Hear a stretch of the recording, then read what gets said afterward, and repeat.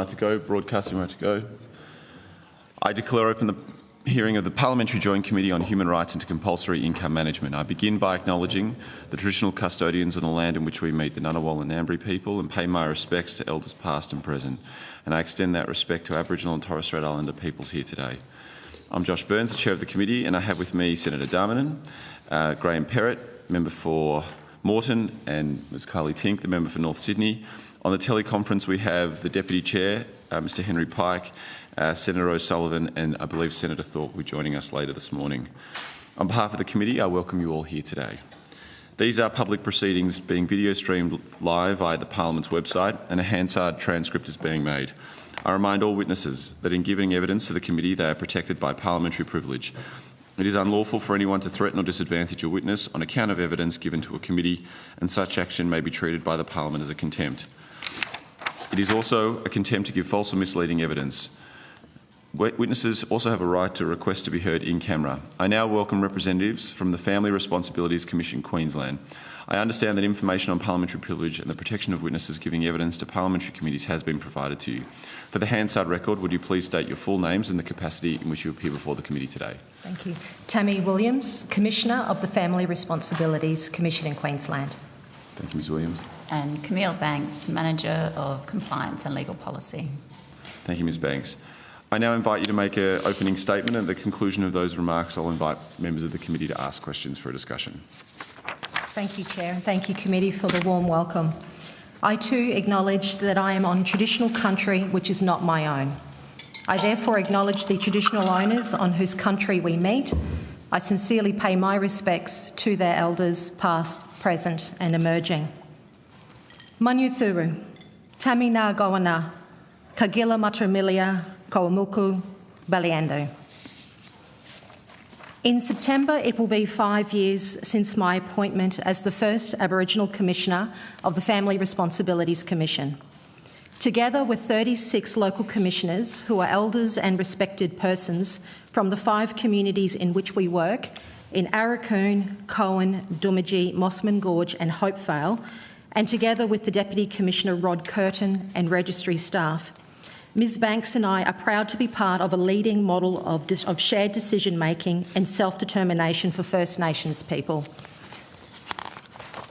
The FRC is a unique bicultural institution which fuses First Nations culture and law with a Western legal system and institution. The Commission operates with tribunal features, with First Nations people empowered by state and Commonwealth legislation, specifically the Social Security legislation, to be decision makers. Similar to a tribunal, the FRC must be headed by an experienced lawyer. The Deputy Commissioner, Mr Rod Curtin, and I have such experience. As FRC Commissioner, I draw upon my lived experience as a Maori woman, growing up in a single-parent family, experiencing my own vulnerabilities and significant disadvantage. I also draw upon my professional experience as a barrister admitted to the role of the Supreme Court in Queensland and the High Court of Australia. I draw on my experience as a federal prosecutor of Commonwealth DPP, my work as a tribunal member of the Queensland Civil and Administrative Tribunal, specialising in the Human Rights Division and in particular children's matters.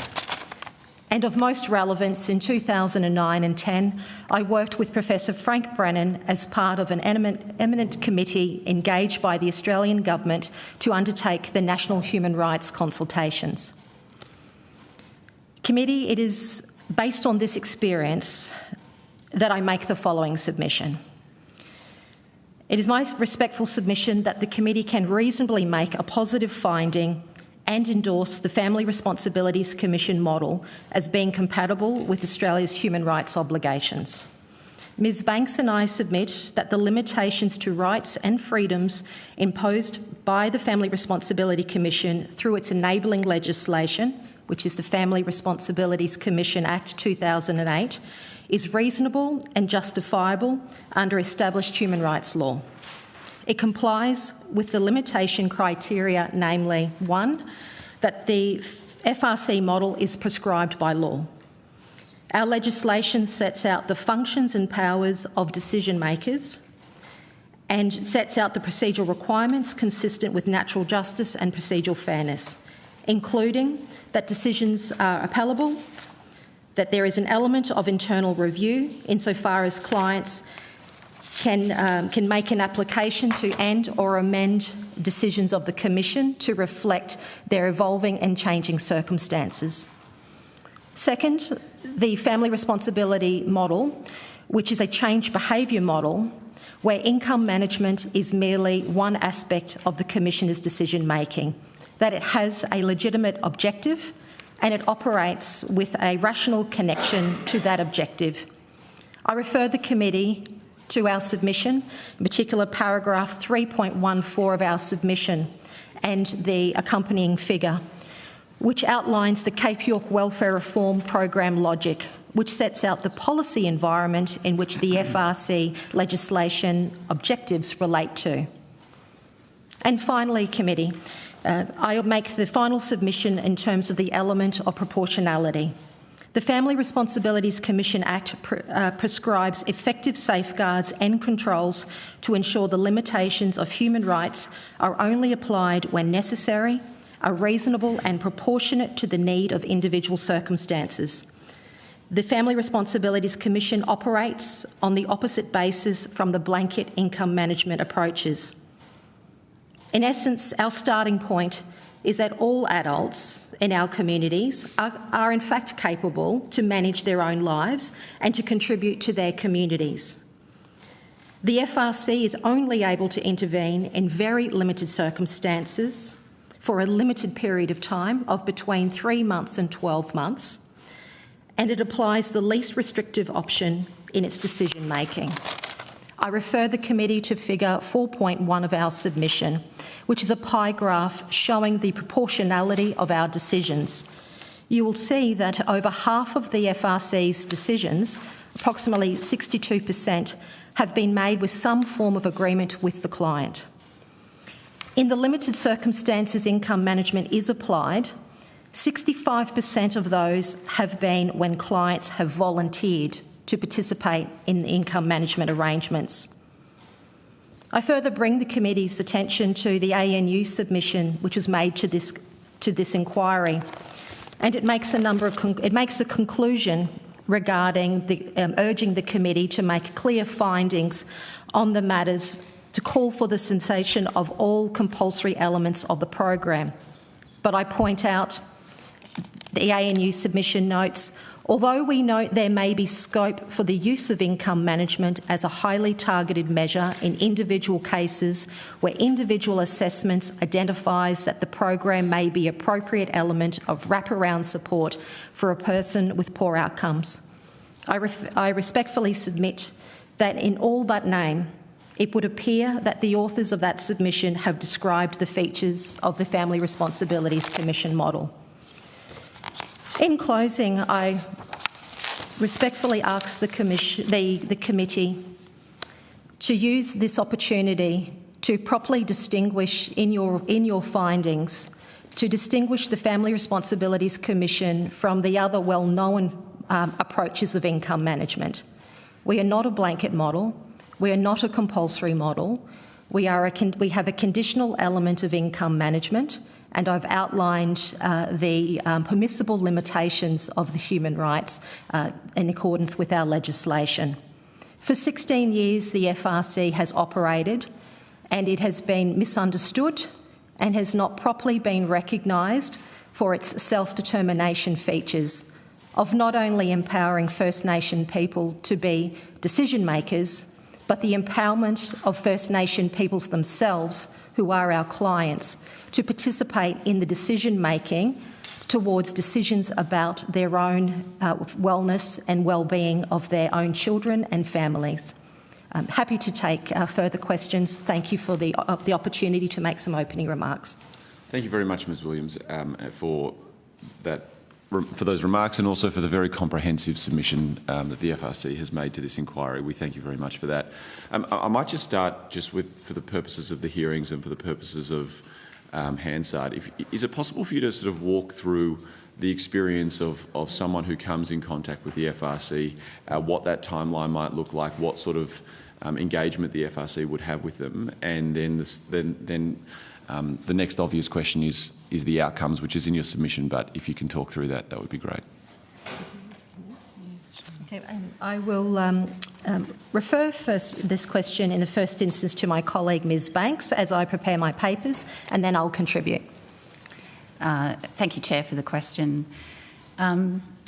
In essence, the way that the FRC works is that we receive notification of when predetermined social obligations are not being met.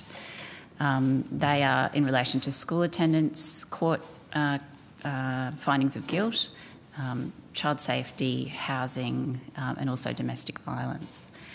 Once the Commission receives those notices, there's a process of checking jurisdiction, and then, if the matters are found to be within our jurisdiction, there's a careful triaging process to determine whether or not those matters are appropriate to go to conference. That involves the local commissioners and, of course, the legally qualified Commissioner and Deputy Commissioner. Once it's considered that those matters, basically the Commission makes a careful assessment about whether that is appropriate to go to conference or whether a less intrusive approach might be required. So we also have, outside the operation of the formal conference process, functions such as our intensive case management, where we might approach clients to enter into a voluntary case plan or simply offer them some support in terms of getting children to school and just help them engage with different services in the community. If it does go to conference, that is prepared. We sit in our communities every 2 weeks, so the Commission's there on a very regular basis in person. And once the matter is heard at conference, the client comes in, speaks to the Commissioners, and there are a range of graduated outcomes that may occur from that. There can be no further action. There might be a reprimand, which is essentially a growling by those local commissioners. And of course, there are those range of more formal decisions where the Commission could agree with a community member to enter into a case plan, or at the very end, they might order a person to enter into a case plan or undertake a period of income management. So in terms of timeframes, it really depends on the matter, but there's a lot of preparation work that goes into preparing for a conference and then supporting the client after the outcome. As Commissioner mentioned, the maximum time for both a case plan or an income management order is 12 months. But the Commission has lots of contact and lots of support for all our clients throughout that time and beyond. And so you said that as part of that conference, you can make an order to commence a case management plan. How often is that order sort of made by the Commission versus people or clients being voluntarily including themselves in that process?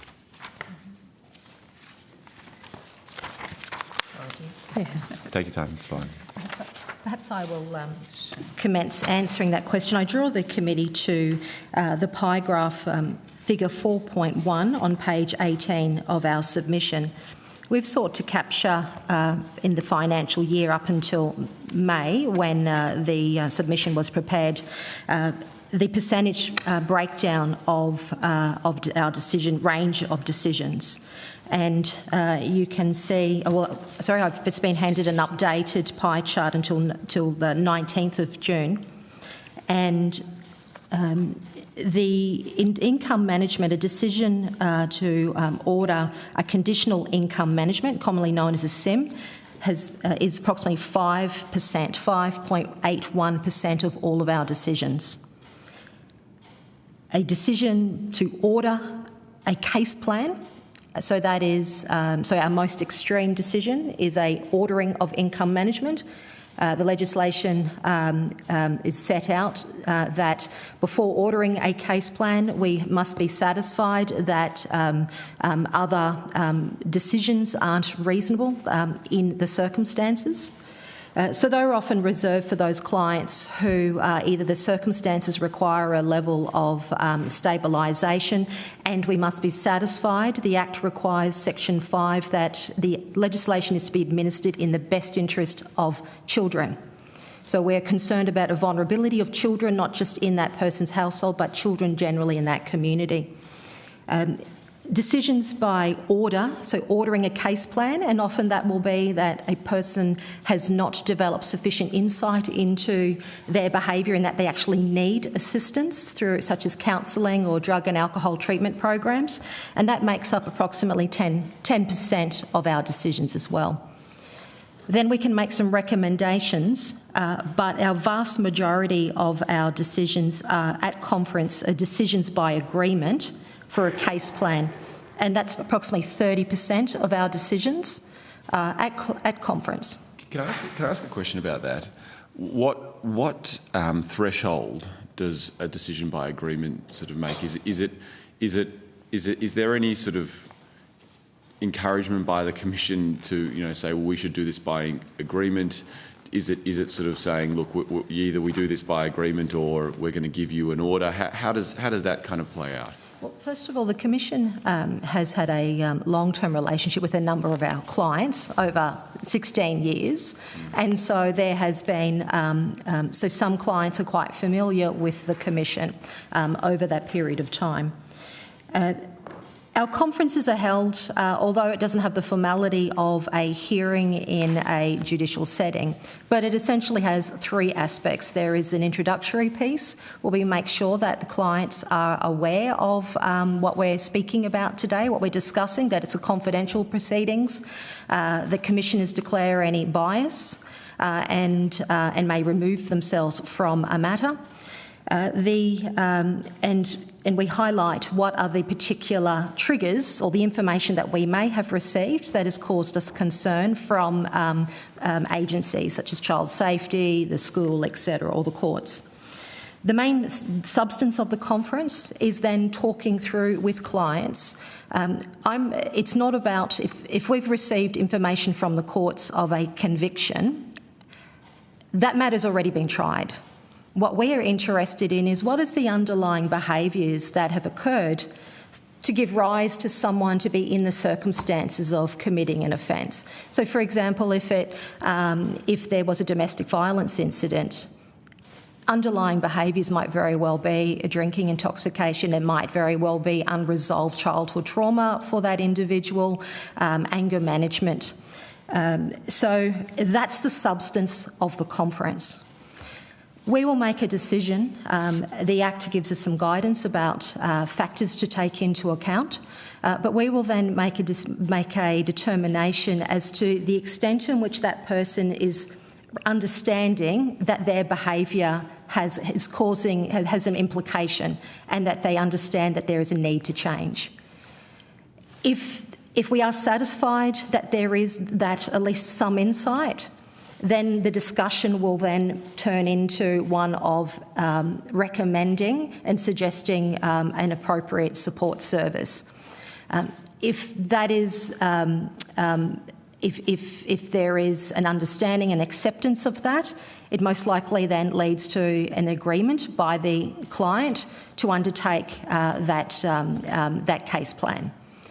If the client doesn't have any insight, doesn't accept that they need to take any responsibility, then we may very well order a case plan for a period of time, and if it's justifiable, we may order a period of income management. And maybe one last question from me before I hand over to my colleagues. Do you feel that, so essentially you have the scenario where you get given information, you bring someone into a conference as you described it, and then depending on how that conference goes, you make a recommendation, or you make an order, or you make an agreement.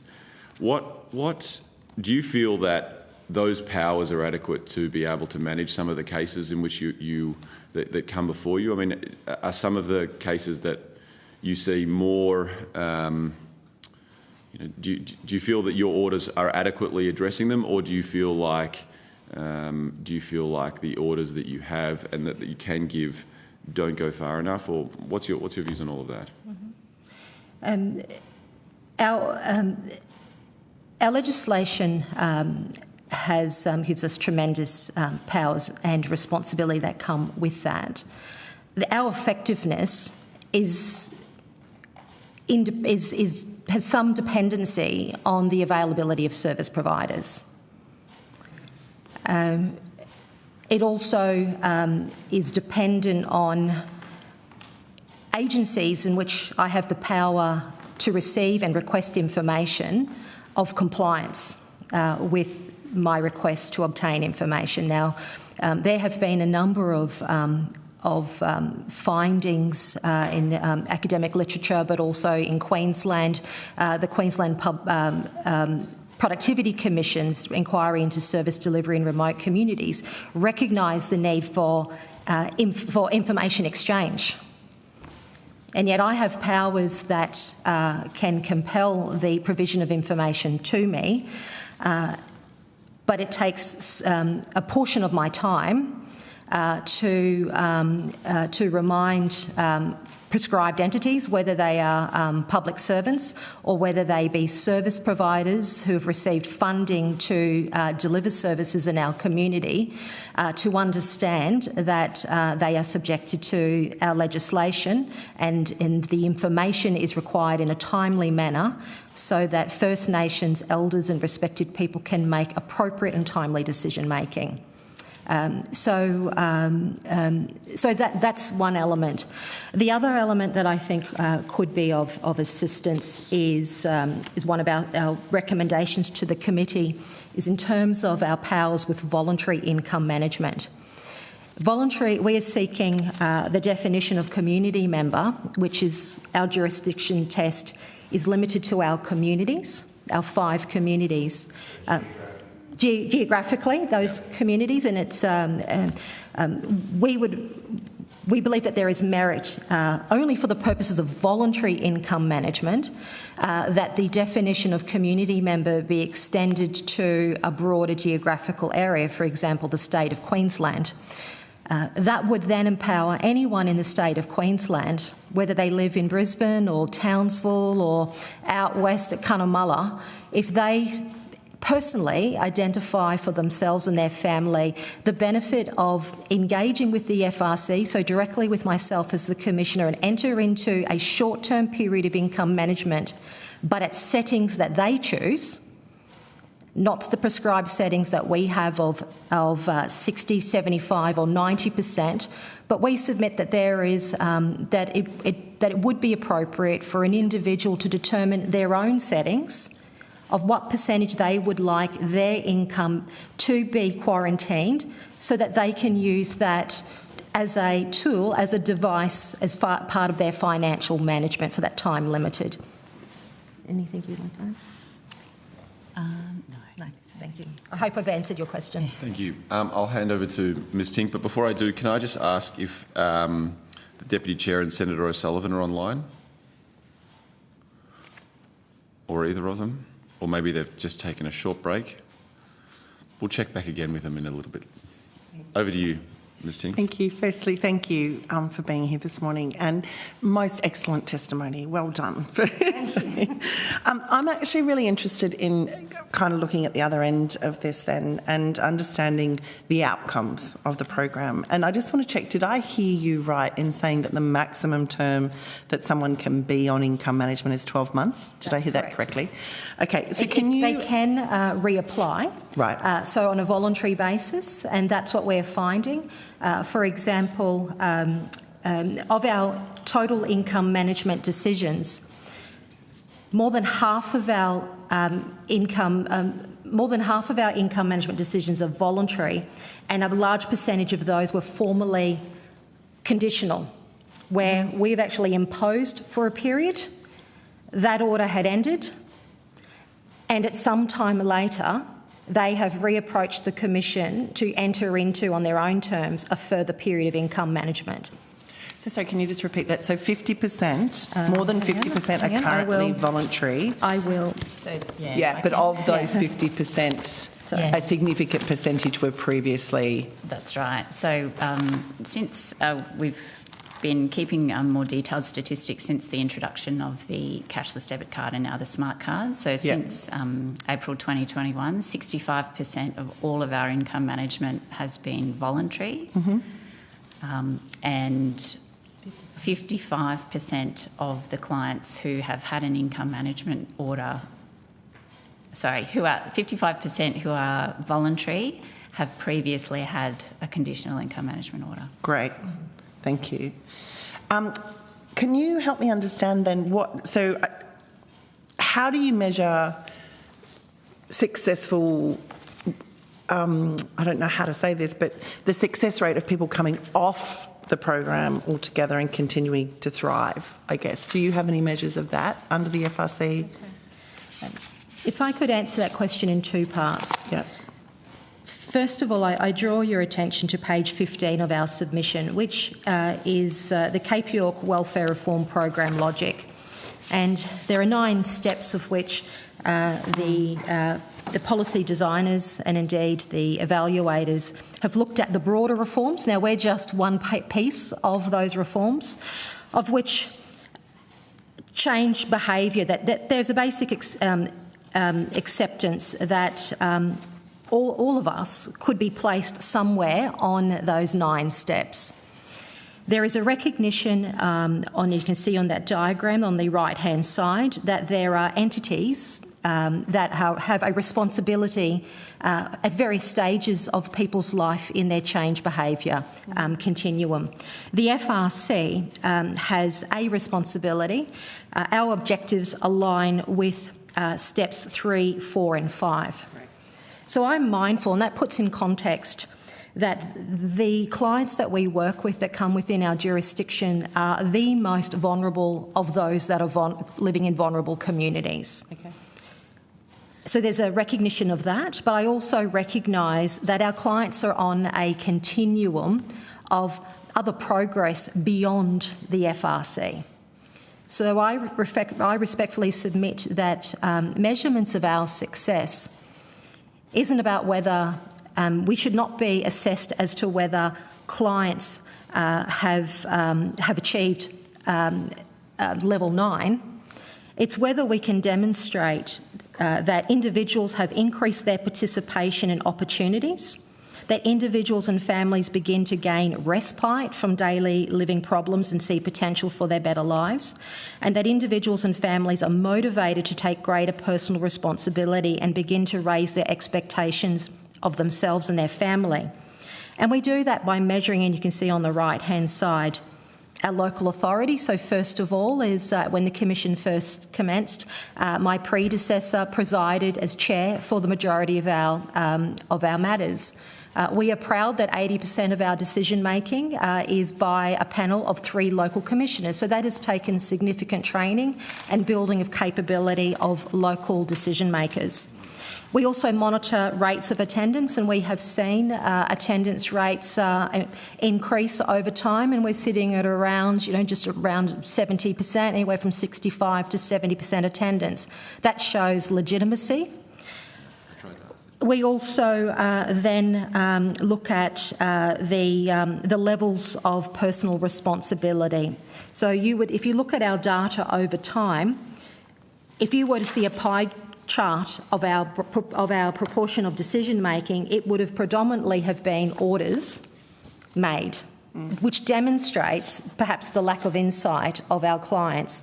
That trend has completely changed in the last 5 years. And then one final question, if I may, Chair. Do you have information on what percentage of the people in the community would be under some form of income management, whether it's voluntary or enforced? And it's okay if you don't, but you can take it. I don't have that, but I'm happy to take that on notice. Well, we do have that data. I just, my folder's not big enough to have all that. It would just be interesting to understand. Thank you. Sorry. I'll go to Mr. Perrett. Thank you, Commissioners, for the evidence. I was just wondering, in Arakoon, Cohen, Hopevale, Doomadgee, Mossman Gorge, if you could talk me to where the actual first interview has with someone that's come to the attention of the local commissioners or yourself. Where physically does it take place? Okay. If, as Ms Banks explained, if a decision is made that the person is in jurisdiction, those records are held in our registry in Cairns. If a decision is made that the person is... Are you a standalone office in Cairns? Or are you yes, a standalone office. You're not connected with the courthouse? No, we are independent. We're an independent statutory body. Although our registry staff are public servants, myself, the Deputy Commissioner and our local commissioners are all appointed in Governor and Council as independent officers. Okay, so we make those decisions. I'm responsible for that decision making about jurisdiction, and so that's in Cairns. Oh, okay. In Cairns, and then in determining what is the most appropriate engagement with those individuals, we receive then advice from local commissioners. Okay. And they're in their communities. I think you said there's 36 local commissioners in those five communities, yes. Reasonably small towns. They're all no more than 1,000 or 2,000. That's right. All of those towns. So some are smaller, yes. Some are smaller. Okay. So let's say we've got someone who comes to the attention of the commission. Let's call them Mr. Burns. Mm-hmm. Okay. And so the local commissioner would then make a decision about. So where would they first meet Mr. Burns? Yes, so if the advice... Let's say he's got a drinking problem or something. Okay, well, if the decision with... I won't assume it's this Mr Burns, but another Mr Burns... different spelling. Yes, different spelling. B-Y-R-E-S, that's the one. If the decision is made that it is safe to do so and appropriate to do so, not to schedule that person, Mr Burns, for a formal conference, the engagement can take place at anywhere in that community, essentially. So it could be at Mr Burns' home. It could be in his home. It could be down shop. It could be down on country. So has Mr Burns said, "We want to talk to you"? Yeah.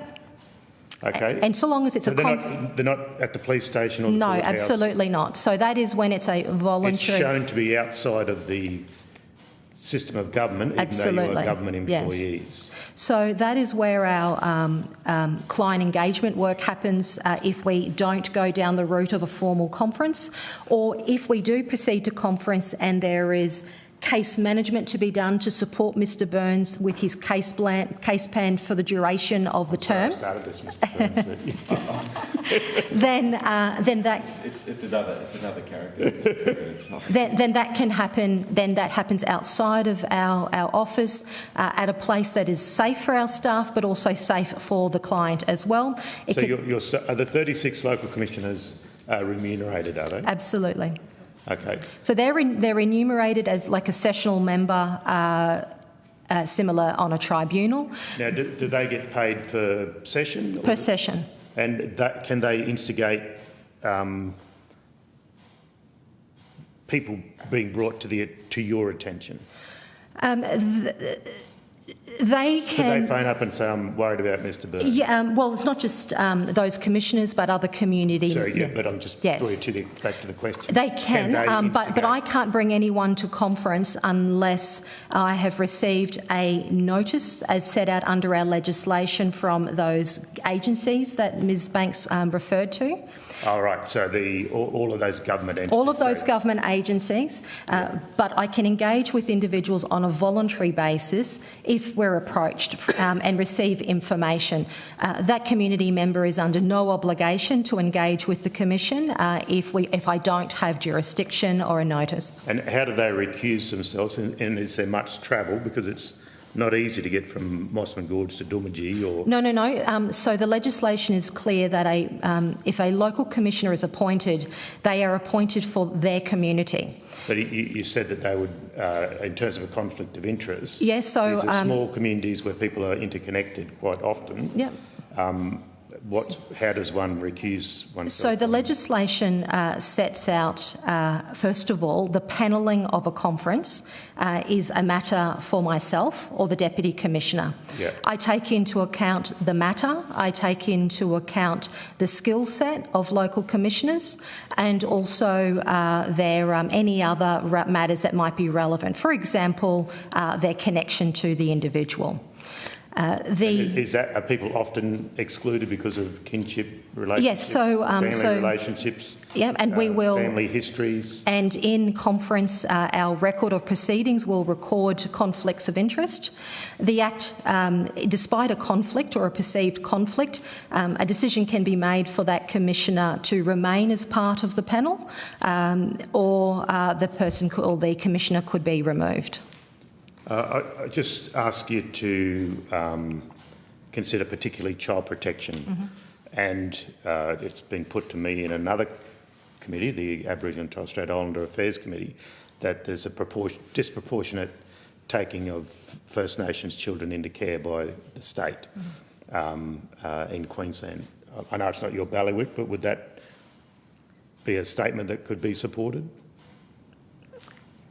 The proportion of First Nations children in state care is higher than the proportion of non-First Nations. That's my understanding, is the statistics say that. Yeah. So in terms of the Venn diagram between people that have had their kids taken into care and people that are on income management, either voluntary or involuntary, do you have data on how children have been reinstated with their birth parents because of income management over the last 16 years?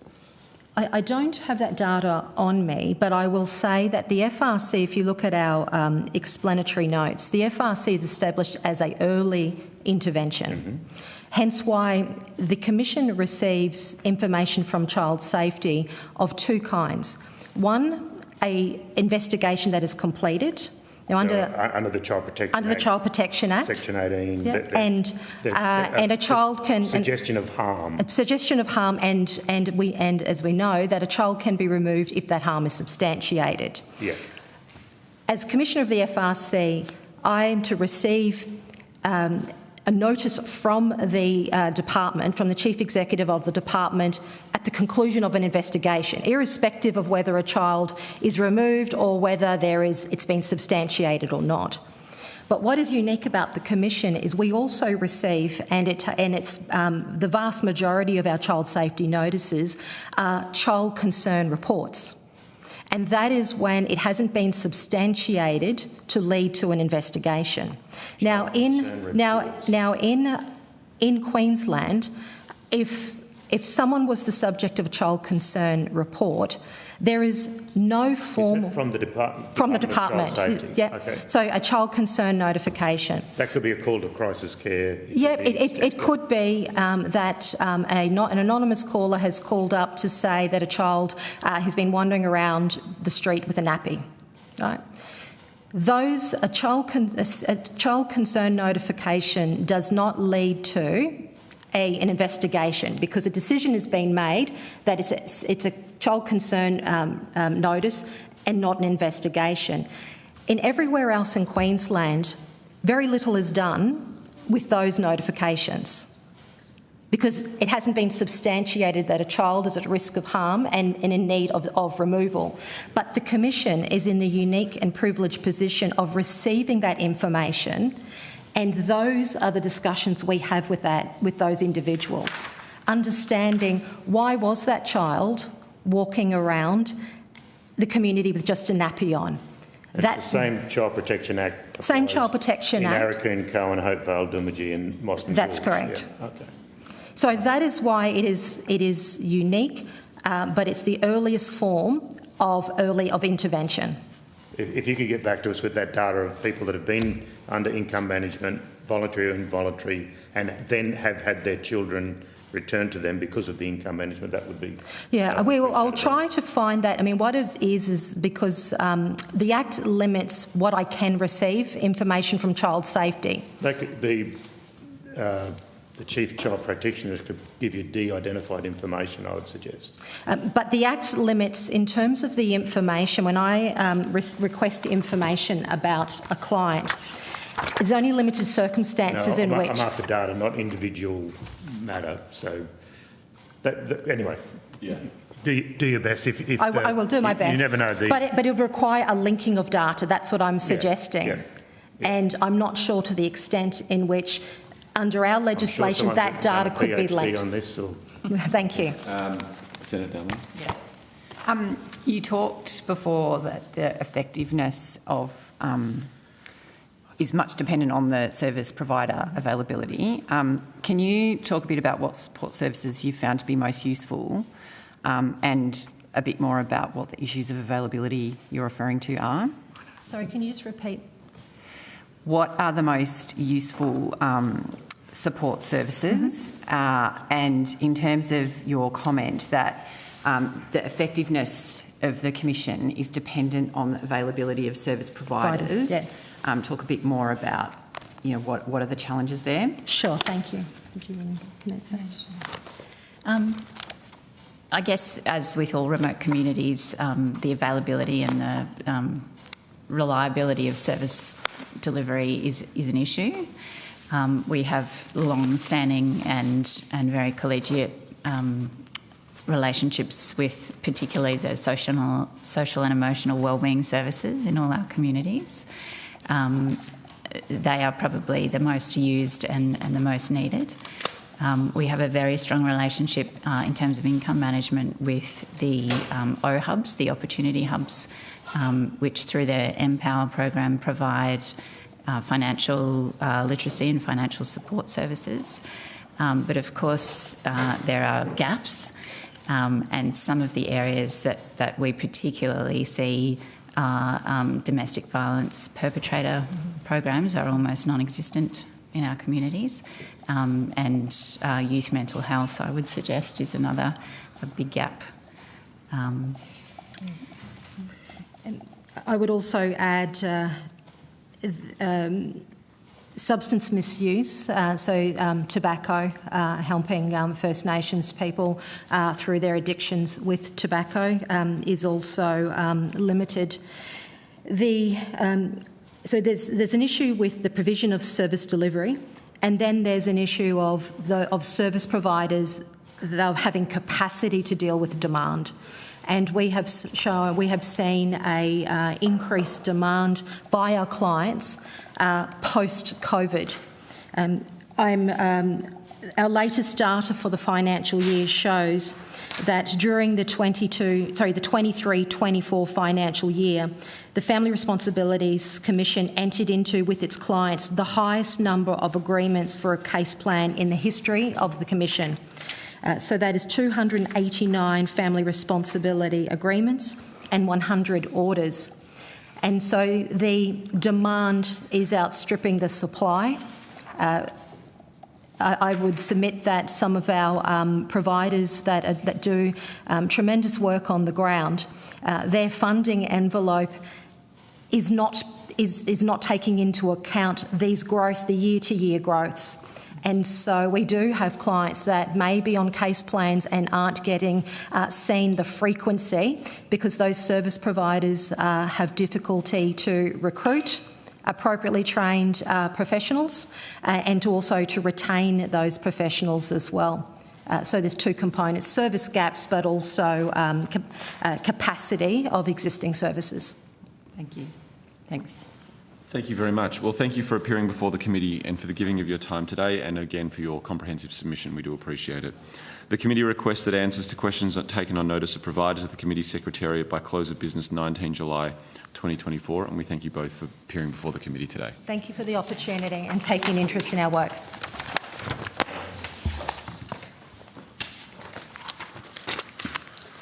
Just give them a moment. Just while we're pausing, can I test my microphone? Senator O'Sullivan, are you there? Yeah, can you hear me? Loud and clear.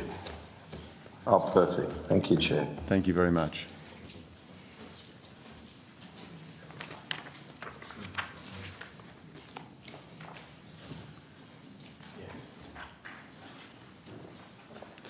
Dr. Cody, are you ready to go? Thank you. All right, we might kick off then. I now welcome Dr. Anna Cody, Sex Discrimination Commissioner from the Australian Human Rights Commission by video conference. I understand that information on parliamentary privilege and the protection of witnesses giving evidence to parliamentary committees has been provided to you. I remind members and senators that the Senate, the rules of which this joint committee is bound by, is resolved that an officer of a department of the Commonwealth or of a state shall not be asked to give opinions on matters of policy. This resolution does not preclude questions asking for examples of policies or factual questions about when and how policies were adopted. If a witness objects to answering questions, they should state the ground on which the objection is made, and the committee will determine whether it will insist on an answer, having regard to the ground in which it is claimed. If the committee determines to insist on an answer, a witness may request that the answer be given on camera. Officers are also reminded that any claim that it would be contrary to the public interest to answer a question must be accompanied by a statement setting out the basis for the claim. For the Hansard record, will you please state your full name and the capacity in which you appear before the committee today? Thanks very much. My full name is Dr. Anna Cody, Commissioner of the Australian Human Rights Commission, Sex Discrimination Commissioner. Thank you. Well, I now invite you to make an opening statement, and at the conclusion of that, we'll open up for some questions. So the reason that I have decided to intervene and make a submission to this inquiry is the importance and the disparate impact of these provisions and the compulsory income management on women, but also particularly First Nations women. The decision to apply it with a geographical boundary is of concern in the way in which it impacts the particular women and also the women who are caring for children. We know that women disproportionately carry the responsibility for looking after children, and thus the impact of the compulsory income management regime has on First Nations women is contrary to human rights. It also contravenes people's and women's particularly right to social security, right to a private life and right to equality and non-discrimination. I'm also concerned of rights of children under the United Nations Convention on the Rights of the Child. While the scheme may be of benefit for some people, I would suggest that this aim could be met by it being a voluntary scheme rather than a compulsory income management scheme. Finally, I'd like to note the impact on women who are leaving domestic and family violence. It prevents them from having access to their full income, which they may need at that crucial moment, and so goes counter to their right to safety and life free from violence. So that's my opening statement. Thank you very much, Dr. Cody. I guess the sort of most obvious question around the recommendation to make it voluntary is how willing some people are to engage in the scheme, and then obviously if there are concerns which you reference in your opening submission around child safety and other aspects or other serious aspects like that, how do you see it working if people are unwilling to voluntarily engage in what may be the best option for them? I think the key piece of that question is what is actually best for them and relying on their ability to be able to gauge that, and also recognising that the evidence that we have does not demonstrate that it is actually achieving the goals of keeping children safe or necessarily keeping women and families safe. So if there was a clear body of evidence that demonstrated that compulsory income management was actually achieving its goals, then my position may be different, but there isn't. There isn't that clear body of evidence, and in fact there's evidence to the contrary. So to justify breaching fundamental human rights, there needs to be a very significant, strong body of evidence, and I would suggest that in fact it's to the contrary. And while that is the case, until there can be that evidence, then there is no justification for the severe curtailment of people's basic human rights. And can you expand on the evidence that it doesn't work?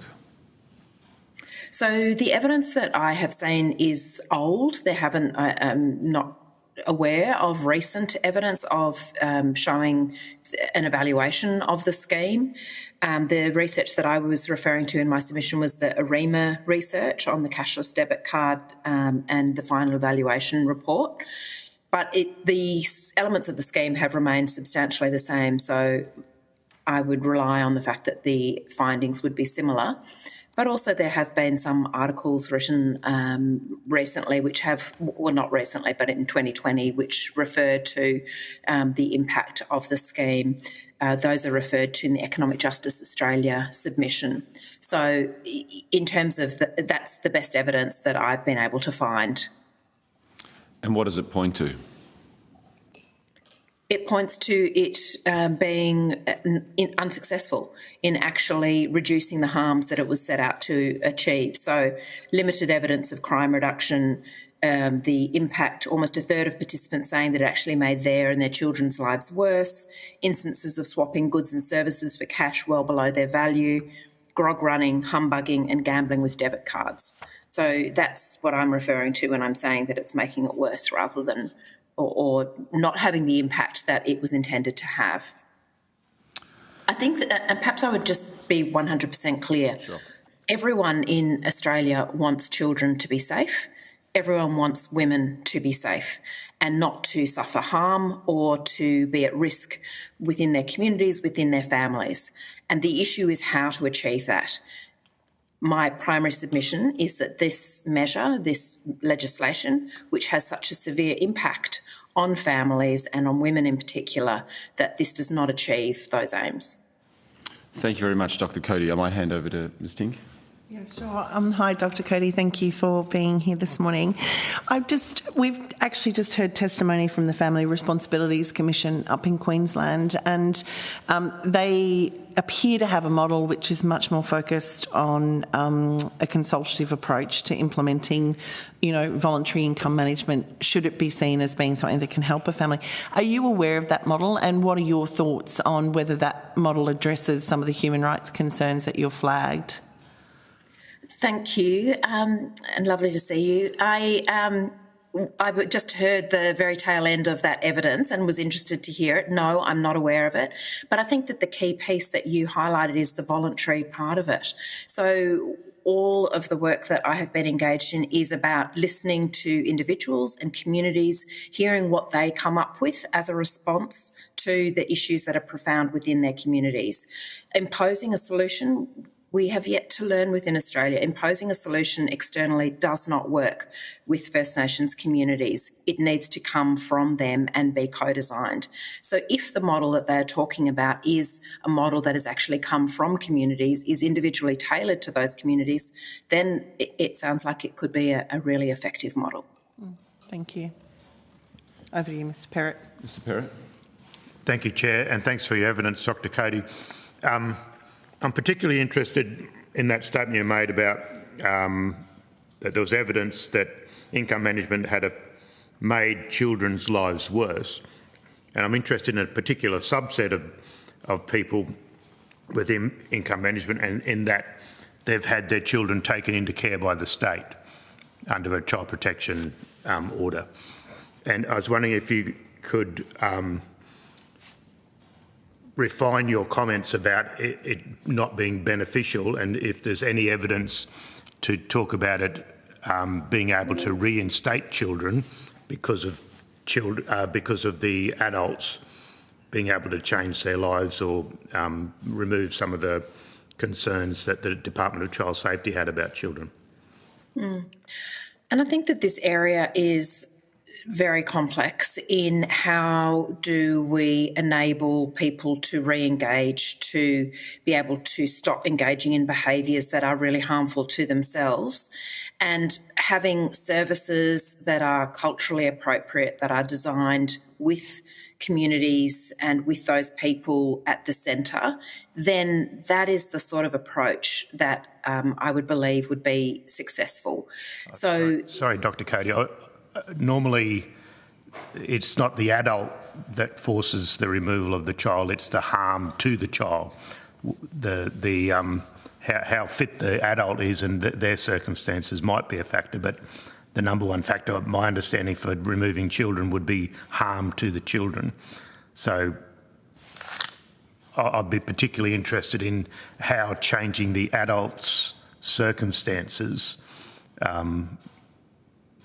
could then perhaps have that child return to their birth parents. So perhaps I'm not understanding. The harm that you're referring to, I'm assuming, is neglect from parents engaging in addictive behaviours or... Yeah, well, so it could be anything. It's that particular Venn diagram that I'm interested in exploring, where the child has been removed from the parents by the state, okay, and then whether they're able to turn their life around and then give evidence that they've turned their life around and then perhaps have that child returned to them. But the turning their life around implies that there's something going wrong in their life. Yeah, So okay. where I was headed with where they're going wrong with their life is whether it be addictive behaviours, neglect of children. So that's where my answer went. Okay. Thanks, Dr. Cody. Senator? No questions? Dr. Cody, do you have any views on the Family Responsibilities Commission's model of the way in which they operate in Queensland? I don't know enough about it to have a view.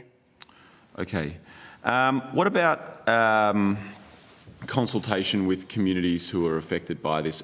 Has the Commission done any consultation with communities who have been participating in the income management schemes, or that hasn't happened by the Commission? No, the Commission hasn't. The position that I've adopted has come out of a principle basis of where human rights impact is felt within communities and general principles of human rights being applied across the board and needing to be applied in a non-discriminatory way and ensuring a right to equality. So right to women for their human rights, as also particularly First Nations women, and that includes right to safety and social security. Okay. Mr. Perrott? Thanks, Dr. Cody. Just returning to some evidence that we had from the Family Responsibilities Commission, which seemed to suggest that in their 5 particular communities, the rights of the child was such that it trumped the rights of the adult, basically, in terms of whether or not they could then enter into an income management situation. What's your thoughts? I realise you're not the Children's Commissioner, but your thoughts on that in terms of the individual's rights as an adult to make decisions as to how they live their life, and then the rights of their children. How is that balance to be reconciled? Should one trump the other? Should the best interests of the child trump individual freedoms? So within human rights, it's always a balancing act of ensuring that rights are taken into account in totality, so the inalienability of rights as well as the indivisibility of rights. The issue of whether or not a community made a decision, having been fully consulted and involved in the co-design of a project in which the community, including both women leaders and men leaders, were actively consulted and designed that decision-making process, that would be the key piece for deciding whether or not that was an appropriate model. So was that have those 5 communities actually been involved in the design of the income management program where they decide that in particular circumstances a child may be removed or that a parent may be involved in income management? So it is still a voluntary decision, and that is the decision with full participation from the communities. Just being devil's advocate here, I mean, that's a nice hallmark reference to a village raising a child, but isn't it, you know, Canberra and George Street in Brisbane that make decisions about children, not villages? Laws are written in capital cities, not by whoever puts up their hand in a local community. Laws are written in those cities, but who's actually looking after the children? Largely, it will be women grandmothers, mothers, aunties, sisters, who are looking after the children. So the applicability, the workability of any law will depend on whether in fact it reflects the reality of the people who it is applying to. So, we are the Commonwealth Parliament. We make one set of laws for the nation. We don't have a different set of rules for Arakoon, Cowan, Hopevale, Doomadgee and Mossman Gorge, or indeed any other First Nations community. What are some of the, how localised should we allow that decision about child welfare standards and some of the other things that come to the attention of the Family Responsibilities Commission? Surely standards should be set as absolute standards. You're the Human Rights Commission. You're not the letting communities determine what is right. You've got international guides as to what is right, surely. Indeed, there are international guides. We have the Universal Declaration on Human Rights as well as all of the individual conventions. And your statement about one law, but in fact this law is using geographical boundaries to decide where the compulsory income management applies. So effectively, it is applying particularly in the First Nations communities. I think of the 26,000 people who are covered, 23,000 at least are from remote communities. So that contradicts the point that, yes, it is a law for all people. It is not applying in the central suburbs of Sydney, Melbourne, Brisbane in that same way. Secondly, if the issue of a law, we also have to look, a law may appear neutral and balanced on its face, but you have to look at how it impacts. So if it has a different impact on particular groups, then it is a discriminatory law. So it's the idea of indirect discrimination that we're talking about here, and that is unlawful. So yes, law on its face has to be the same for everyone, but this law is not actually applying in that way, nor is it actually targeted in that way. So if it applied to every, I'm not just going to target the northern suburbs of Sydney, but if we targeted all of Australia with these laws, it'd be less troubling for you in terms of the indirect discrimination that you believe is inherent in it. So then it would be a bad law for everyone. Oh, okay. And it would still, and it would still have a different impact on different communities because of the way in which it was applied. So it still has the second limb of the problem. Okay. Thanks, Dr. Cody. Before I hand over to Ms Tink, Senator Thorpe, are you on the line? I'm online, but I don't have questions for this category. Thank you. No problem, Senator. Just checking for Hansard. That's all good. Ms Tink? Yeah, Dr. Cody, I just thank you for your testimony this morning. I think you've been incredibly clear and incredibly succinct. So I just want to make sure I'm hearing you correctly. So my understanding of your testimony to this point in time is that fundamentally compulsory income management cannot be deemed as being proportionate under our current international human rights obligations, particularly as this current compulsory income management is specifically targeted to geographically isolated communities or geographically designed communities. Would that be a fair summation of your supposition here today? Thank you. It is, and that I would also add that it has a more severe impact on women and First Nations women. Perfect. Thank you.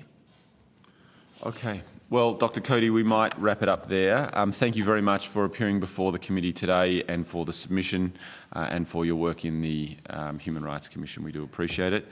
Human Rights Law Commission. The committee requested answers to questions taken on notice are provided to the committee secretariat by close of business 19 July 2024.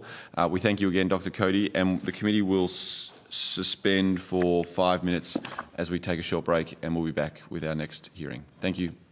Thank you.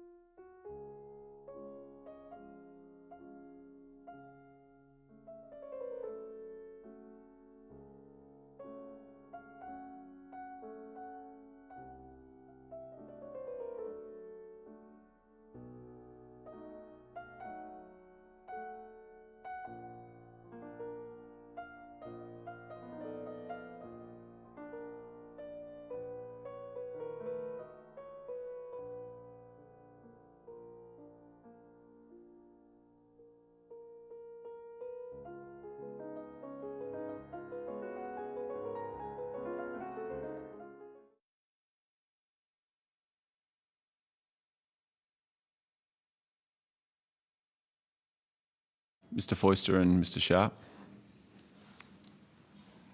Yep, getting some nods. All right. I now welcome representatives from the North Australian Aboriginal Justice Agency via video conference. I understand that information on parliamentary privilege and the protection of witnesses giving evidence to the parliamentary committees has been provided to you. For the Hansard record, would you please state your full names and the capacity in which you appear today? My name's Jared Sharp. I'm the Principal Legal Officer of NAJA, the North Australian Aboriginal Justice Agency. Thank you, Mr. Sharp. My name is Shane Foister. I'm a Senior Solicitor in the Civil Law Section of North Australian Aboriginal Justice Agency. Thank you very much to both of you. I now invite you to make an opening statement, and then at the conclusion of that, we'll open up for some questions.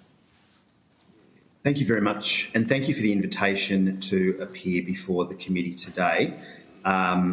As noted, my name's Jared Sharp and I'm NAJA's Principal Legal Officer. I do want to acknowledge that I'm coming to you from Larrakia land and to acknowledge Elders past, present and emerging. If I can begin by just providing a little bit of information about our service. NAJA is the largest provider of legal services in the Northern Territory and one of the largest Aboriginal legal services in Australia. Unlike every other jurisdiction where legal aid commissions would be the major legal service provider, in the Northern Territory that's reversed where our service is. We have around 160 staff operating across 3 offices in the Northern Territory, and our lawyers operate across both criminal and civil law matters. And our civil practice is wide-ranging, covering matters including income management, Centrelink and housing issues. Relevant particularly for today is the work that our civil lawyers such as Shane do, and that is to support Aboriginal Territorians with legal difficulties in relation to debt, Centrelink payments and work entitlements. NAJA is the only legal service that travels to remote communities across the Northern Territory to assist clients with understanding social security and their rights, and that includes income management. NAJA lawyers have been working with Aboriginal clients across the Northern Territory for the entire period that compulsory income management has been in place, and we've seen how that regime has affected Aboriginal Territorians on an individual basis. Today, we would like to speak with you about the experiences of income management as reported to us by our clients and as we've seen. By way of background, compulsory income management commenced 17 years ago as part of the Northern Territory intervention, specifically targeted to remote Aboriginal communities. Aboriginal Territorians who were receiving Centrelink benefits for any reason at the time of the intervention were automatically placed onto compulsory income management. And that was regardless of their work history or their criminal history or their financial literacy. Included in this category, there were some Aboriginal Territorians who had university degrees or had been in stable employment for decades and had never shown any difficulty in managing their own money. Where people like this who were receiving Centrelink benefits such as parenting payments, they were then placed onto compulsory income management, along with all other Aboriginal Territorians receiving any Centrelink payment at the time of the intervention. We have consistently heard stories about how humiliating and belittling it was for these Aboriginal Territorians to be issued with a basics card, and the stigma this created, and how it was an additional hurdle in their lives, in their ability to make their own decisions, to manage their finances in their family's best interests. Members of this committee might remember the National Conference for Aboriginal Women that was held in Canberra last year.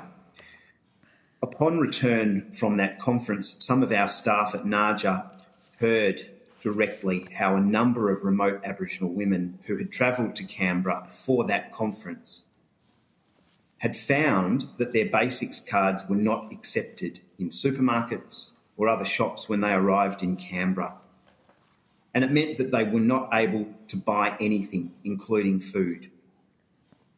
Our staff heard how NT-based urban Aboriginal women supported their remote Aboriginal female counterparts by purchasing them food, using their own money to help them out while they were in Canberra. This example highlights the impact of compulsory income management on everyday Aboriginal Territorians. I'd like now to hand over to Shane Foister, who's our Senior Civil Law Solicitor based in Alice Springs. Shane can explain further about how the compulsory income management system operates and affects Aboriginal clients that NAJA represents. Shane works with Aboriginal clients every day who are affected by income management regime, and he will be able to speak to case studies and experiences of NAJA clients. Thank you. Thank you, Jared. Thank you, committee, for allowing me to appear from Aranda Country here in Alice Springs. First, I'll just speak very briefly about how the system operates and affects the clients that we help every day. Income management separates out a substantial portion of someone's income. It can be between 50 to even 90% in some cases, into a separate bank account which the person can only access by using a special card, originally called the Basics card, which many of you will know, with restrictions on how and where it can be used. One important effect of this that we see in our work is that compulsory income management denies people and restricts people the same access to second-hand goods and essentials through the cash economy that most Australians enjoy. For our clients on income management, they can't do what many Australians do to find a good quality used fridge or second-hand washing machine. They can't use that money on places that in the cash economy, such as Facebook Marketplace. They don't have access to those markets. So the result that we see is we have a lot of clients who have been forced to buy second-hand goods in the most expensive and exploitative ways possible. They're taking out payday loans online. They're signing up to consumer leases where they will never actually own the item, and they're paying more than double or triple what they would for that item in the cash economy. This is the detrimental consequence of compulsory income management. It's important to note as well that compulsory income management is specifically targeted to the Northern Territory and always has been. 91% of people under income management are Northern Territory residents. 82.3% of people under income management are Aboriginal, despite Aboriginal people making up only 3.8% of the general Australian population and only 30% of the Northern Territory population. I'll give some case examples of just how difficult it is for someone who is on income management to take back their financial autonomy. To apply for an exemption from compulsory income management, people need to demonstrate that their financial capacity and competence to a very high degree that we wouldn't apply to other Australians. One of our recent clients was a responsible mother with 2 children living in a very remote region of the Northern Territory who fell under income management 13 years ago simply because where she lived and because she was receiving parenting payment. She asked our lawyer how she can get off compulsory income management to have better control of her finances. She wanted her money to be all in one location rather than split, and she wanted to be able to control what she could do to look after her children. She asked us for help because English is not her first language, and there was no information she could find on how to get off income management.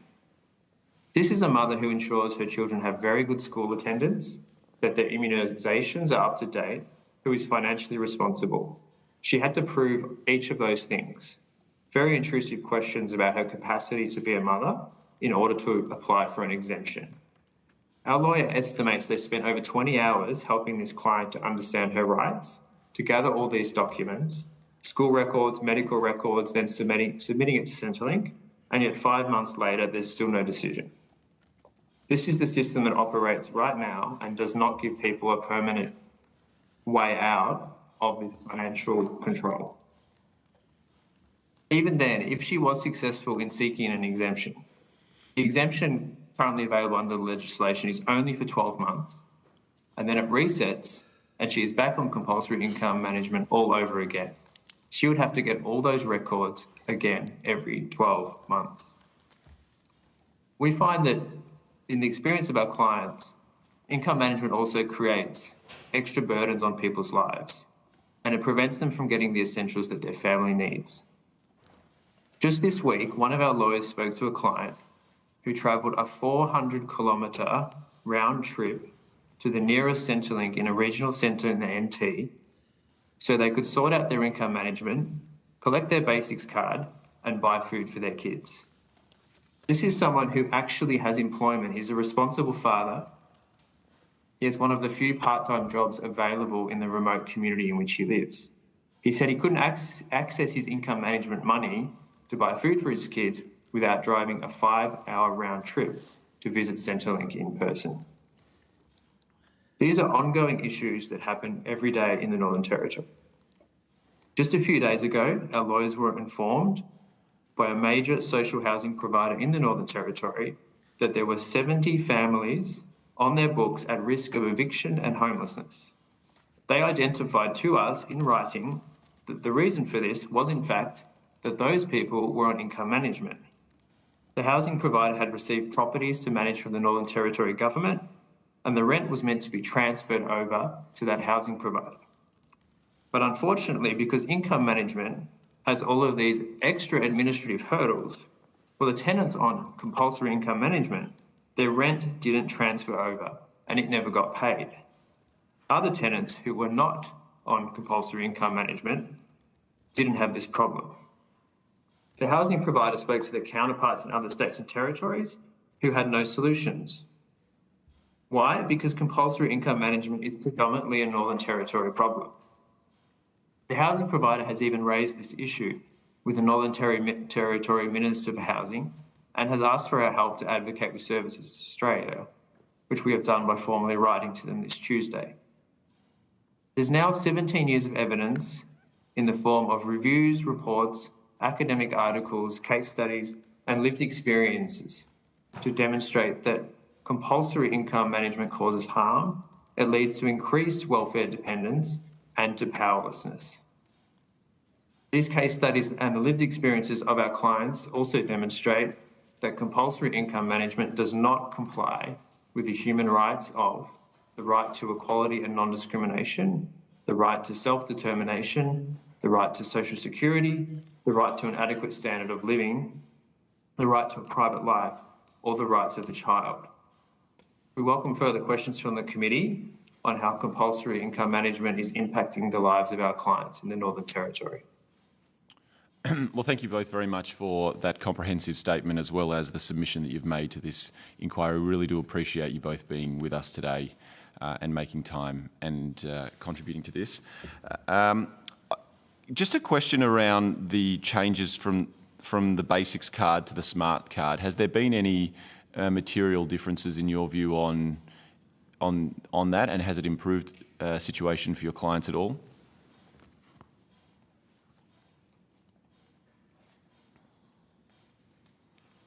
From the experience of our clients, and I'd like to return to that example of someone who we spoke to this week.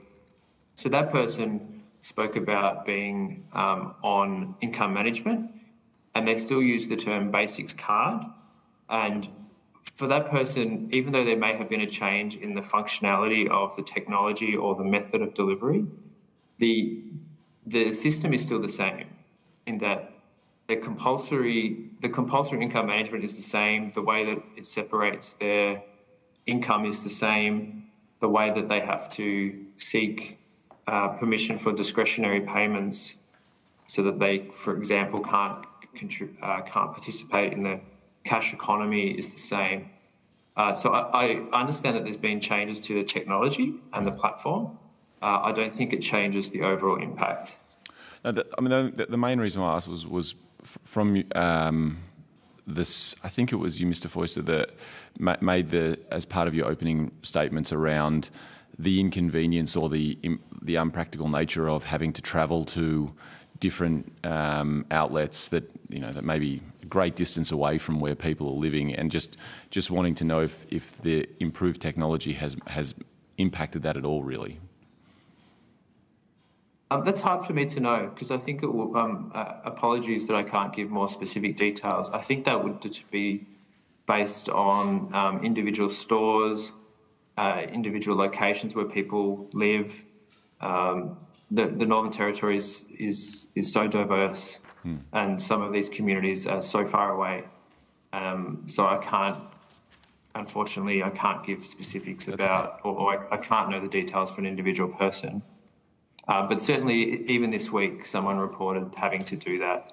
Despite the changes in technology, they reported having to come in person to a Centrelink office. And I think a factor in that is to remember that for a lot of people who live in remote communities, English is not their first language. And although there may be ways, digital ways to sort out difficulties, they know that in their experience, the way for them to truly be understood and communicate and get the outcome they need is to go and see someone in person. Yep. And so this person has chosen to make that 400-kilometre round trip for that purpose. I've got more questions, but I'm also, in the interest of time, want to make sure that all of my colleagues have a chance to ask questions. The first person I'll throw to is Senator Thorpe on the line. Thank you, Chair, and thank you, Naja, for attending this morning.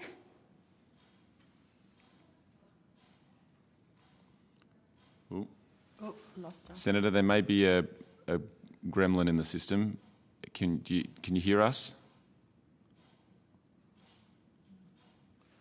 Senator Thorpe, we seem to have lost you. Looking at my friends in broadcasting,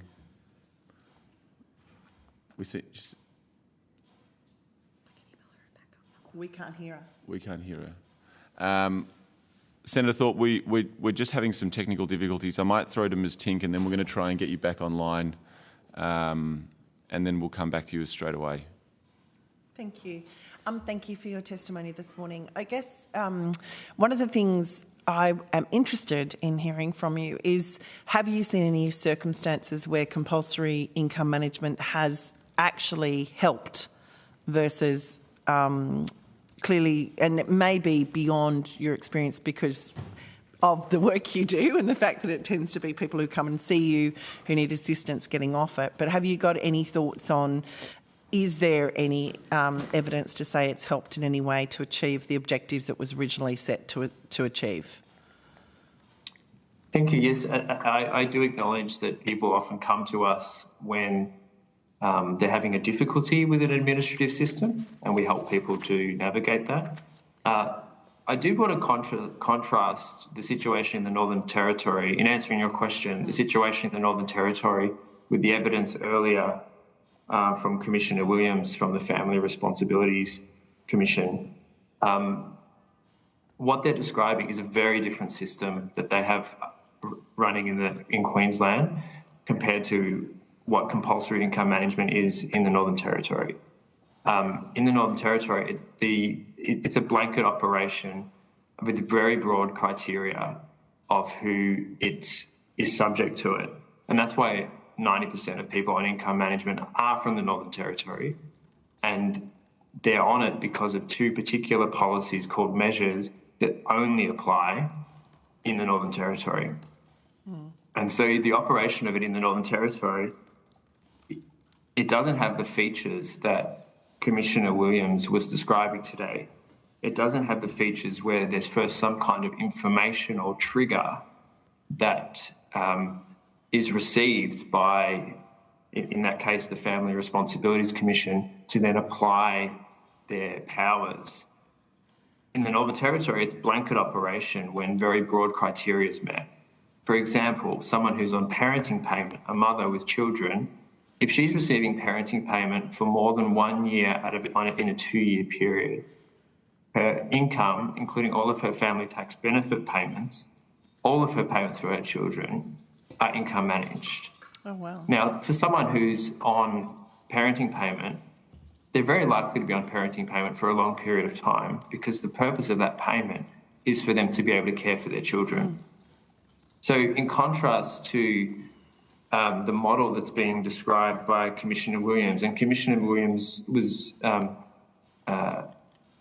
very clear in making sure that this is a distinction, and I agree from a legal perspective, I agree with the distinction, that their model that she described involves intensive case management. It involves people who are on income management being able to directly speak to decision makers, that those decision makers come from the same cultural background, that those decision makers understand the context of the person who's subject to income management, and that in that case, income management, through what I understand Commissioner Williams was saying with the situation in Queensland, in those areas that the Family Responsibilities Commission operates, it's for a maximum of 12 months. In the Northern Territory, every part of that is the opposite. So you can get a maximum 12-month exemption from a blanket policy of income management. The decision makers are often in call centres thousands of kilometres away who have no idea about the cultural context or even the geographic context of where you're operating. And there's very little support. There's not the intensive case management that might, as Commissioner Williams spoke about, use income management as a tool to reach an end, which is improving someone's life. So I see theoretically that it could be a tool to reach an end to improve someone's life, but the way that it's been applied in the Northern Territory is it has such blanket operation and there are no resources to do that intensive case management or to do the referrals, and the decision makers don't understand the lives of the people who are subject to it. So perhaps there would be some. I can see there would definitely be some circumstances where it is helping some people, but it's a scattergun approach. It's not that it's targeted to help those people. It's just that out of the 25,000 people it applies to, for some it's helping, but for the vast majority of people we speak to, it's not. Thank you. Senator Thorpe, we'll go back to you and try you again. And also, can I just welcome the Deputy Chair who's joined us online. Senator Thorpe, if you could take yourself off mute and have another go at this.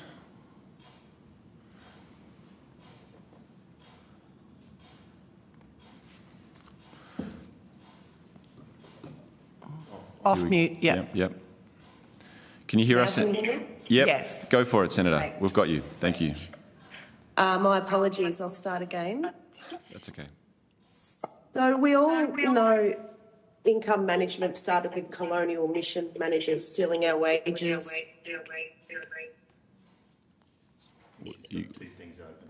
Getting an echo. And we've lost her again.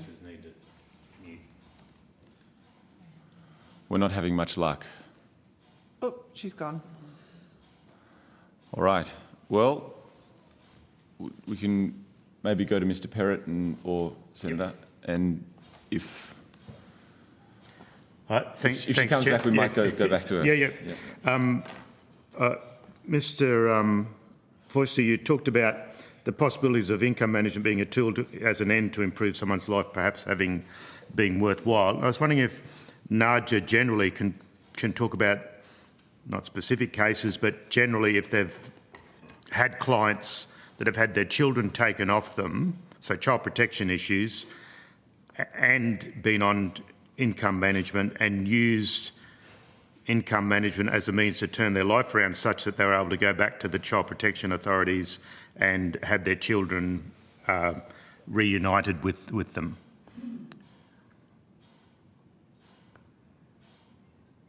Yeah, without naming anyone, obviously. Of course. Thank you for the question. I'd like to answer just by highlighting evidence already given by Commissioner Williams as a juxtaposition of those resources that were given to help someone in a situation like that to improve their life. I think because in the Northern Territory there's such a blanket operation of compulsory income management, a person would have been, in most cases, subject to income management, compulsory income management, before their children were taken away, during the period their children are taken away, and when their children are returned. And so it's very hard to see whether that's had an impact or not. And this is also in the particular measures. So there's there's 6 measures that the department in their submission has outlined, and it's I found it a very helpful summary. And because there is this particular measure about child protection, so there's a particular policy that allows income management to be applied in exactly that context to help someone. And in every other state and territory, that might be used in a way that is targeted.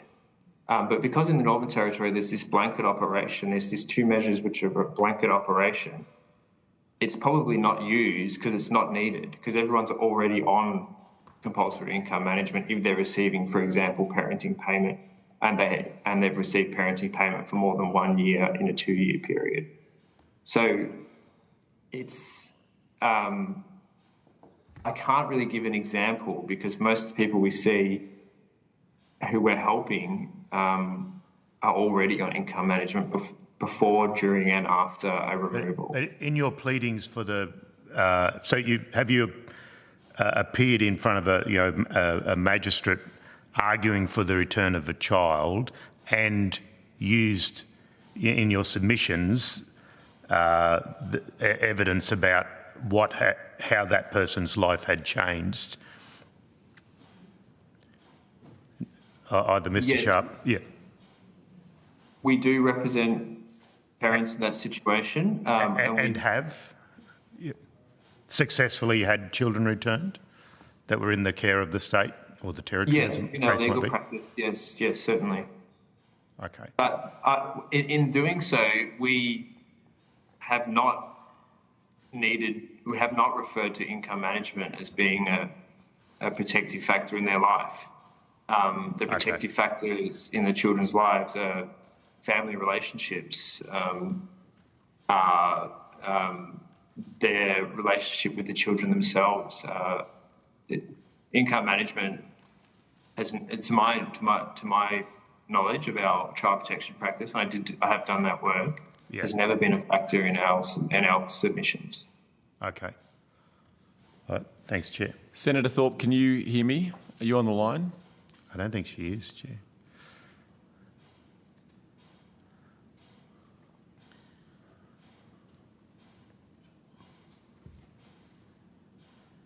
No. Okay, no worries. Senator?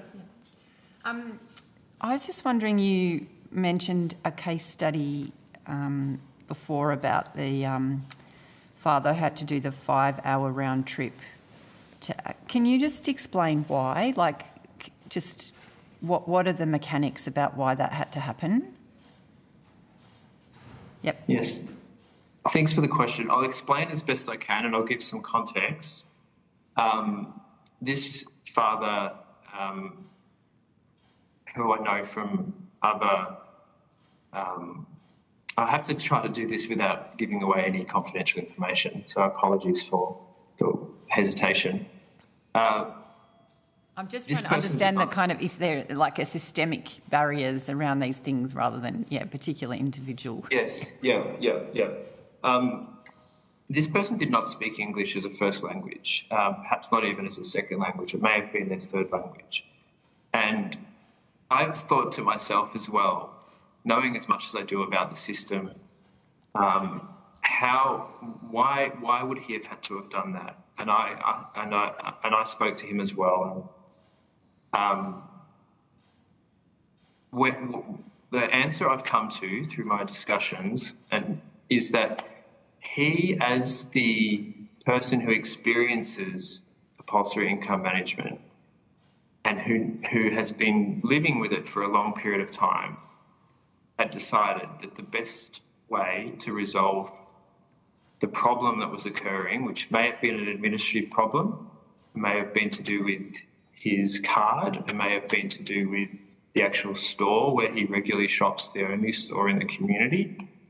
He had determined the only way to solve it was to go in person to the nearest Centrelink office, because in his experience, calling from a payphone on the wall, well, it's a free phone, but on the wall of, there's a phone on the wall of the council office, wasn't going to result in him being able to buy food that day.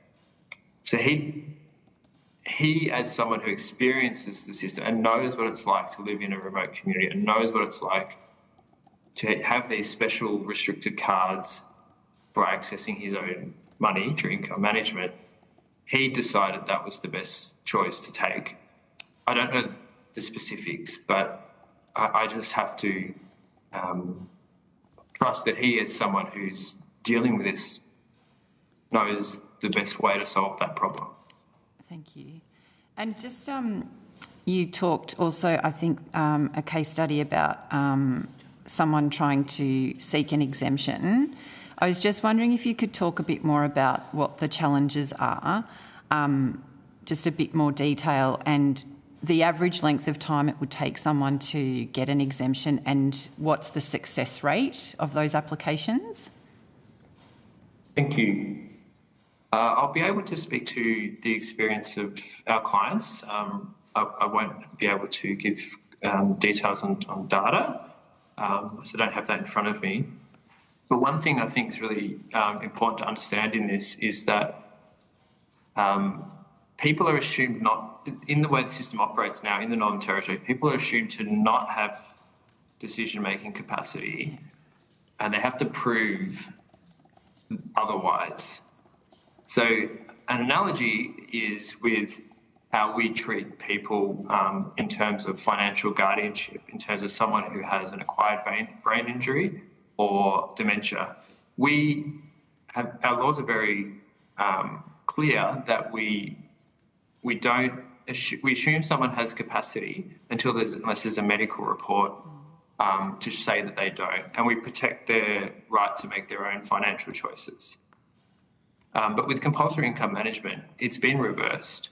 So it applies to a whole class of people, and then they can apply for an exemption that lasts for up to 12 months. And the criteria that we had to go through with our client includes her showing that she was not vulnerable to financial exploitation. And we had to look at the policies that the Centrelink Services Australia decision makers would apply in answering that question. It's about 5 pages of factors, and they're very intrusive questions. They're questions about how are you budgeting? Do you have anyone in your family who's trying to exploit you? How do you look after your children? How do you use your money on a daily basis? Why did you have to ask for this urgent payment on this date? This is all in the criteria that the decision makers should be asking. And so we had to go through that with our client, and we had to do that in the context of a very remote community where she lives, our client lives with family. It's quite difficult. And then from that, and again, this is in the department's own guidelines about what evidence is required. We had to get records of immunisations. We had to get records of school attendance, and then assess whether that would meet the criteria. There's no actual specific benchmark. We just had to look at those statistics. We had to get evidence from our client about whether her core family priority needs were being met and whether she was being socially responsible. We had to do all of that. And we've made the application, and we've spent 5 months waiting, and there's been no decision. And this is despite following up that application using the Services Australia Advocates Channel, which was specifically a reform after the Robo-Debt Royal Commission to assist legal advocates and other advocates to help vulnerable people. But there's still no decision. And even if there was a decision, it would only be for a maximum of 12 months. And she'd have to do the whole thing all over again. I don't think this person could have possibly done this herself. And it's taken a lawyer, it estimates 20 hours to do this. Thank you. We'll go back to Ms Tink for the last... Deputy Chair, do you have any questions? Sorry. No.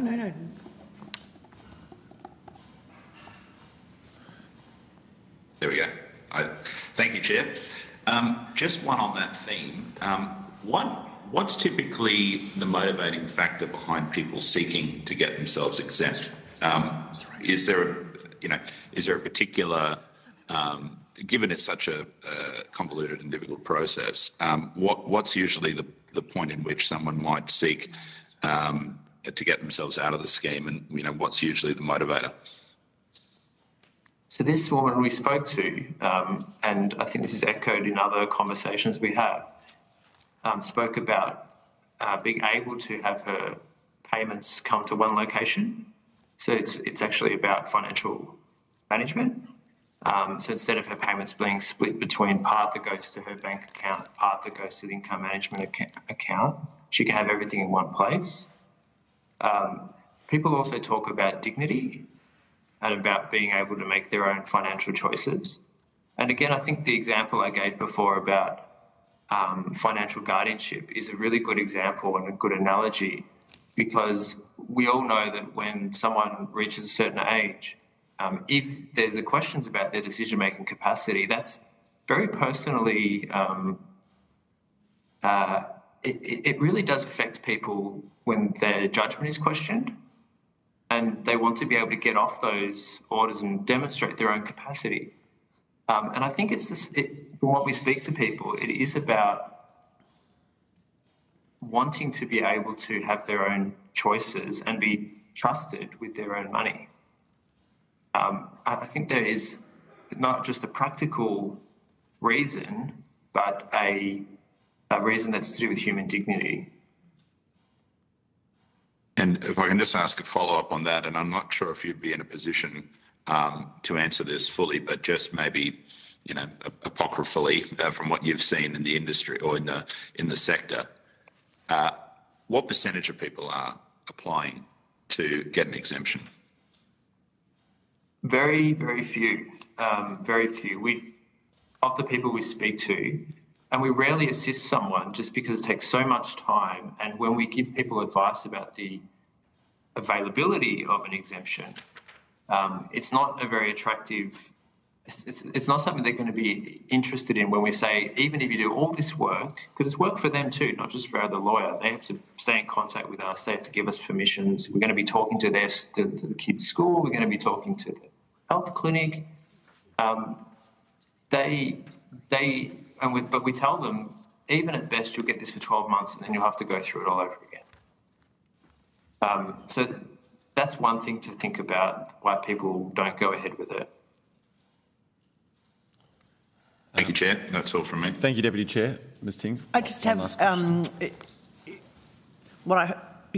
just interested in understanding your thoughts on, given everything you know of the program and how it's currently operating, do you have specific thoughts about the alternatives that could be pursued that may still deliver the outcome, that in theory compulsory income management was originally introduced for? Thank you. I think if I answer this question, I'll be moving into more personal opinion than speaking on behalf of our clients. Right. I can refer to some of the other submissions that are looking more towards alternatives. APONT, Aboriginal Peak Organisations of the NT, have spoken about a program that was in Arnhem Land, the Arnhem Land Progress Association's food card model, which was designed through Aboriginal leadership and by people who understand their own community. And we heard from Commissioner Williams about the Family Responsibilities Commission and that being having a very strong aspect of Aboriginal leadership, designing solutions to problems that are specific to communities. Personally, and I'm speaking, I think those models are something that the committee can look at. However, that's my personal opinion. After perhaps Jared, if you wish, you could give some more context for the committee. Thank you. Yeah, thanks, Shane. I guess the only other thing I would add is that our organisation would support models that promote autonomy, that reverse the blanket operation of schemes such as compulsory income management, that put the individual in the driver's seat where if it's something that will be a benefit for them, they can seek to engage in. Or, as Shane was describing, there may be schemes interstate which have triggers that can still have a targeted operation where necessary. But I think fundamentally our organisation would say that we have to move away from the blanket operation of schemes such as this, which essentially impact Aboriginal people in the Northern Territory. Thank you.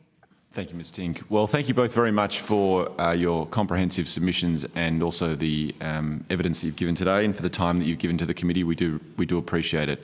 The committee requests that answers to questions taken on notice are provided to the committee secretariat by close of business 19 July 2024. I understand Senator Thorpe had some technological difficulties in connecting, and there may be some questions that the Senator puts on notice, so we'll send them to both of you as soon as we have them. Thank you again to both of you. The committee will now suspend for morning tea and will resume at 10:35.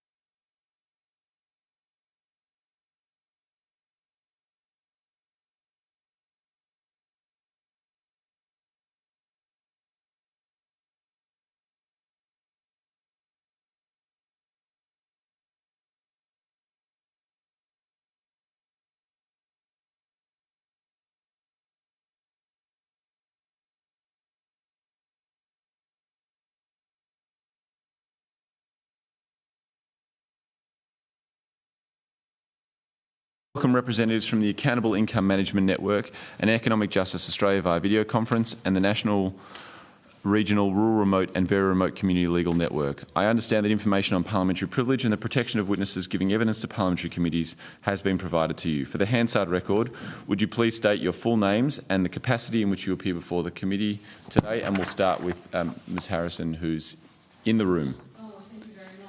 My name is Judy Harrison and I'm the co-convener of the National, Regional, Rural, Remote and Very Remote Community Legal Network called the 4Rs Network. A good shortening. We'll go online and we'll start with Ms Bell, who is in my top left corner on my screen.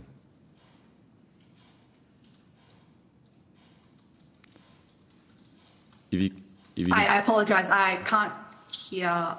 That's okay. If you can state your full name for Hansard purposes and the capacity in which you appear before the committee. Absolutely. My name is Taylor Bell. I'm a policy officer at Economic Justice Australia. Thank you. Mr Schrappel, you're on mute, my friend.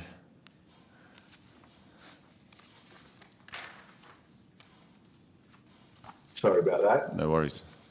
Simon Schrappel, I am the chair of the Accountable Income Management Network. Thank you, Mr Schrappel. Ms Stevens.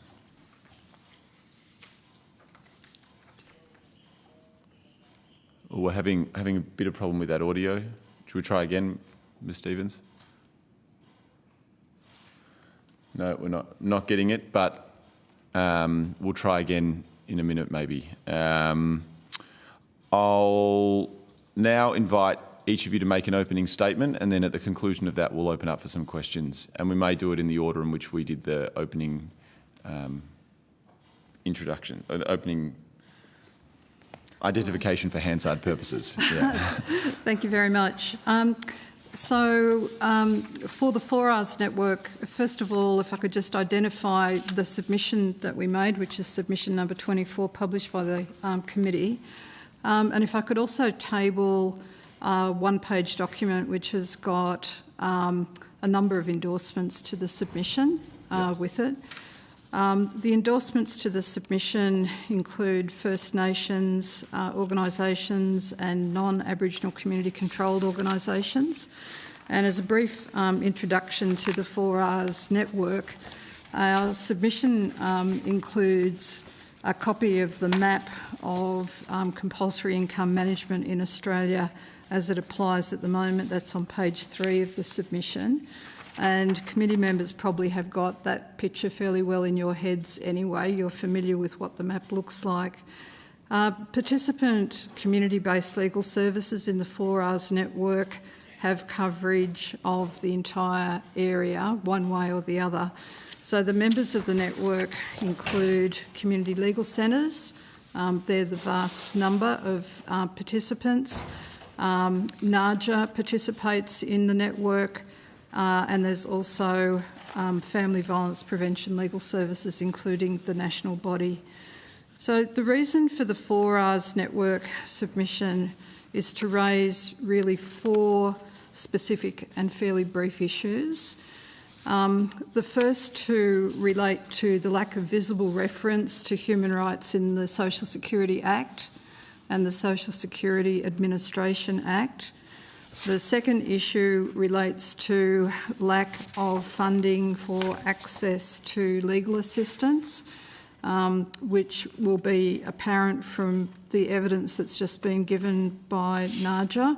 None of the Aboriginal legal services receive specific funding to provide Social Security legal assistance. The Family Violence Prevention legal services receive none, and most community legal services in 4Rs areas receive none as well. So there's a blanket blockage in relation to access to Social Security legal help. So just in relation to the human rights point concerning objects in the Social Security Act, this is also referred to in the Economic Justice Australia submission and in the Accountable Income Management Network submission, both of which are calling for objects in the Social Security Act to include human rights. So the first point there is the Social Security Act does not have any objects. So that means that in a way it's rudderless, because objects often provide a guide to what legislation is about and what it's trying to achieve and what its parameters and scope might be. When Member Perrott referred to national legislation and geographic coverage, we might expect that objects would have something to say about that. So the first proposal is that the Social Security Act should have some objects. And then the second proposal is that in addition to what that says about the purposes of the legislation, that it reflect visibly on the fact that Australia is large and the map includes metro areas, and it includes decisions that are being made in metro areas, and that some of those decisions relate to the rest of Australia, which is 4Rs, regional, rural, remote and very remote. So the 4Rs submission calls for Australia's core human rights obligations to be reflected in the Social Security Act in the objects. And a parallel for that is the NDIS Act, so it's already there. We have a model that we can use, but also to acknowledge that that legislation doesn't make the human rights of people in 4Rs areas visible. In fact, there's no covenant or convention relating to the status and human rights of people in 4Rs areas. So obviously, those human rights are covered by other instruments, but they're not made visible. And so the submission by the 4Rs network calls for visible reference to the human rights of people in 4Rs areas, and that we debunk the myth that human rights attenuate with distance, or that they're geographically dependent, which they're obviously not. Secondly, because the rights of First Nations people are not reflected in a covenant, for that reason they're not visible in the template legislation that might be used for this example, the NDIS Act. And so for that reason, we also recommend that there be reference to the human rights of First Nations people, so that's also visible on the face of the Social Security Act. So the reasons for making these things visible is to increase the dialogue around human rights. And as Naja has outlined, to overcome issues about generalised treatment that are relegating the rights of individuals and not giving those rights sufficient attention. So to increase the dialogue around that. The final point in the submission is to look at whether there are ways of integrating the new approach to remote employment programs with these issues about lack of access to legal assistance. So they're the points that are in the submission. Thank you, Ms Harrison. Mr Schrappel.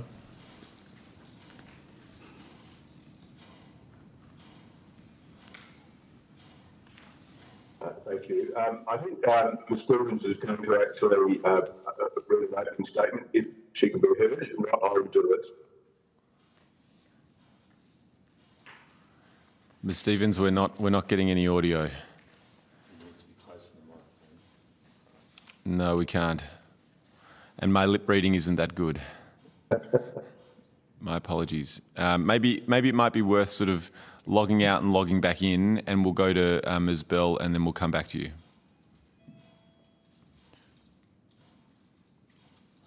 Ms Bell, can you hear me?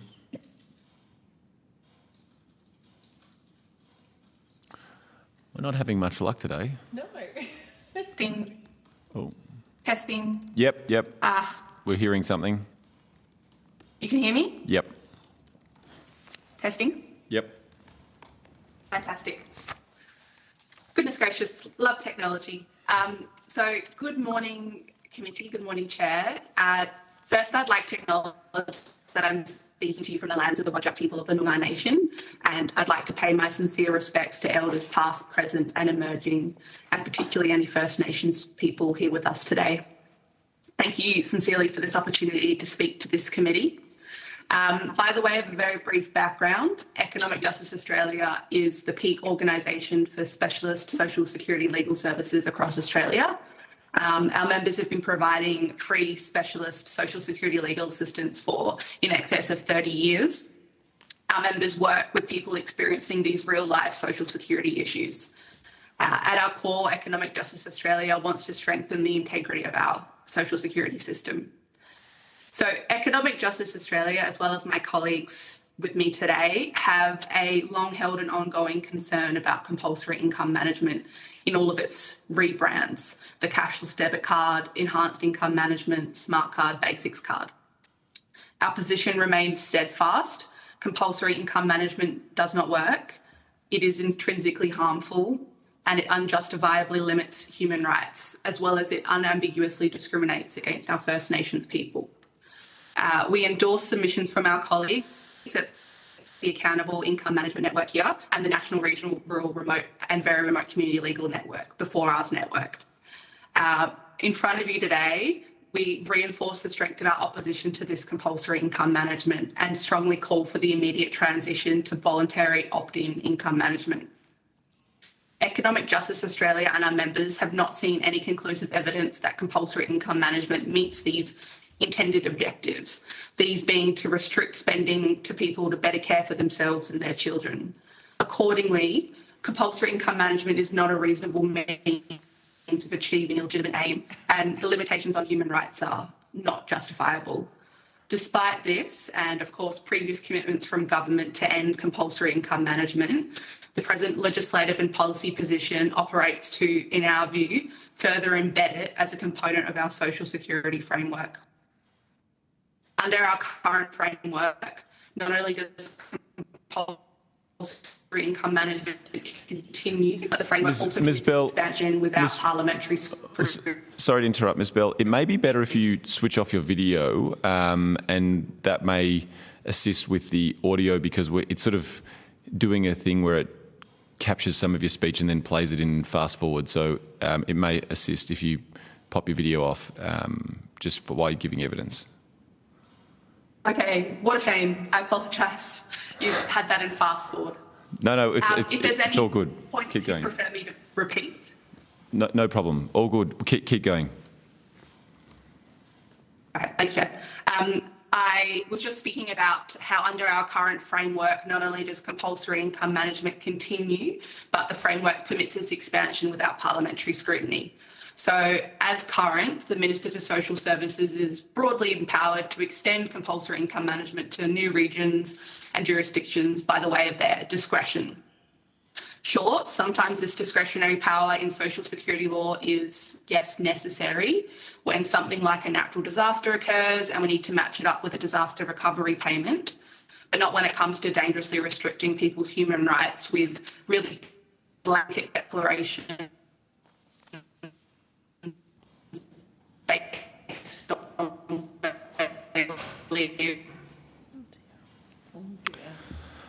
Ms Bell, we're having some personal characteristics, such as an advocate or a mother receiving will be automatically subject to income management. The technology's like the income management, it's hit and miss, isn't it? Yeah. We're very sorry, Ms Bell, but we're having real difficulties in hearing you over here. Maybe the committee might send, the broadcasting may send you a dial-in option, because we missed the last minute or two of your opening remarks. We do have the submission here, which is a very comprehensive submission, so we will, for the questions, we can also refer to that. But I might hand over to Ms Stevens, see how we go there. No, we can't. Perhaps Mr Schrappel, are you able to take over from... Sounds like mine, might be the only one that's working well, so I'm happy, Chair, to provide an opening statement, and hopefully at some point Stevens will be able to get an audio to work, particularly when we get. He needs to be closer to his microphone, John. Sorry, can you hear me okay? Yeah, can we get that turned up a little bit as well, broadcasting from our end? Yep, right, off you go. Okay, thank you, and thanks for the opportunity to present this morning. We're representing the Accountable Income Management Network, which has been a network that's been in operation for almost 14 years now, and combines people who are living in communities subjected to income management, researchers and organisations that are working in those communities as well, and that's where we draw our authority from to make the submissions that we have, and I'll talk to our submission. I'd like to also start by acknowledging that we are meeting on traditional lands of First Nations people around this country. I'm on Kaurna country here in Adelaide. I would like to actually make 4 key points, which are articulated in our submission, and just talk to them very briefly before the question and answers session. Firstly, I think the point that we want to strongly make is that there is no evidence to date that would suggest that the objectives for which various forms of income management have been introduced have been met, i.e. that the evidence does not suggest that those objectives and outcomes have been delivered through the income management regime. There's been a substantial body of peer-reviewed research, certainly which we've drawn upon, and which obviously the committee has seen too, which demonstrates that numerous inbuilt issues with compulsory income management, the overall absence of valid changes. Chair, I'm sorry, but I can't make out those words. I'm sorry. The connections were very. There's not much we can do, is there? Maybe do you want to turn your? Can you try turning your camera off, Mr. Schropel? Yeah, I can certainly do that. I think we need an inquiry into we might need a. In terms of my audio? No, it's some sort of distortion through the microphone. It is. It's not great. Yeah. Sorry. Ms. Stevens, do you want to try? I see you've sort of managed to duplicate yourself. Do you want to see if one of them works? Still muted. Okay. Oh. You may need to mute yourself on the other one or something. I'm not sure. But keep going. We heard you. We just had an echo. It's like a comedy of errors, isn't it? Try again. Okay. 2 seconds.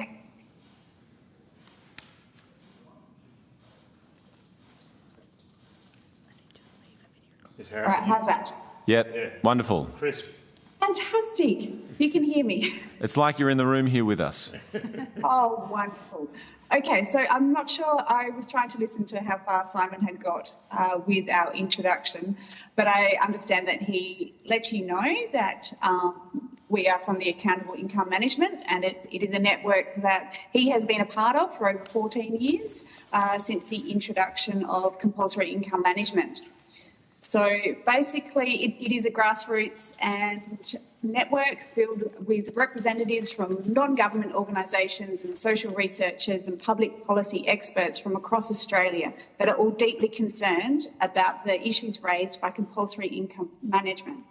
Our position, based on our experience, research and input of our members, is that firstly, compulsory income management does not work.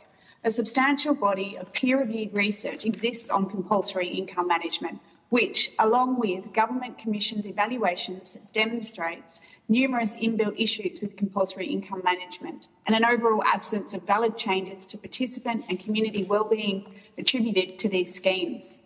Secondly, it is racially biased.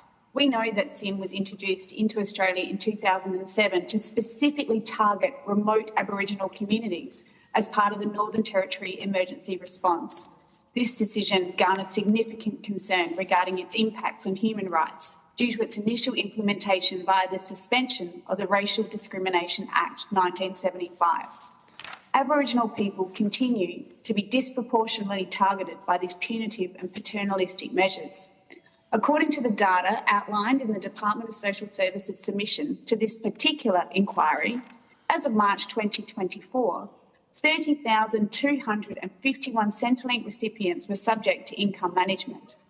24,920 of these, or 82% of these, were identified as Indigenous. It is clear that all forms of SIM remain racially divided. Thirdly, control and agency over one's own income, however sourced, is a fundamental human right, and this is undermined by all forms of compulsory income management. We acknowledge that a small number of participants prefer to voluntarily remain on income management. However, most participate because they have to. And fourthly, consultation with those on SIM has been inadequate, and any decisions to continue the scheme should at least be directed by those subjected and most impacted by it. Whilst the impact of such measures should never overrule fundamental human rights, the reality is that SIM, in all its forms, has not been able to demonstrate any tangible benefits for those on SIM, their families and their dependents, or the communities in which they reside. The scheme has failed on all fronts, but given our time constraints, we will leave our opening statements there. But both Simon and I, given given our tech issues, would be happy to answer any questions. Thank you. Thank you very much, Ms Stevens, and thank you very much for persisting with that. We do appreciate it a lot. So hopefully you can see me now. Yes, we can. Yeah. I'll throw this question out there, and I'm happy for either yourselves or Ms Harrison to answer it. I mean, ultimately, both of the submissions and opening remarks reference the fact that there are some people who choose to voluntarily participate in it, So by extension of that, does it have any positive outcomes for those who seek to voluntarily participate in it?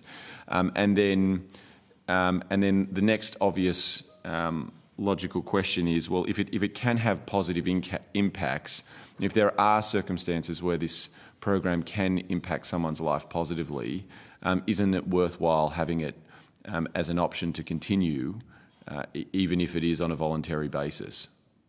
And Ms Bell, I'm not sure if you heard that question, but feel free as well if you'd like to answer it, because in your submission you do reference to maintain the scheme on a voluntary basis as well. So interested in your thoughts on the voluntary versus compulsory aspects of it, and if it does have any positive, it can lead to any positive impacts. Ms Harrison, if you wanted to start, if you have any views.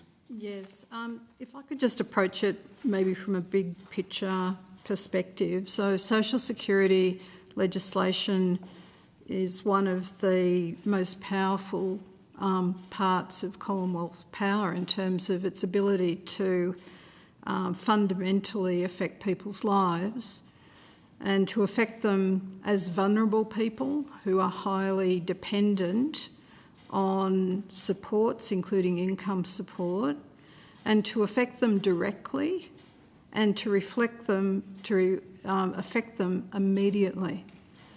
So the way that this power is used, we say, needs to be strongly conditioned by human rights.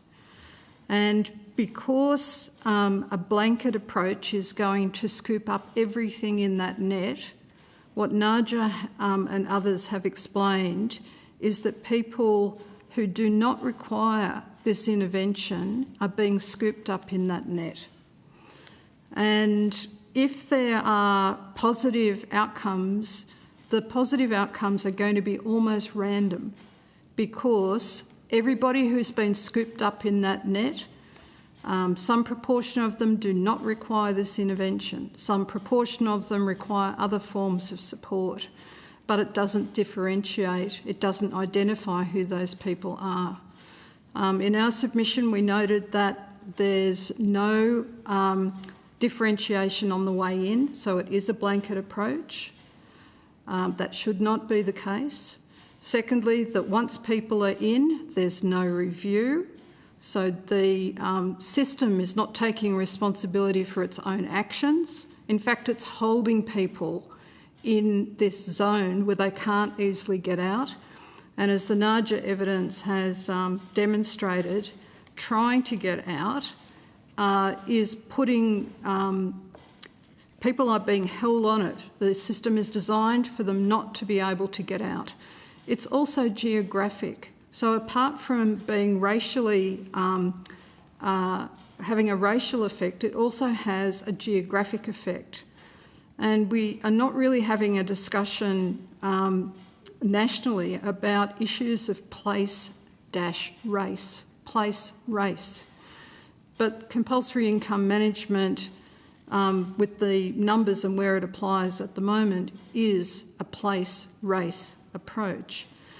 So our network is very concerned about using geographic targeting, and that can be used in a positive way, and there can always be a debate about whether a measure is a positive special measure that has enlarging effects on people's well-being and their human rights. The two actually go hand in hand, or whether it's a discriminatory measure which has prejudicial and negative effects. And it's for those reasons that we have recommended that the whole dialogue around human rights and social security be lifted. And the way it be lifted, in part, is by ensuring that it's visibly present in the legislation and that the rights of First Nations people are made visible and the rights of all people in 4Rs areas are made visible on the face of the Act.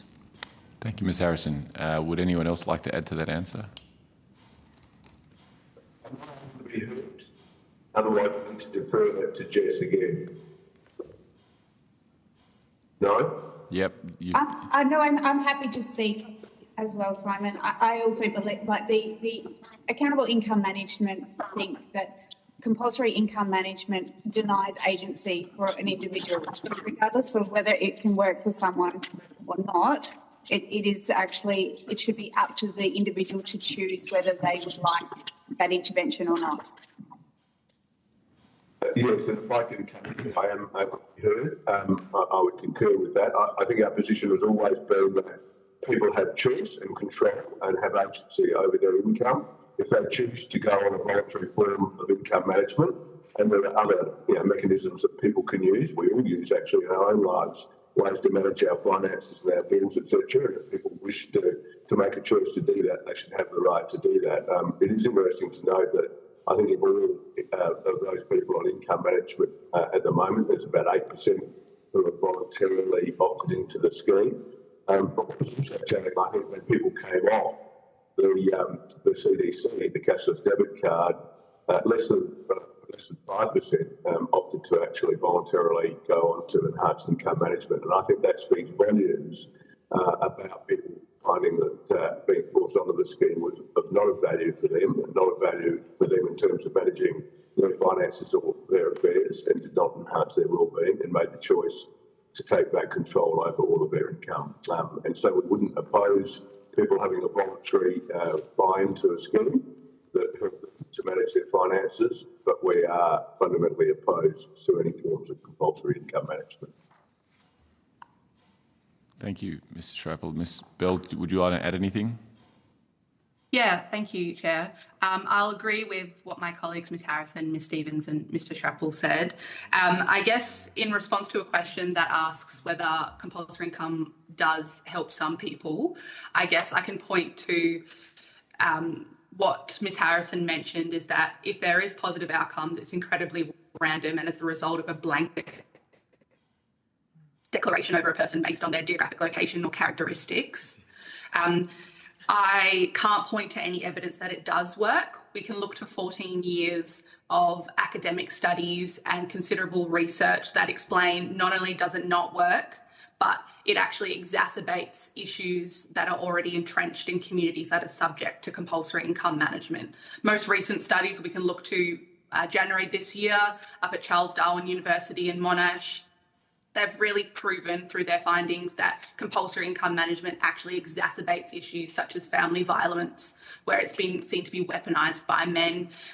Even further, if we look to other submissions to this committee and this inquiry, we've got evidence from the University of Sydney that drug and alcohol problems, family violence and even child health and maltreatment outcomes are being exacerbated and entrenched as the result of compulsory income management. From the perspective of Economic Justice Australia, is if people want to engage in income management, they should be able to voluntarily opt in to income management, and the compulsory blanket grouping in of a certain group of people based on where they live and some of their characteristics is completely unjustifiable and limits their human rights to an extent that is not appropriate in this day and age. Thank you, Ms Bell. Deputy Chair, do you have any questions? Yes, can you hear me all right, Chair? Loud and clear, Deputy Chair. Excellent. Thank you, Chair. I'm just intrigued, just reading through your submissions. You're relying on, well, particularly the AIMN submission is relying on external studies to demonstrate the lack of effectiveness of CIM. I'm just intrigued as to, how much vision do you guys have on the ground of these situations? Do your, just noting, particularly in the AIMN submission, it has an outline as to what your organisation consists of in broad terms, but I don't get a sense as to, what specifically, which communities are you operating in? Can you, are your members able to provide an accurate picture on the ground as to what's going on? I'll pick up on that one. Our membership is fairly broad. We draw, as I said, from people who live in communities through to researchers and organisations that are operating across pretty much all the communities. I mean, certainly across the Northern Territory, but also previously in all of the sites that had the cashless debit card, and also people who are working in places like Shepparton, Playford, and some of those other sites that have been subjected to income management as well. So that is where we draw our evidence and authority from. I think certainly the studies and a number of the researchers, which I understand you'll be hearing from later on in today's presentations, are members of the Accountable Income Management Network and have spent considerable time in those communities listening to and engaging with people who've been subjected to income management. So, that's where we draw our evidence and information from. We appreciate that in some of those communities there are other voices who are supportive of income management. We hear those particularly through media sources.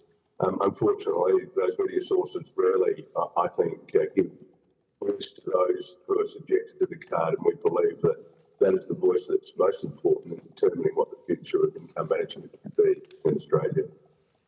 So, I'll move on to the other witnesses as well, but just in terms of AIMN, is your membership sort of organisation based, or is it individuals who join? Is that how it works? Simon, I'm more than happy to answer that. And it was part of our introduction statement, so apologies that it was missed. It is actually, it's made up of, I think we've got about over 100 members right now from all across Australia. So they come from a variety of different groups. So social policy experts, researchers, those organisations that deliver services and have delivered services in the previous cashless debit card sites, as well as the APY lands and the Northern Territory. So it's made up of a variety of people that have been around and working in this field for many years. And Simon has been the convener of the Accountable Income Management Network for over 14 years. Mm-hmm. And Economic Justice Australia, is it a similar membership structure? I believe that Economic Justice Australia is its own organisation. Right, okay. Thanks for your question. Yeah, absolutely. Economic Justice Australia is the peak. May I add something there, Chair? Yeah, absolutely. Sorry, you cut out, but go for it, Ms Bell. Goodness gracious, love this technology. Yes, thank you, Ms Stevens, for adding that. So Economic Justice Australia is a peak organisation for community legal centres providing on the ground social security legal assistance. Our members are based in areas that have people subject to compulsory income management. You heard one of our member centres previously, Naja, through Mr Foister's direct experience assisting people Ms Bell, we're not getting any of this. Exit compulsory in areas where the previous cashless debit card. My goodness. It is a bit like that. Chair, if it helps, in terms of trying to assist me in weighing up what evidence we're receiving, I've got enough of an answer there. We don't need to. If we want to move on to the next question, that's fine with me. Okay. Sure, Ms. Harrison. Just in terms of the membership of Economic Justice Australia in the Northern Territory, it includes the Central Australian Women's Legal Service, the Katherine Women's Legal and Information Service, and the Top End Women's Legal Service, as well as NARJA.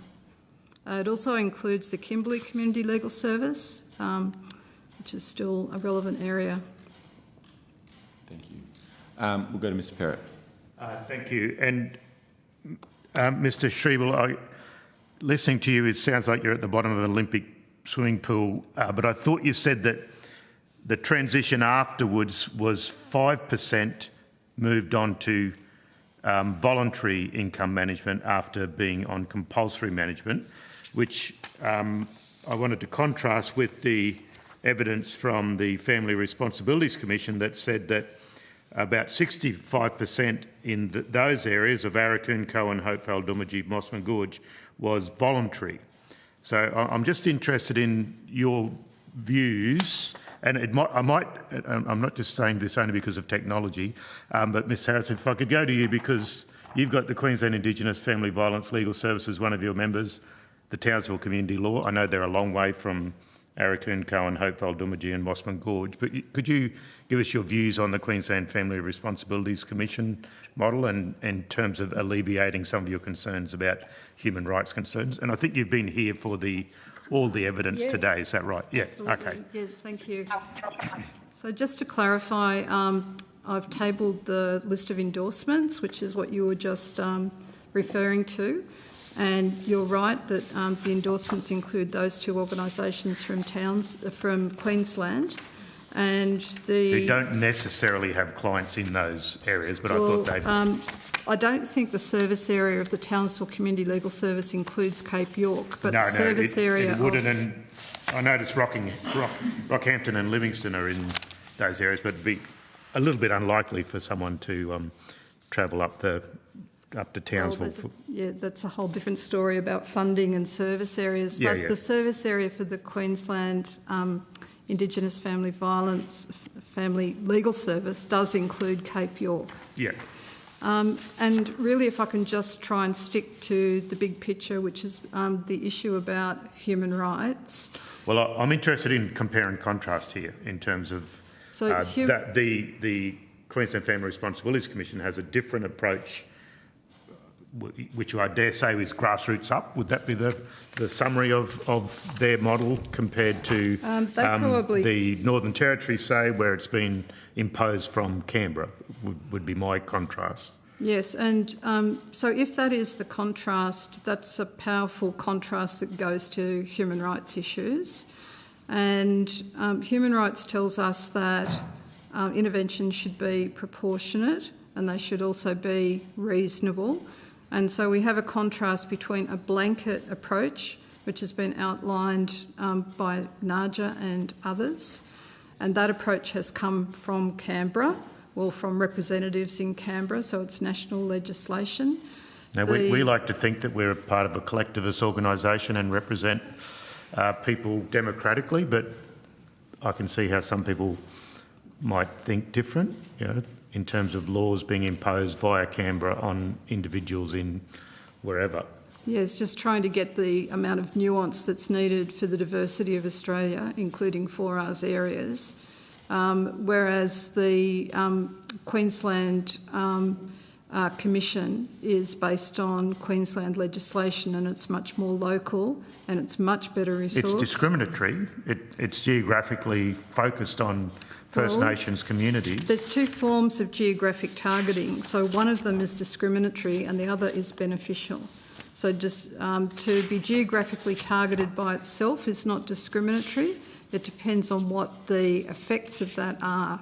So if the effects are negative, then that's discriminatory. If it's a special measure and it's enlarging rights and it's enlarging wellbeing, then that's permitted and aligned with human rights compliance. But you heard the early evidence, and it was a balancing act between we will, you know, if you've had a child protection notification, we will step in, have a meeting with you, have a discussion about whether or not your income should be diverted away from your control to things that we decree should be paid. Surely, and you heard it was with the best interest of the child in mind, in the best interest of the children in mind. So clearly taking responsibility from the adult and saying the child's needs will trump the adult's decisions. Isn't that taking away some human rights? So the Convention on the Rights of the Child is one of the groups of human rights that need to be considered, and there are other human rights as well. But only as expressed in state laws is my understanding. So we sign international treaties, but then it's how states express those treaties in laws is what we need to consider. So the Child Protection Act in Queensland is what we need to refer to, not to some UN convention, surely. I may not be understanding you, but the position of the 4Rs Network is that the full range of Australia's human rights obligations should be reflected in the Social Security Act, and it should be a sophisticated approach which involves recognising that rights come into contact with each other, and that there needs to be a sophisticated dialogue and a principled dialogue around human rights. We're going to go to Ms Tink. Thank you. And it's a general question for, I will have just given evidence, so thank you for your time. I'm trying to put myself in a situation or in some sort of mindset where the consequences of this committee recommending a walk back from compulsory income management. And I immediately foresee media coverage of women predominantly claiming that they are now at higher risk of violence because of the withdrawal of compulsory income management. And I'm interested in hearing from you specifically of the casework that you do, because I've noticed that many of you commented that you actually think compulsory income management makes it possible to actually, what's the word I'm looking for, to intimidate a woman. So I don't know if that's a pointy enough question, but if I could have your thoughts on this element of women's safety when it comes to safety of women and children, and whether or not compulsory income management achieves that. If it doesn't, why not? And without it, what would? Where do we want to start? So you're looking at me, and I'm happy to respond to you, but there are two other organisations in this conversation. Would you like to? Does EJA, are you on the line there, Ms Bell?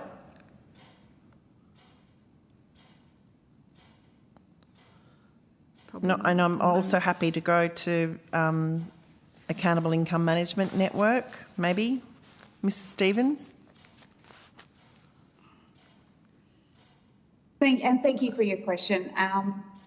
This is a bit of a challenging one, because the research that we're aware of, especially the most recent research from the Northern Territory University, highlights that it actually exacerbated domestic and family violence, the enforcement of compulsory income management. So that is the research that we are aware of that speaks to this question.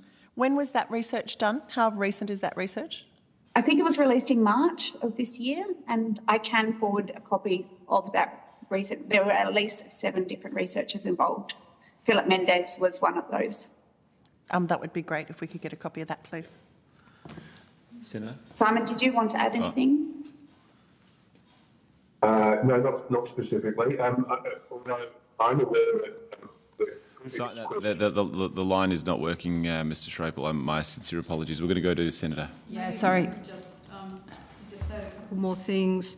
So Economic Justice Australia are undertaking a project at the moment about the legal needs of women in relation to social security in remote areas. And as at May, they had completed, I understand, over 100 interviews in remote and very remote communities mainly. So they are aware that there is a gap in the support that's available to women in relation to social security, which includes compulsory income management.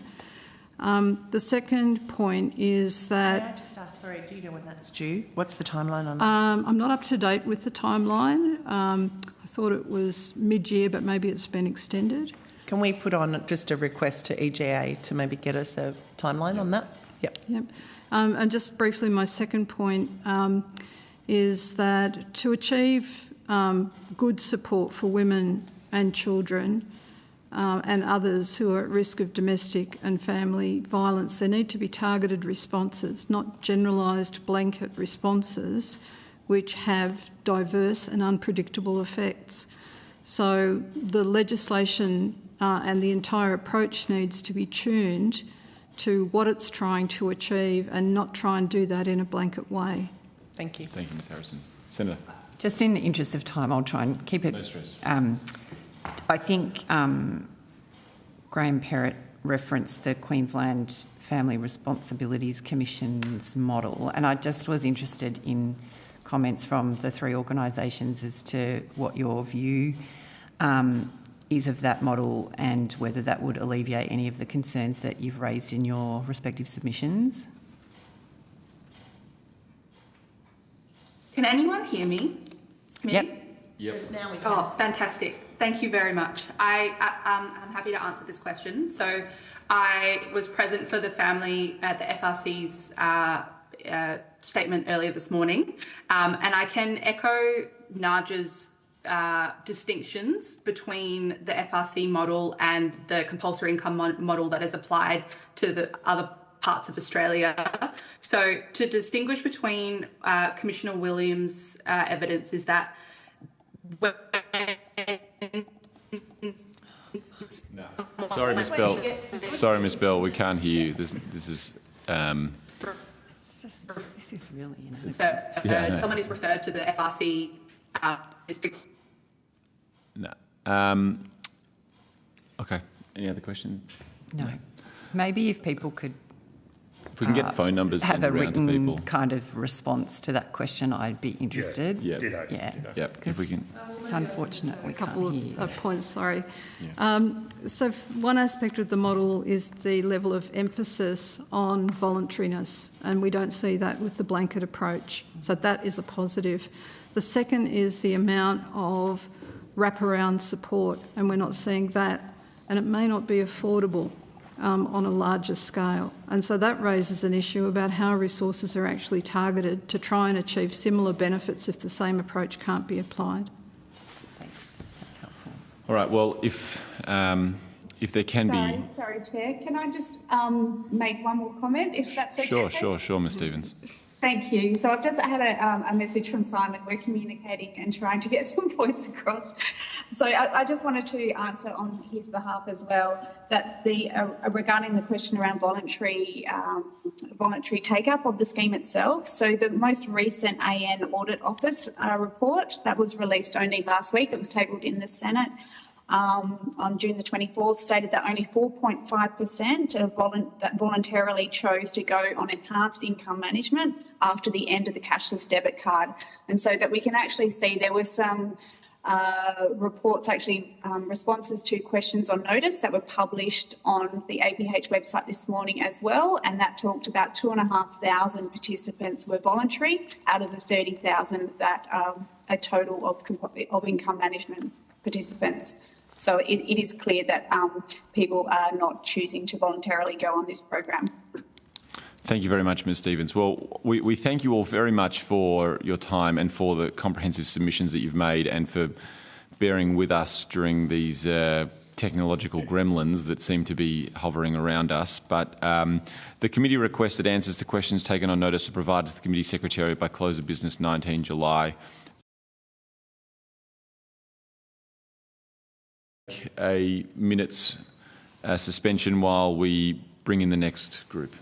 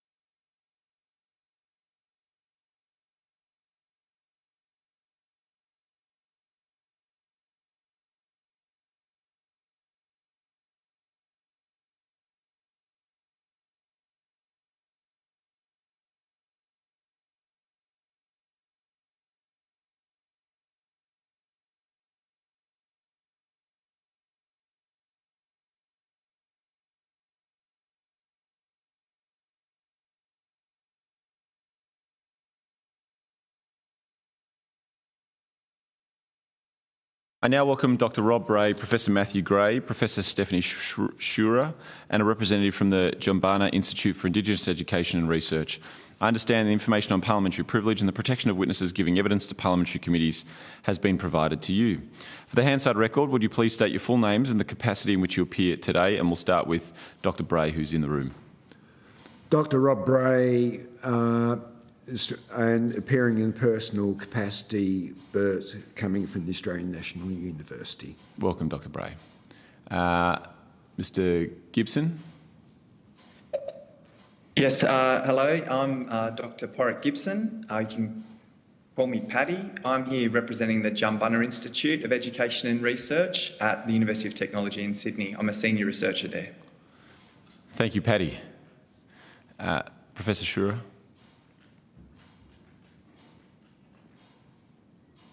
Hello, everybody. Thank you for receiving me today. My name is Stephanie Schurer. I'm a professor of economics at the University of Sydney. I'm speaking on behalf of several people today, including Ms. Olga Havnen, Steve Guthridge, and Mary Alice Doyle. Thank you very much, Professor. Professor Gray? Professor Matthew Gray from Australian National University. Thank you very much. Well, we'll now invite each of you to make an opening remarks, make some opening remarks, and then at the end of that we'll open up for some questions, and we'll go in the same order that we did the introductions. Thank you. I'm making this statement on behalf of Professor Matthew Gray and myself, and I thank the committee for the opportunity to appear today. Essentially, we consider there are three key questions for the committee to consider. Firstly is whether the Australian government's income management regime infringes human rights. Secondly is whether any such infringement is based upon the legitimate purpose and is proportionate to achieve this. And thirdly, the stance the committee should be taking. We consider the evidence on the first two of these questions is unambiguous. Existing income management policies are racially discriminatory and involve breaches with respect to the right to equal treatment, privacy and reputation, and the right to social security and an adequate standard of living. With respect to racial discrimination, it is clear that any policy that has Aboriginal and Torres Strait Islander Australians as 80% of participants when they are drawn from a population of income support recipients where they are just 12% is racially targeted. Secondly, as we identify in our submission, there is no basis for claims of legitimate purpose or proportionality. Put simply, there is no evidence of these policies having had positive outcomes. Indeed, the 15 years over which they have operated in the Northern Territory, and where 1/3 of the Indigenous population aged 15 years and over have been subject to the measure, are marked by deteriorations in many of the key outcomes for this population, including in terms of low birth weight, developmental vulnerability of children when starting school, school attendance and imprisonment. The third issue we raise is the stance that the committee should take. Here we consider the committee should find that the current application of compulsory income management clearly infringes human rights and that this infringement is without justification. Reflecting this, the committee should call for the immediate cessation of the program and that these findings should also be communicated to appropriate international human rights organisations. Additionally, we consider the committee should further consider the question of how human rights compliance has been addressed in the material provided by ministers and departments to the Parliament in successive explanatory memorandum concerned with the programme's legislation. This we have documented in our submission. Further, we note that in the department's submission to this inquiry, not only did this not address the substantive issue, that of human rights, but that while in our submission and in earlier submissions to the Parliament, we have itemised the way in which they have distorted and misused evidence and made misleading claims about the programme's outcomes and compliance, These have not been responded to nor contradicted. Finally, in raising these issues, we put it strongly to the committee that it is time for this failed and discriminatory program to be concluded, and for government to stop hiding behind claims of consultation about its future. If we look at the committee's report number 5 of 2022, that's 2 years ago, we see the Minister saying, quote, "The government's objective is to implement voluntary income management regime in the near future," and so forth. Yet almost 2 years later, we continued seeing the department's submissions, the claims that it is undertaking phased consultation. At the same time, we've seen another submissions, including that from the National Aboriginal Community Controlled Health Organisation, that, quote, "There has been and continues to be little consultation and negotiation with Aboriginal and Torres Strait Islanders and community representatives. As we have said, it is time for this farce of a punitive program with its racist and paternalistic heritage to be ended." We're happy to extend our comments on this. Thank you very much, Dr. Bray. Dr. Gibson, I'll go to you next. Thank you. Look, my comments today, I guess, come from two bodies of research. The first is the time I spent on the ground living in Alice Springs and travelling to surrounding communities between 2008 and 2015, researching the impact of the Northern Territory intervention. The second is my work as a historian, looking at the history of Aboriginal people, their experience of colonisation, and also the history of social movements that have challenged discrimination in Australia. I think the main contribution I'd like to make is I think it's important that the committee comes to terms with the fact that income management represents the reimposition of a form of racist control that Aboriginal communities lived with for much of the 20th century. So for much of the 20th century, Aboriginal people weren't considered to be citizens. In many ways, they suffered overt discrimination, and they were controlled by mission authorities, by protection boards, and a major part of that was the control of their income. They weren't entitled to cash payment in the way that many other Australians were entitled to cash payment. And the justification that was given at the time for not paying Aboriginal people in cash was that they were incapable of managing money, that they were inferior to the general population, that they had an inbuilt inferiority and that they couldn't actually interact with the economy with the same level of intelligence and acumen as the rest of the population. So they needed to be controlled for their own good. Income management is the reimposition of these ideology and this form of control in the 21st century.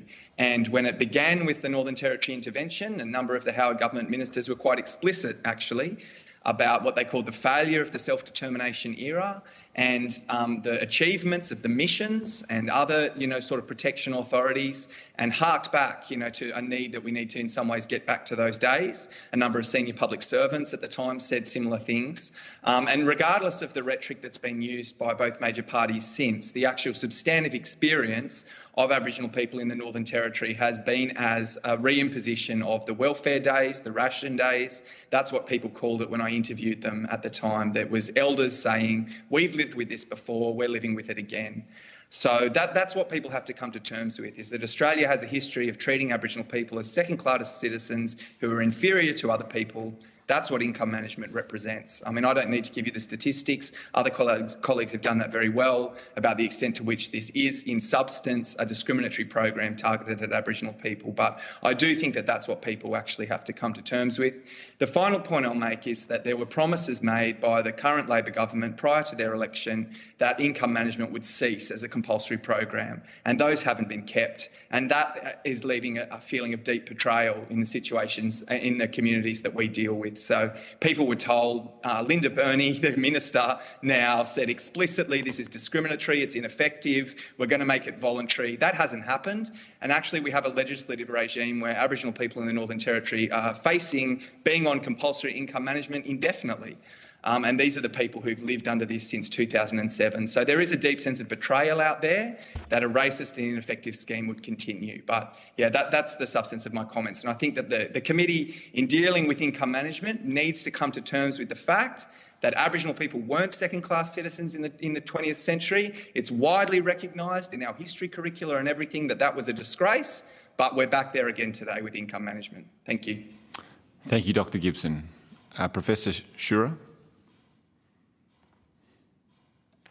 Dear Chair, dear Senators, I'm going to speak to you today from the perspective of a scientist and presenting some of the results of our academic research that was published in international peer-reviewed journals and that had to go through the vetting of the international peer review process.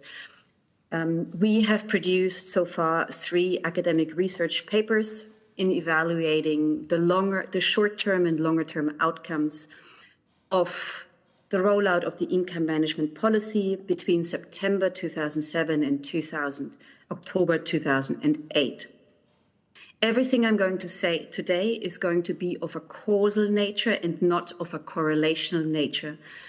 We took advantage of access to linked administrative population data that we were all chief investigators on as part of an NHMRC partnership project of a data set that is housed in the Menzies School of Health Research. And we identified a so-called natural experiment that allowed us to use a step wedge or a general difference in difference approach model that could give us some confidence that our findings that I'm going to present to you today are interpreted as causal and not correlational.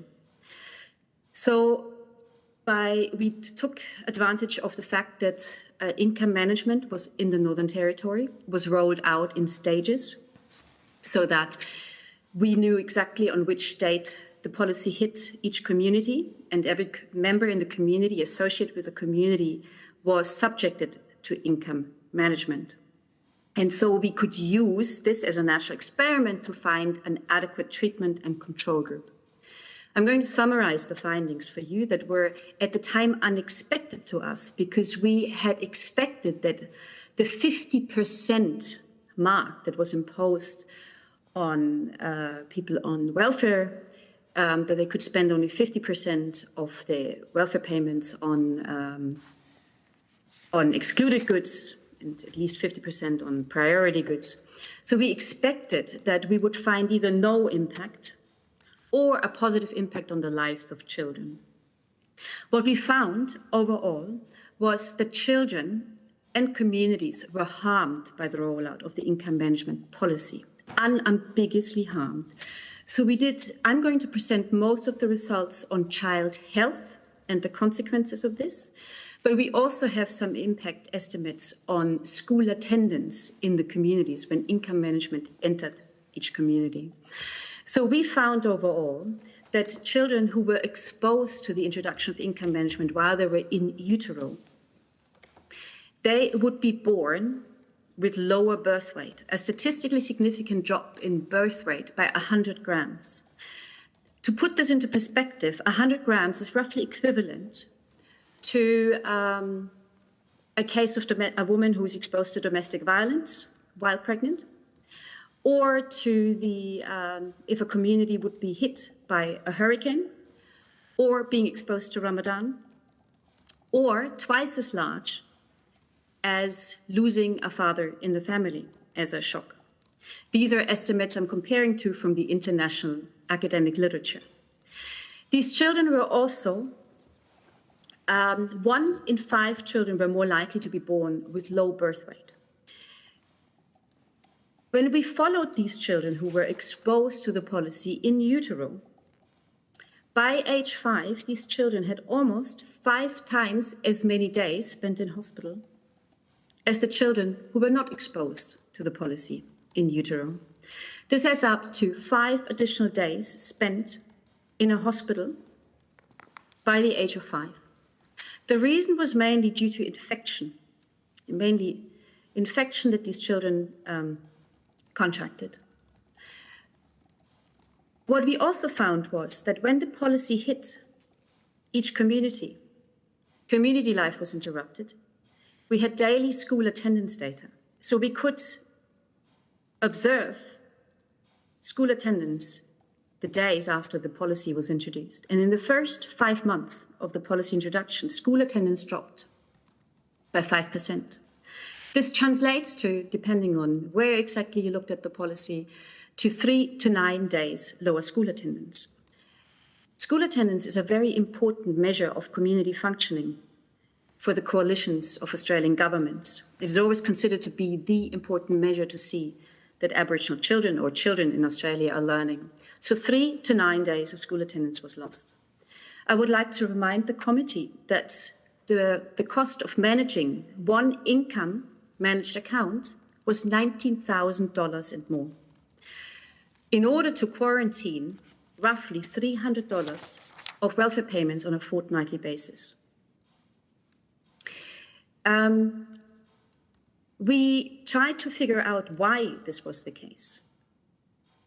We approached the Department of Social Services for giving us access to the income management accounts to understand how much money was drawn from the income managed accounts. But we were refused such request. And indeed, the Department of Social Services did not respond to our inquiry. We needed to understand whether people could access their income management accounts. We found in several government reports some evidence that income managed individuals could not be accessing their accounts, and a lot of money was missing in the communities, still by the time of March 2009. This meant that we think that income management introduced an income shock to these families. From auxiliary analysis of the longitudinal study of Indigenous children, we found an approximate answer also that discord in families was increased as a consequence of the income management policy. We have presented these results to Prime Minister and Cabinet in 2017 in December when Parliament was sitting and continued to commit to the policy. We have given witness to a Senate inquiry in 2019. At the time, it was Ms. Olga Havanen, an eminent Aboriginal advocate, and Professor Sven Silbern at the time. And now we're standing in front of you and presenting to you again the evidence of our 3 academic papers to please consider these negative effects that we have identified and that the international community now has accepted as reliable and as causal when you consider the future of compulsory income management. Thank you very much for giving me some airtime today. Thank you, Professor. I might start with you, if that's okay, and then I'll hand over to some of my colleagues. Just going through some of the research, so the sample size, which you referenced in 1.4, does that mean that you had 2,319 children participate in your study? This is the whole, thank you for your question. What we were referring to here is the whole population of babies being born in the nominated time period in the Northern Territory. To give you a reference, roughly 4,000 children, at the time a little bit less, are annually born in the Northern Territory. Of these, usually 40% are Aboriginal children. Our population, it's not a sample, we're talking about the population of children, right, are the children being born in the nominated time period in those 73 nominated Aboriginal communities that were targeted by compulsory income management. And there was no other factors that would lead to potential health outcomes at the time? Our estimation methods has taken care for all potential confounding factors by using what we call a step wedge or generalized difference in difference method, which gives you an appropriate control group. I can get into details of how this method works and how you need to demonstrate that the method is reliable. I can speak to this if you would like to hear about that. Yeah, maybe just briefly, if that's okay, for the benefits of the committee. I mean, I do think this is extremely powerful evidence. So, yeah, if possible, that would be great. So, the key concern, of course, is that the way how income management was rolled out was in some way systematic because it happened over 13 months. And we took advantage of the fact that roughly in 3-week intervals, 3 to 4 more communities did receive income management. So you can think of this there is a control group at the beginning. And then 3 weeks later, the first 3 to 4 communities get income management. They enter then the treatment group state. But every other community, every child being in utero at this time period is still in the control group. And then as you roll out week by week by week, slowly communities that have been in the control group enter the treatment group status. And so you can, over time, have ever more communities being exposed to the policy, and babies at that point in time are becoming treatment group babies. And so if you prove that the rollout was not systematic of the policy, not linked to any disadvantages or birth weight outcomes in these communities, then you can make strong statements about causality. We have proven that in our papers. And 3 editors, 7 to 8 international acclaimed referees have poked into our methodology and checked, is it reliable? We could demonstrate, as you see, there is a graph of the rollout logic in all of our papers in our submission. You can see there was no geographic logic to it. We tried to link it to community information that the ABS provides. There was no rollout logic. So we found a perfect natural experiment that we didn't expect to see, but it sits there. And that allows us to make now solid, strong statements. We could also rule out that it was just seasonal variations that happened during the rollout. We can exclude that as an effector. We could also exclude that other potential policies that happened at the time were causing these negative effects on children's health and community functioning. Thank you very much, Professor. One last question for me before I hand over to my colleagues. Obviously, the sample size was in 2007, 2008. Has there been any more recent sample sizes? Has there been a repeat of the research task? So this is a very important question that you're asking. But if we want to make causal statements, you require this stepwise rollout, so only in 2007 and 2008. So our statements are the detrimental effects for babies are externally valid for that birth cohort around 2007 to 2009. We would need, since then income management was made universally applicable in 2010, after the Racial Discrimination Act was reinstated, after it was suspended for the 2 years, to make the targeting of Aboriginal communities possible. That is no longer a perfect natural experiment, but because suddenly every family was exposed to the policy who was on welfare at the time. So from a research perspective and a research methodology perspective, we can no longer make a credible quantitative assessment of that with a universal immediate rollout to everyone. I understand. Thank you very much, Professor. I'm going to hand over to Deputy Chair. Do you have any questions? I have no questions for these witnesses. Thanks, Chair. No worries. Ms. Tink? Yeah, I am interested. Thank you for appearing here today. I am particularly interested, Professor Shura. Have you done? I understand that you can't continue the work once the sample size became widespread. I completely understand that.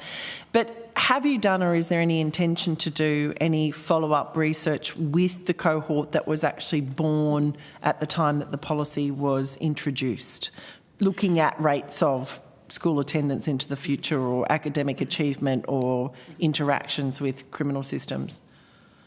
Thank you, Senator.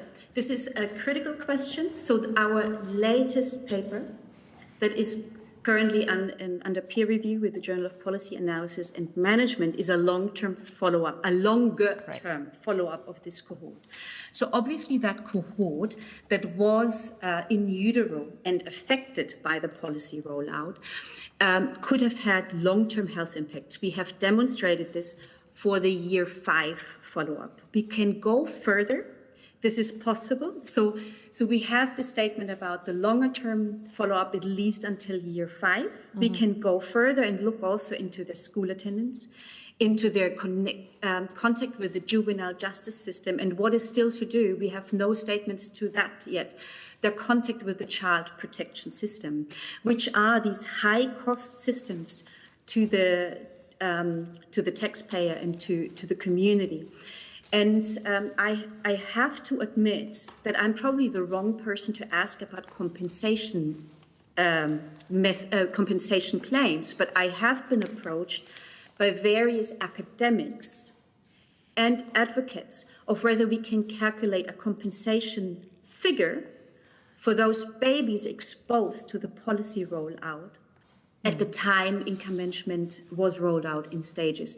And if there is an interest for this, we can potentially produce that number. I guess then I'd also just like to ask a question. We can identify the cohort as the strategy was rolled out in that first year. Is there any way that whether you can identify, I guess what I'm trying to work out is it possible to understand whether this has been a ongoing long-term causal pattern? So, for example, you know, women who found themselves pregnant in the last 3 years in the Northern Territory who come into contact with the compulsory income management program. Is there any way that you could extrapolate these results to say that in all likelihood those women and those babies would have the same experience, or is it just a completely different scenario now? Senator, if the Department of Social Services had provided us with the actual budget flow, with the welfare payment flow into these income quarantined accounts, and had given us the data to see where the money was drawn from, when, and for what purposes, because the money could be used for household items, for rent, for electricity, and so on. Then we could have made a better statement of whether there was just a disruption, that income was missing, that there was something that was specific with the initial rollout, or whether there is something general about how resources are being shared in Aboriginal communities. What is the household consumption of Aboriginal households, and what's the allocation rule that households use? And we have seen that family discord went up as a consequence from an auxiliary data set. But we don't know, is it the income shock, or is it that there's something specific to Aboriginal households, how resources are being shared, that's still true today, and that compulsory income management makes it very difficult to share resources as is in the culture of Aboriginal people and their households. And it would be worthwhile to share that data from the initial rollout to learn about that. We had hoped to receive these data to do this analysis, and we will do that as soon as we can. But you can extrapolate to some degree, because we know both from the international literature and from these longer-term health consequences that we have seen of those exposed, we know for sure, I can say that with certainty, that the cohort that was affected was long-term harm by the policy through the in utero exposure. And if anything, something needs to be done about their well-being, because impaired health early in life and in the first 10 years of your life will have long-term consequences on your learning, on your human capital accumulation, and therefore also on your labour market opportunities. Thank you. Thank you, Professor. Then I just wanted to ask a question of Dr. Gibson, and it seems because your personal experience on the ground went over a long period of time. Do you have any observations on whether there has been a significant difference in the rollout of different cards? We went from BASX, I think, what's the current card called? Smart card. Do you have any thoughts on whether the technology has improved circumstances, or would you like to offer any observation there?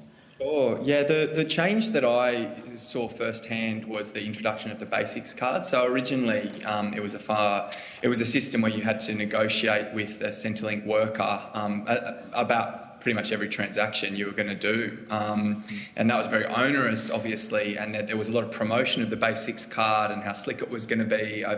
And I did interviews with people sort of about, about that experience. And like, even though it was maybe, made things a bit easier, you got to spend a little bit less time in Centrelink and that sort of thing, the introduction of the basics card didn't change the substantive objection and the substantive, because what people are really objecting to is a power relation.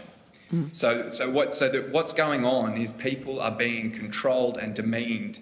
And you can do that, you can change the colour of the card, you can change the percentage that's on the card, you can change which accounts you can operate, but the power relationship is one of control, and it's one where people lose control and they feel demeaned and humiliated, and that hasn't changed.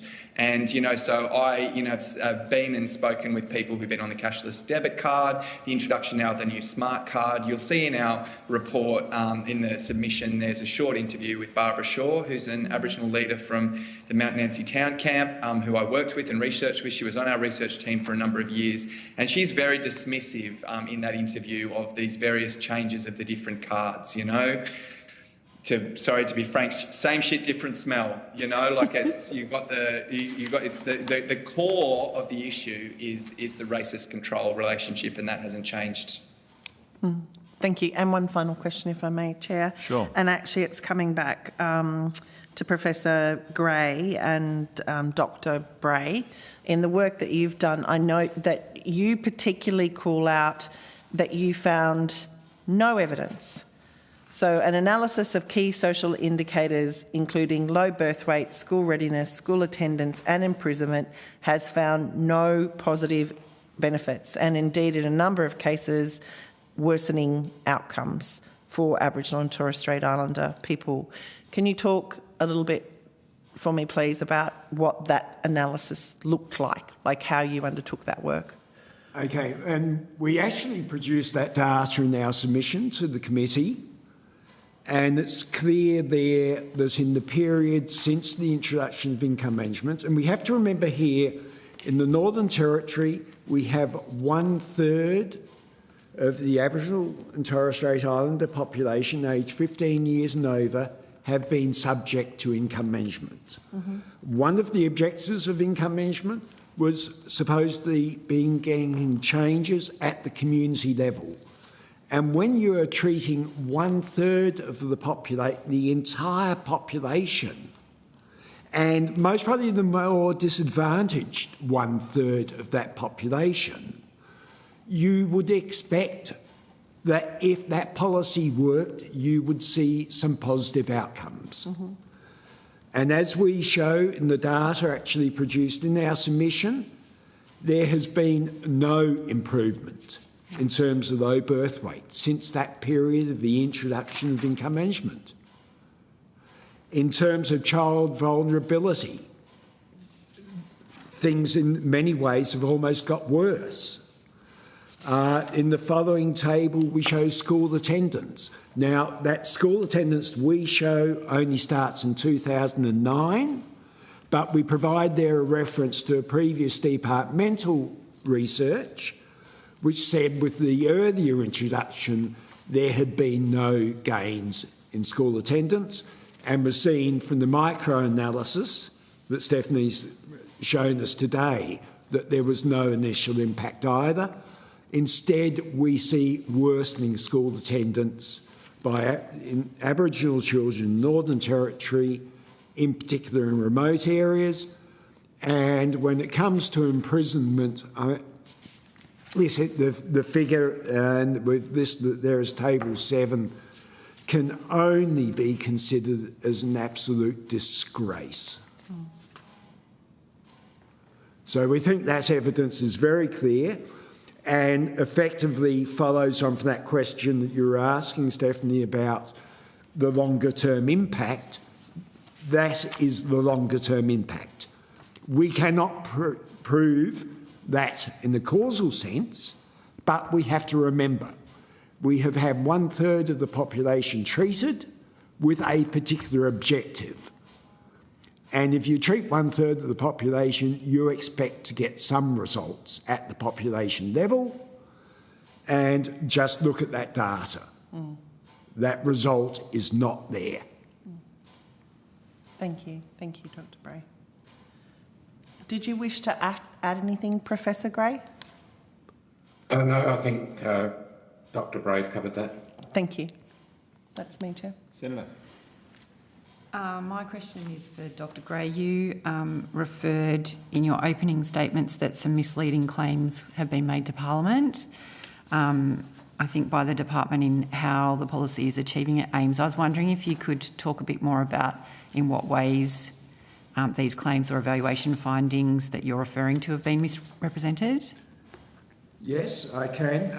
And there are two issues here. One is the misstatement of evaluation claims. The second one is the overall statements of compliance with human rights, some of which draw upon the evaluation material, but otherwise tends to be a lot broader statement. In terms of the evaluation, I guess one of the prime examples has been one figure that has featured very regularly on the departmental claims and until very recently on the departmental website. I checked it again last night and it seems to have just disappeared off. And that was reports of people having improved access to food.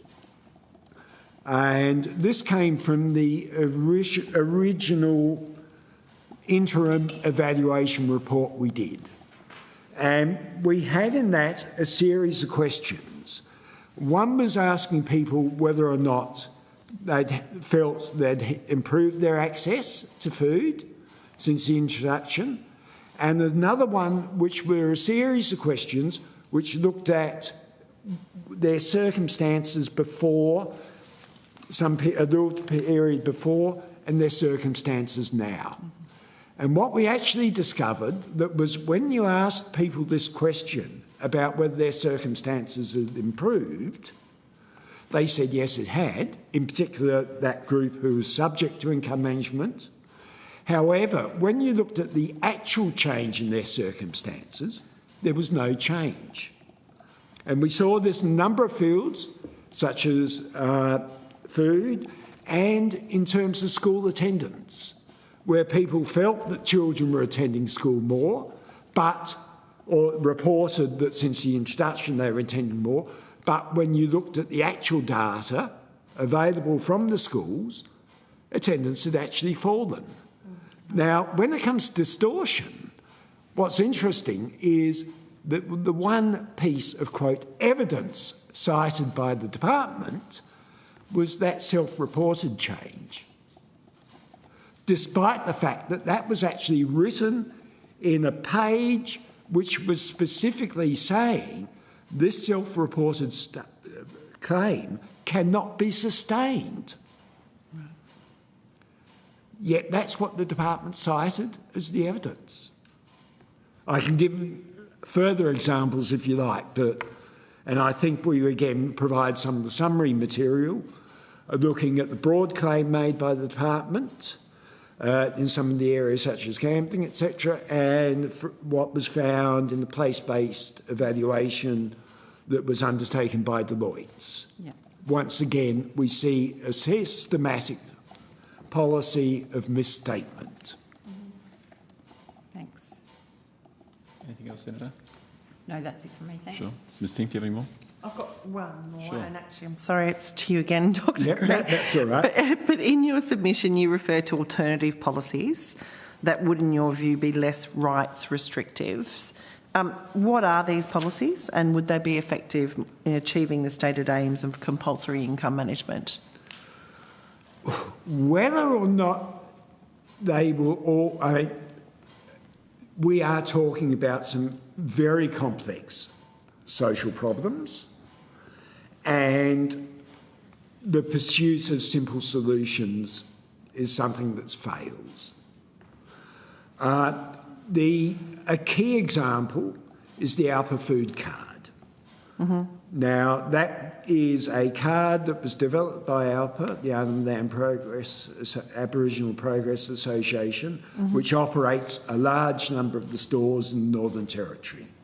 They consulted with communities, and what they came up with was a card which people could choose how much money they wanted to put on it, and which could be used for healthy food purchases, said which members of the family could actually use the card. So you could send your children down to the store to get things. That card was it was operating quite well. Income management came along, decimated the use of the card because everything was just dumped onto the basics card and people lacked that freedom. That is one example of a community-led response which was quite effective and was basically destroyed. It is yet another one of the costs of income management, that sort of initiative was destroyed. The other one is really that need for wraparound services. And what we've seen in the history of income management is this desire to use a simple computer algorithm. How long have you been on income support? Where do you live? Bang, oh, what payment are you on? Bang, you're subject to income management. The original income management also had social worker referred income management. And there was, in fact, the government's attempted to get rid of this particular form of income management because it's actually involved having to look at the individual, their circumstances, and try to assess whether or not income management was an appropriate tool and what other wraparound services were required. Now, in those circumstances, and we looked at that particular sub-program when we were doing our evaluation, our perspective was income management in those situations was largely palliative. It did not address the fundamental problems that people faced, but it was an instrument which could assist them if other measures were put in place to support them and other measures to directly address what was going on. And I think the evidence you heard this morning from the Family Responsibilities Commission, I mean, what was their quote? It was something such as, it operates on the opposite approach to compulsory income management. It operates on the basis of identifying actual individuals that require some intervention, but recognising that income management is only one minor instrument you use because you actually have to address their fundamental problems. And you don't address fundamental problems by saying, you will be income quarantined, have a card. Which leads me quite beautifully to my last question. It's actually a general question to everyone who's given us their time in this session. Thanks again. But if you have an awareness of the Queensland Family Responsibilities Commission model, which we did hear from very first thing this morning, what are your observations on that model, and do you believe specifically that moving towards adopting a model like that at scale would actually alleviate your human rights concerns when it comes to compulsory income management?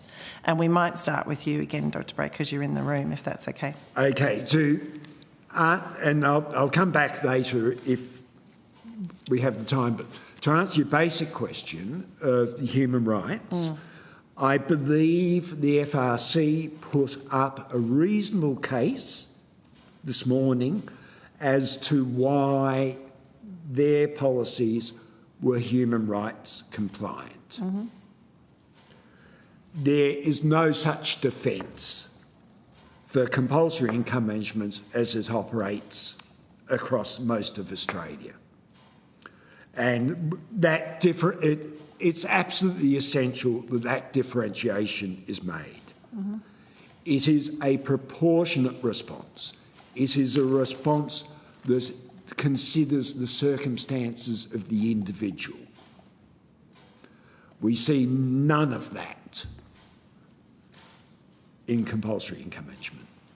Fantastic. Professor Gray, did you want to comment? My understanding is that the Family Responsibility Commission Cape model was very much came significantly from community, and I think that that is a really important point. And Dr. Bray referred before to the ALPA card, which is different than, I understand it's different, but it's an example of a community-driven response. So I think that's a very important point. Fantastic. Professor Shura, do you have thoughts on it? Yeah, thank you, Senator. I share the views that just have been voiced previously, but I would like to say something about the optics of policies, and then I come to your direct question, if you can give me a minute.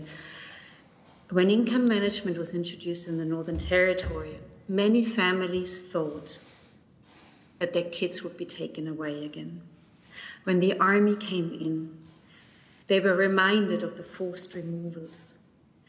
And anecdotal evidence that I received through the voice of Ms. Olga Havnen and others who were in the territory at the time, there was this fear that the state, the central government, comes in, the federal government, and takes away the kids, and many families were running for the hills. We do think that some of the school attendance effects were caused by that. And when income management, and I'm saying this now from the perspective of an economist, not of a human rights specialist, has a very strong element of paternalism, of taking away choice, like a benign parent, and making decisions on behalf with the notion that Aboriginal community members themselves cannot make good choices. But we are assuming that the choice architect here, the federal government, makes unbiased and non-confused judgments about the welfare of Aboriginal community members. And the optics of this in the 21st century is very bad, because it builds on the model that we cannot trust the decision-making of Aboriginal people. And that means that you erode trust over time, and you take away the ability to make good decisions for yourself from that model. And just think of yourself when you were still children and parents made decisions for you and said, I know better than you do what's good for you. And these optics within the policy, I think you cannot get this out anymore, out of the head of the community. So a participation model, joint decision-making model, with joint responsibilities is a very good model that really asks for the community to step up and to co-design the right models. I've always thought that the Aboriginal health service providers in the NT are very well equipped to lead such initiatives, together with the peak organizations. Whether you want to use the Queensland model or other models that are being proposed for the NT, I don't have a strong opinion on this. The peak bodies, and in particular the Aboriginal medical service providers, are very well equipped to do this. So Olga Havnen used to be the CEO of Danila Dilbert in Darwin. And they were very well equipped to do this, to lead something like this, but they were not given the resources. And Olga Havnen had shared with me and said, if I had more resources, I could spend more time in the communities and do a participatory approach. So I would like you to consider this. But whether it is the Queensland model or any other model, that I don't know. But a participatory approach that is fit for the 21st century, that appeals to community-run, upwards oriented, not downwards oriented approaches, I think that would be terrific if that could be trialled. Well, beautifully said. And Dr. Gibson? Thank you. Yeah, just maybe to return a little bit to one of your previous questions about and the example that was given of the ALPA card. When I was in Alice Springs in the immediate period after the intervention, one thing people were furious about was that the Tungunjira Council, like the actual council elected from the town camps, had a program they utilise Centrelink's Centrepay program, which allows people to voluntarily, apportion their income to various services around the town. They would have staff at Tungunjira and people could actually come in as part of an overall banking service, actually. They had a bank on site people could deal with. They could go and deal with Centrepay and they could say, I'm going to have money at the butcher, I'm going to have money at the supermarket or whatever. And I think that anything you get where people like income management, overwhelmingly what they like is a financial service. Like, people like being able to actually have access to financial services, accounts they can put money in and access and things like that. So what I guess what our position is and what we don't compromise on is that you need to remove the issue of control entirely. What you should be talking about with these Indigenous communities, if you've got money to do it and resources to do it, about how you're going to actually look at money as financial services and supporting community-based financial services models. And I just I don't agree. I don't agree setting up local committees that can identify the bad people that can have their money controlled is the way forward. Why aren't we talking about locally based community organisations having funding to actually employ people in community development programs? We had a community development employment program that was smashed. Thousands of people lost their jobs. But we can talk about how we're going to control the meagre incomes of Indigenous communities. They can be involved in the control of their meagre incomes. They can identify the people that are really bad and really need their income controlled. I mean, the truth is there was Aboriginal representatives on mission authorities that controlled people's incomes in the 20th century as well, including the New South Wales Aboriginal Protection Board. Like, the fact that you have Indigenous involvement in a program of controlling Indigenous communities doesn't take away from the fact that what is going on fundamentally is there is an idea that Indigenous people can't manage their money as opposed to the rest of the community who can. And that needs to go. And you need to actually start from a position of, let's not discuss a program about how best we can control you with community input, but what do you actually need to develop your communities, pull you out of the poverty you've got, etc. So that's our position. We oppose compulsory income management, and we're for self-determined programs that are actually about getting resources into the communities to alleviate the appalling poverty. I don't know how the hell people survive in remote communities on these incomes. I just don't. I struggle on an academic wage. I don't understand how these people actually survive. And yet we talk about how we're going to manage their money and how we can resource new boards that will manage their money. I think it's profoundly upsetting, to be honest, that's the discourse and that's the dialogue, rather than dealing with those more fundamental issues of injustice. Anyway, that's our position. Thank you. Thank you very much, Professor, and thank you to all of you for being with us today and for the comprehensive submissions that you have made and the effort you've put into contributing to this inquiry. We really do appreciate your time and your expertise, and thank you for lending it to our inquiry. The committee requested answers to questions taken on notice are provided to the committee secretariat by close of business 19 July 2024, and the committee will now suspend for lunch and will resume at 1:25. Thank you very much. Thank you. Chair, Senators, thank you very much. Yes, thank you for your time.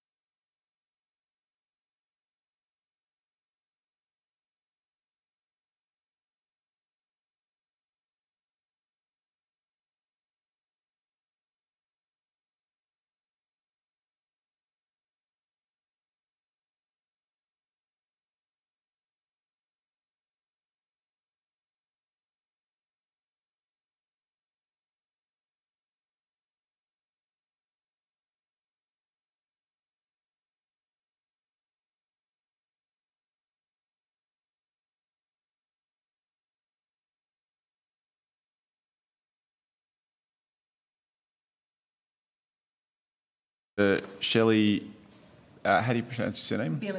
Bielefeld, Associate Professor Elise Klein, and Dr. Francis Markham, who is here not via video conference. I understand the information on parliamentary privilege and the protection of witnesses giving evidence to parliamentary committees has been provided to you. For the Hansard record, would you please state your full names and the capacity in which you appear today? And we'll start on my left. Dr. Shelley Bielefeld. I'm a senior lecturer at Canberra Law School at the Faculty for Business, Government and Law at Canberra University. Associate Professor Elise Klein from the Crawford School of Public Policy at the Australian National University. Francis Markham from the Centre for Indigenous Policy Research at the Australian National University. Thank you very much. Welcome to all of you. I'll now invite you each to make an opening statement, and then at the end of that we'll open up for some questions. Thank you. I thank the committee for the invitation to appear today to give evidence about compulsory income management programs. I acknowledge the Ngunnawal and Ngambri peoples on whose land we meet today and their elders past, present and emerging. It always was and always will be their land. My research on compulsory income management programs has been informed by over 15 years of direct engagement with people living under these programs. My more recent research on income management has been supported through 2 Australian Research Council funded projects, one for which I am the sole Chief Investigator, entitled Regulation and Governance for Indigenous Welfare, Poverty Surveillance and its Alternatives, a Discovery Early Career Researcher Award, a DECRA, and the other project is a discovery project led by Professor Greg Marston entitled Conditional Welfare, a Comparative Case Study of Income Management Policies. A separate submission for each lot of project data was made to this inquiry, and I'm happy to take questions on both submissions. My DECRA research is a qualitative project where 128 interviews were conducted across 3 fieldwork sites with people with experience of welfare conditionality programs impacting First Nations people, including compulsory income management programs. The vast majority of my interviewees had experience with being under the compulsory income management via the Basics card or the cashless debit card. Some had experience with both cards. Some of these people were about to be given an option to go on the smart card but did not see it as a real choice or an improvement, given that in the Northern Territory people were only being given an option of the Basics card or the smart card rather than no mandatory cashless social security card. No end to the compulsory income management categories that have long been a source of discrimination against First Nations social security recipients. Many interviewees expressed frustration at the unending compulsory income management approaches being deployed by the federal government in a top-down manner. The exit and exemption processes for these cards were seen as inaccessible. Data from ADECRA shows that processes that are difficult for social security recipients to navigate can generate deeper material poverty. Many interviewees also reported instances where they could not purchase what they needed when they needed it with their income managed funds, and that the restrictions on their purchasing power as a result of being on a Basics card or a cashless debit card were much broader than the legislatively prohibited purchases. My discovery project research was a mixed method study which was open to all income management participants and community members at all income management sites around Australia. The quantitative component involved data analysis from 199 survey respondents. The qualitative component involved interviews with income managed cardholders and local stakeholders. In total, 188 interviews were conducted across 5 trial sites by the end of 2020. The project found that compulsory income management programs were largely ineffective in achieving the expressed goals of policymakers, that the programs generated bill payment problems for participants and stigmatised cardholders in ways that led to worse health outcomes for some of the interviewees. Compulsory income management programs have long violated the human rights of program participants and generated a range of detrimental outcomes for coerced cardholders. Restrictions on human rights should not be permanent, but in Australia, through compulsory income management, the federal government has turned restricting human rights for First Nations people and other people on social security into an art form. And the result is an ugly system of prejudice that entrenches inequality. When governments set in place systems that ensure that some people are treated as though they are less human than others, less deserving of human dignity than others, it results in a host of problems for those people thus treated. Bearing the burden of discrimination comes at a cost. Worse health outcomes, worse earning capacity and structurally generated poverty. I therefore strongly recommend that compulsory income management programs be stopped and that the federal government create a genuinely supportive social security system that does not stigmatise or punish people in need of support. Thank you, Doctor. Professor. Thank you. This statement is for myself and for Dr. Markham. Thank you for the opportunity for us to speak today. We want to acknowledge the unceded and stolen lands of the Ngunnawal and the Ngambri peoples in which we meet and acknowledge elders past, present and emerging. We also want to straight out say that compulsory income management is not and has never been compatible with human rights, that the government has never been able to show how these measures are helpful to people subjected to them, and that First Nations people have been subject to a disproportionate abuse of their human rights through compulsory income management in Australia. We make this brief submission as non-Indigenous researchers drawing on over 20 years of combined research experience examining compulsory income management in Australia. The incompatibility of human rights with compulsory income management is far-reaching, and considerable peer-reviewed research shows the significant harms being subjected to people who are being subjected to it. Some of these include the breach of the right to social security through restricting the ability of those subject to compulsory income management to use their funds via the method of quarantining funds in restricted accounts. Research, including our own, shows the immense impact this has on the ability to use cash and how this affects income security to individuals, families and communities. The breach of the rights of the child. And since 2017, researchers have shown that statistical proof of negative impacts on children regarding their birth weight and school attendance caused by compulsory income management in the Northern Territory. Another submission from researchers has already been made to this inquiry and given evidence today. I just want to underline this is a very serious research finding and has never been addressed appropriately by policymakers. Compulsory income management also breaches the right to equality and non-discrimination. Compulsory income management has been explicitly developed and trialled on First Nations communities and communities with a disproportionately high number of First Nations people.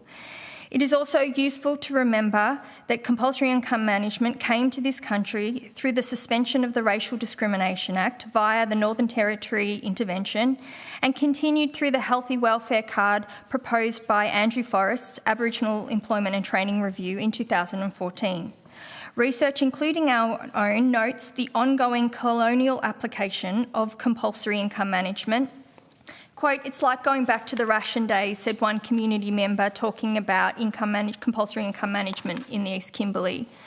It remains the case that the vast majority of people subjected to compulsory income management are First Nations people. Also, the United Nations Declaration of the Rights of Indigenous Peoples sets out the right to free, prior and informed consent, which has never been given when it comes to compulsory income management in this country. And can I underline, consultation is not free, prior and informed consent. The peak bodies of the Northern Territory, where most people are subject to compulsory income management live, have been unequivocal that they want compulsory income management abolished. Their consent for compulsory income management has never seriously been sought by any government since 2007 and has never been granted. Finally, the committee no doubt will consider questions of proportionality. Again, we reiterate, given the ineffectiveness of compulsory income management in meeting its policy objectives and the problems with those objectives in the first place, it is difficult to sustain an argument that is rational to the continuation of compulsory income management. Furthermore, compulsory income management can hardly be argued to be the least intrusive means of reaching its objectives if it is so ineffective in doing so. And there are many other options and alternatives that could be considered that have fewer adverse impacts on human rights. Proportionality also needs to consider the length of time people are subjected to compulsory income management. We have a situation in the Northern Territory where the same cohort of First Nations people have been subject to this measure in different iterations since the intervention in 2007. This means that some people have had their whole adult lives having their human rights restricted through compulsory income management, and this cannot continue. Thank you.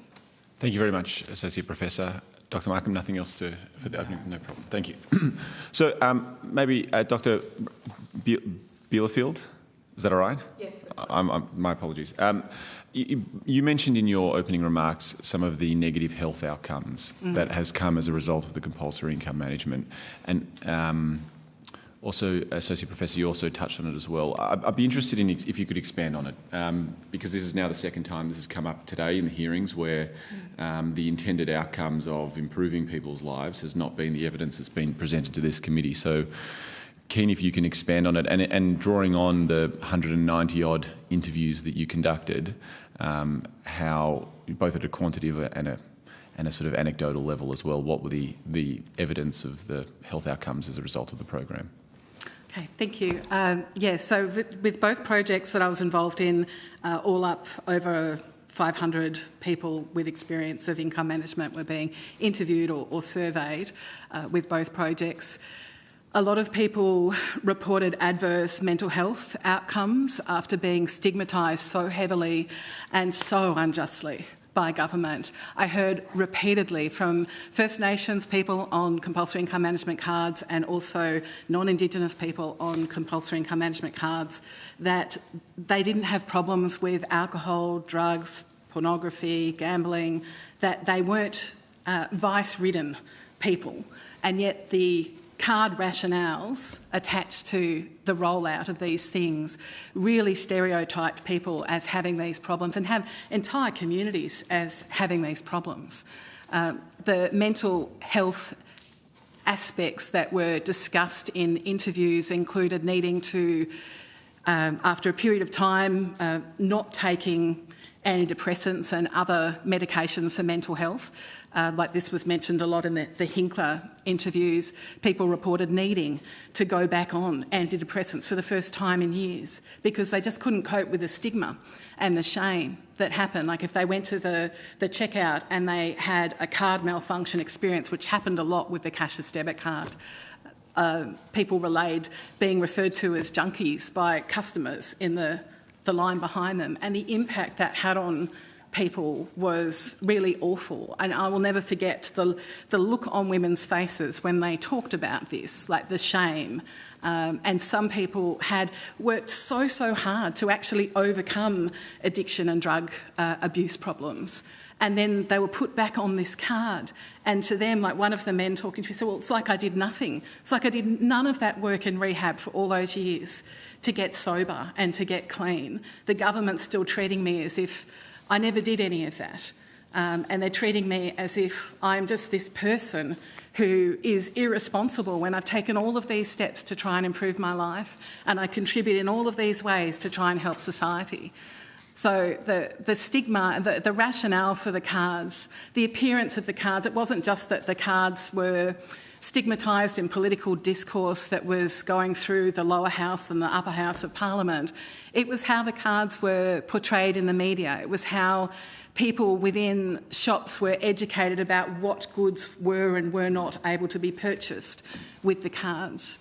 And how people then ended up feeling when they were trying to engage in everyday consumer transactions and other social community events where gold coin donations were a requisite for people to get into these places. So the mental health aspects are one significant factor, I think, because people can't actually, just because they're more harassed or stigmatised, be really ready to go and present confidently in job interviews. But adverse physical health aspects were also raised. So one of the First Nations women from one of the fieldwork sites, which I referred to this quote in my submission, had talked about the problem with the basics card not being accepted at a local laundromat, which then led to problems with kids ending up with scabies and lice and other health problems because what was... I mean, it's quite an assumption to assume everyone can afford new or second-hand white goods at all times. So when something like that, she said, was closed off as a way of being able to just launder clothes, that could have an impact on people. And there were all sorts of things that people raised, like people with disability talked about the types of health and disability support services they needed for them or for their children with special needs that they couldn't pay for with the Basics card or pay for with the cashless debit card. Carers talked about this with respect to their children with special needs. So this adverse outcome with respect to health, I think, is quite serious because it's not a genuinely supportive program if it's actually making it harder for carers to look after their kids with special needs and disabilities, or for adults with special needs and disabilities as well. One of the most heartbreaking things that I saw in multiple fieldwork sites was people with disabilities not being able to access what they needed with their cashless debit card or their Basics card. And in some cases, like when I went up to Hinkler before the card was rolled out there and went to a community meeting, there was a woman who was talking about all of her fears about being put on the cashless debit card, and she lodged a submission to an inquiry. I can send it on to the committee if you're interested. But she actually experienced health outcomes so adverse that her health was irreparably damaged by the stress because she had trouble paying her rent, she had all sorts of problems with getting what she needed as a person with disability. The end result for that woman was irreparable damage to her body, where she was literally further disabled as a result of being put on this card. And she wasn't alone. I mean, she put her name to a submission to one of the Standing Committee on Community Affairs hearings and presented that evidence in her submission. But this sort of thing, I mean, it just shouldn't happen to people. No one, under the guise of this is good for you if you just realise it's good for you, kind of rationale, should be actually experiencing adverse health outcomes as a result of government interventions. Can I ask the devil's advocate question then, which is that in your answer just now, you cited the examples of people who didn't have some of the vice or addiction issues that you referenced, and the sort of, you know, the public discourse around why this was necessary was that there were people who needed to who would benefit from having a restriction in the way in which their income was managed. Did you speak to people who were facing addiction and what their response to it was? Yeah, so some people who did have addiction problems talked about circumvention strategies.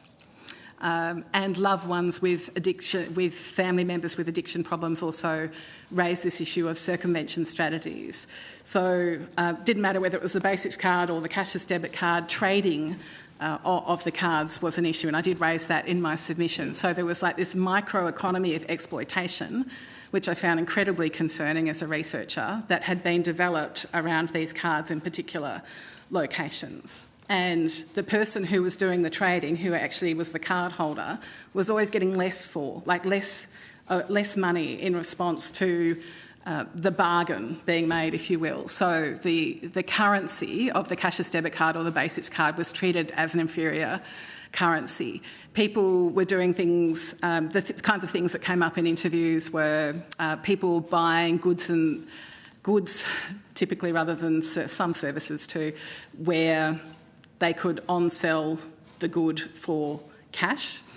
People even buying a trolley full of groceries and then selling that trolley full of groceries for less to get cash. And the sorts of things people needed cash for, I mean, it wasn't just people who were having struggles with addiction issues, but people who needed to pay back debts or bills that were required a cash payment. So that although... flag for exploitation, basically, if you had that card and you were known in that community. And there were, also concerning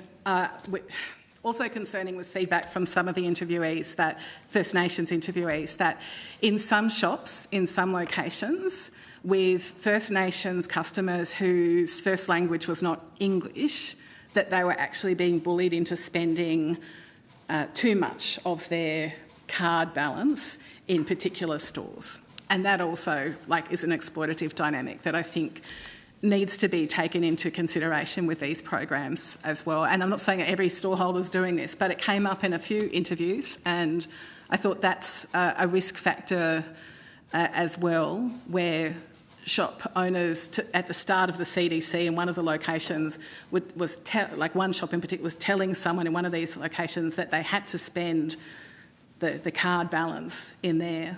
And that led to other material problems for people in terms of bill payment. Yeah. So there's a lot of complexity, I think, in terms of the data with all of this. But circumvention strategies have been reported with the Basics card from the earliest days of the program. They were also reported in the government's own commission research on the cashless debit card. Some service providers in some locations charged a higher amount for the service if it was being paid for with a cashless debit card, and then gave an amount that was a lesser amount to the card holder in cash. So there were workarounds in certain areas that meant that people ultimately at the end of the day were ending up with less money to pay for their core needs. And I think that should be of great concern to governments. Yeah. Deputy Chair, do you have any questions? Sorry, Chair, no, I don't have any questions for these witnesses. No worries. Thanks, Deputy Chair. I'll go to Ms Tink. Yeah, thank you so much for your time today. I'm interested, particularly with you, Dr. Bielefeld, in the interviews that you did you find at any point in your research that someone was able to say to you that they actually thought the income management had helped them in terms of potentially dynamics in a relationship? So I'm particularly interested in the issues around women's safety. I think at the time, whenever we've seen reform on this, pretty quickly the story that comes out is if you take this away, women will be at greater chance of abuse, violence and coercion. On the flip side of that, have you, in your extensive research, did anybody talk to you about it having made their life easier to have themselves or their partner put onto income management? Okay, so I'll answer the last question first, if that's okay.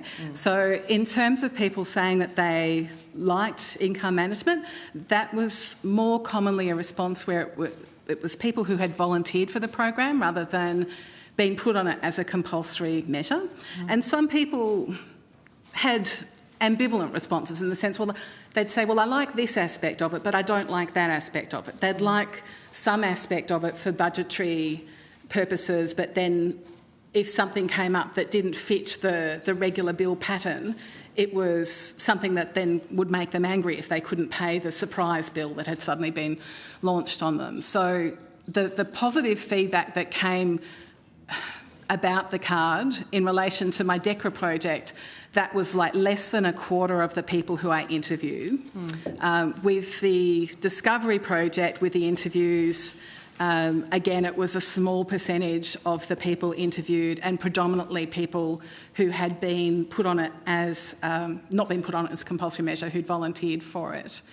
In relation to the family violence issue, I didn't actually interview anyone who said this is really great as a solution to family violence.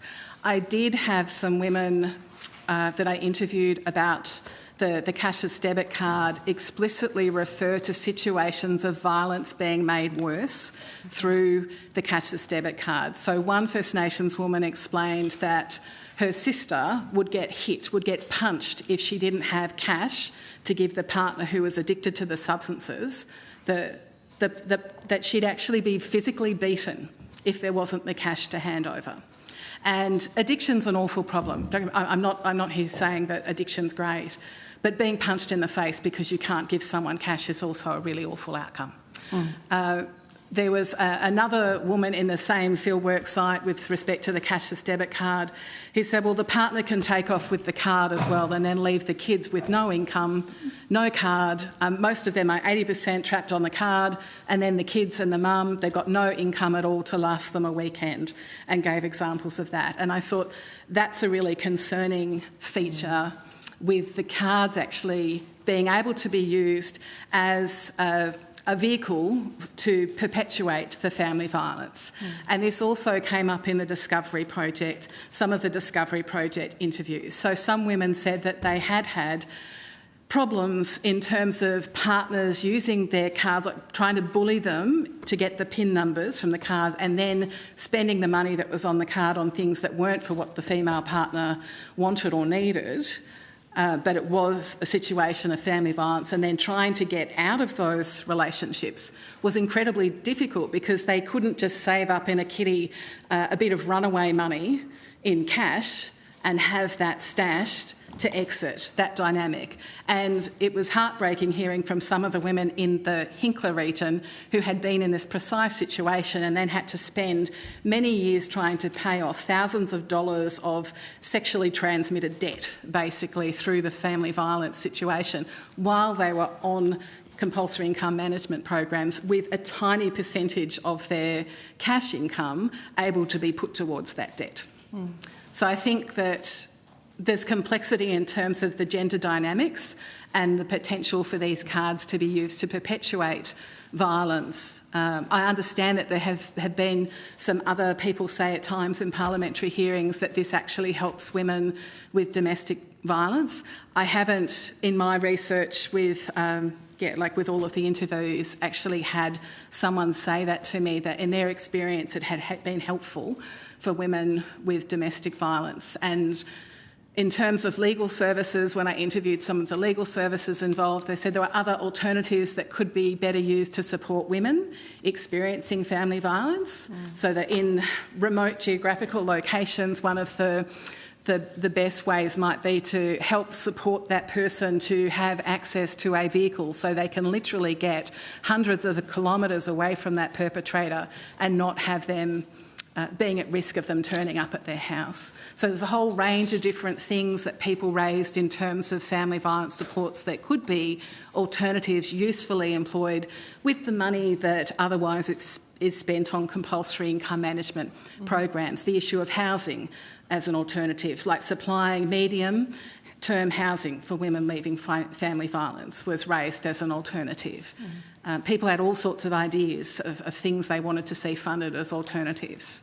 Also, just in addition to what Shelley has said, our own research looked at income management, compulsory income management in the East Kimberley, and I just really query those calls around trying to make the argument for compulsory income management something around reducing family violence. We looked at those numbers in the East Kimberley. They actually increased. They definitely did not decrease. The reports, the number of DV reports. But I'll also say this, that there's a problem in policy if this is the best way we can think about addressing family violence, is to reduce the human rights of people. Agreed. Yeah, and please know you have no argument from me. I'm trying to I think it's an important point. Anticipate the arguments. It is, and we hear it around, but it needs to be interrogated, and for reasons Shelley's identified, but also the data's just not there to support it. Great, thank you. Thank you. Mr. Perry? Thank you, and thanks for your evidence. Did, by any chance, you hear from the evidence given by the Queensland Families Responsibilities Commission this morning? Thank you. So you probably know the question I'm going to ask. That model, does it alleviate any of the concerns that you've noted in terms of human rights? And I'm particularly interested in that intersection between clients that have child protection issues or have their children in care because of child protection decisions.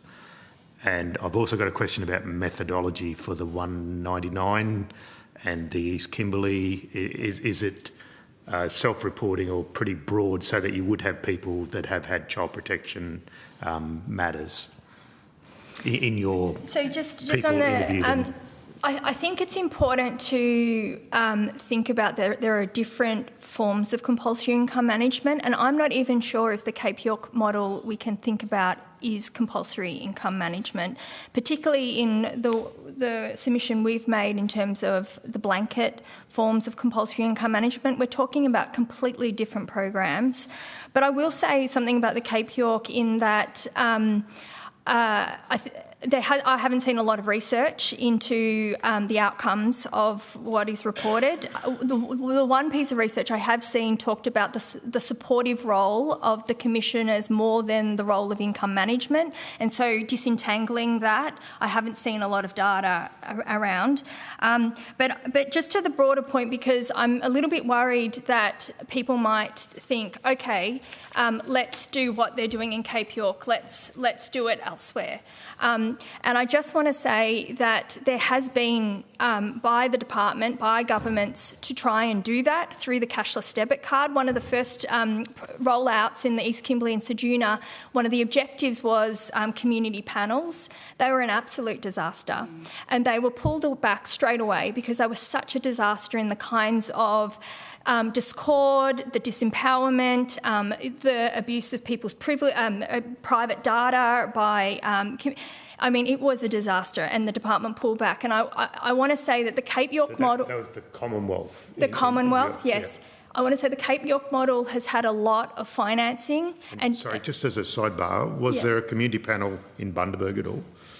No. There wasn't. So only in First Nations significant the Ceduna, and Ceduna and Kununurra, and I heard negative feedback about the community panels as well when I was doing my interviews in both of those. Yeah. Sorry, Professor. Yeah, thank you. So, and the only thing I want to say is Cape York has had a lot of support by the Queensland government as well as the federal government in terms of finance, but in terms of legislative change. It's very, very different. And I just really caution, I don't think there's capability in the departments to roll out something like what they've done in Cape York, because they've tried with Ceduna, they've tried with East Kimberley, and they were disasters. So I'd be really worried. Is the Commonwealth the problem or the model the problem? You don't have to like I said, that. I haven't seen the data. Well, could you unpack the methodology for your the data you've presented to us in terms of assessing both of those? So was the 199 a random? Did you have access to everyone in the scheme and you found them, or were they self-reporting? They were people who were on a variety of different income management programs. How did they find you, Dr. Bielefeld? We engaged in snowball sampling through a range of different organisations. What's snowball sampling? Sorry, I don't know what that means. Okay, so where you contact a range of different NGOs and ask them to let the people know that this survey is happening and ask them if they would like to participate. I was also active on social media in all of the different income management sites in Australia, and we did get a variety of people who were under all sorts of different types of income management, both compulsory or voluntary income management programs. I'd have to go back and look at the data to see if someone with child I don't need to do support. my PhD, I just wanted to see whether it was if such a curated sample, if I interviewed everyone that likes Mr. Burns, I mean, that might be small sample. Small sample. No, yeah, so if it's social media and English is the first language apart from the conduits towards you, I guess, were they? So NGOs did media to attract more survey people as well, and more interviews.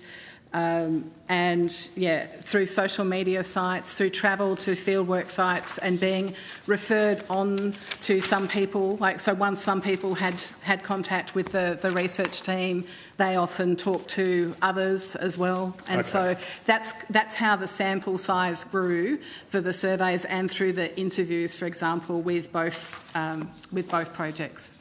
So if you know the Cape in Queensland, not all of the communities in there are Doggerland communities that are not involved in the commission, the Family Responsibility Commission, but the evidence we had today was clearly that the 36 local commissioners were making change. We didn't get hard data on 16, 17 years of what change has occurred. I can, if it's useful for the committee, send you on an article done by one of the people whose PhDs I examined on the Cape York model, if that is useful for you. Yeah, that would be useful. Because that was like she's got legal background training. I understood from engaging with her that she had been working with people who had been on the card in the Cape York model. Yeah. So I could send you... It's just that there are communities in not dissimilar conditions, not dissimilar histories, some on a scheme, some not on a scheme. So there must be a PhD there that we could glean some good data from. Well, I could send you on the entire PhD or an article about the PhD. Which would you prefer? Doesn't worry me. We've got one at the both? Secretariat who do all the work. But Maybe thank you, Deputy Chair. I can send you both. Okay. Senator?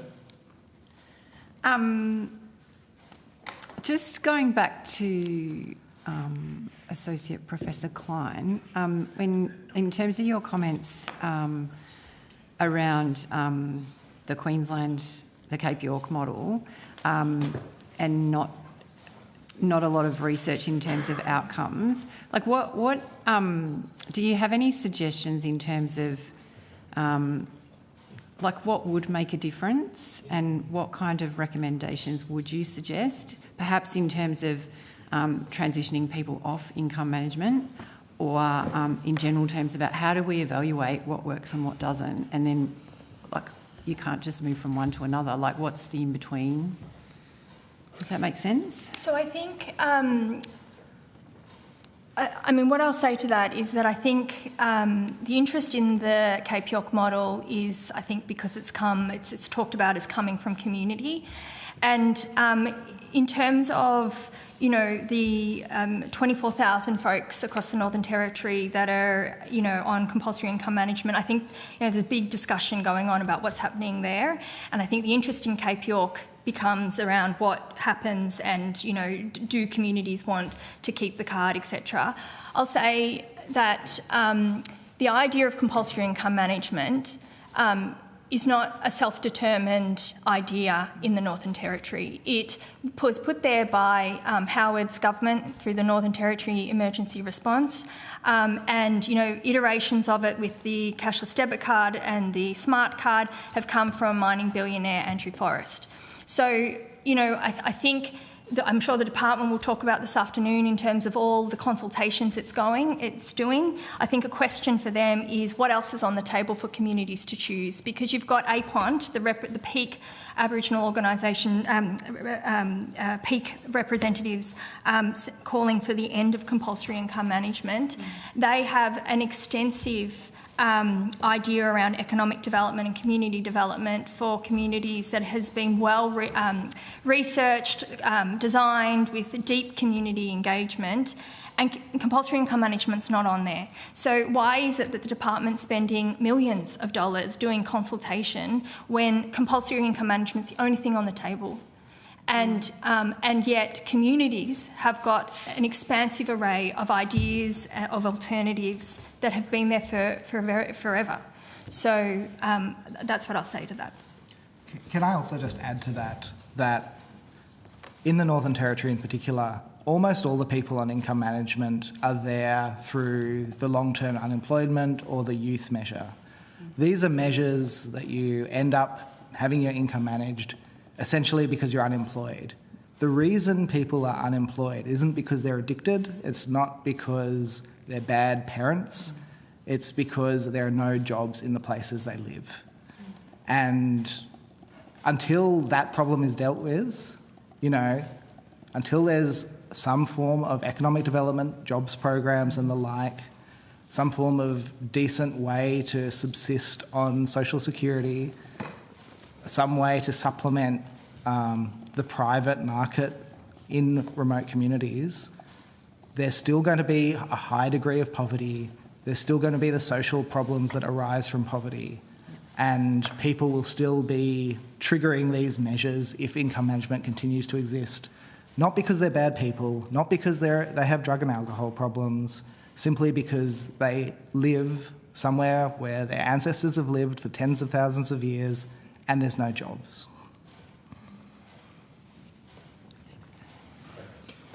Just want to return to the theme I've been working on today of that Venn diagram between income management and children in care, and someone who is dealing with that. And if you could comment on that intersection between the individual rights of the adult, the parent, and the right of the child to a safe existence, to not experience harm before the state steps in, and whether that influences income. Is there any data in terms of income management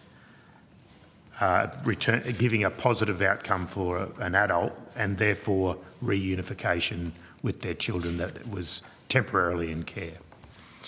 Is that any data that you have to mind? I asked this morning and the Queensland Family Responsibilities Commission had no data at all. I don't have data. I don't have data on that either. The sort of de-identified data that would... No, I don't have data on that.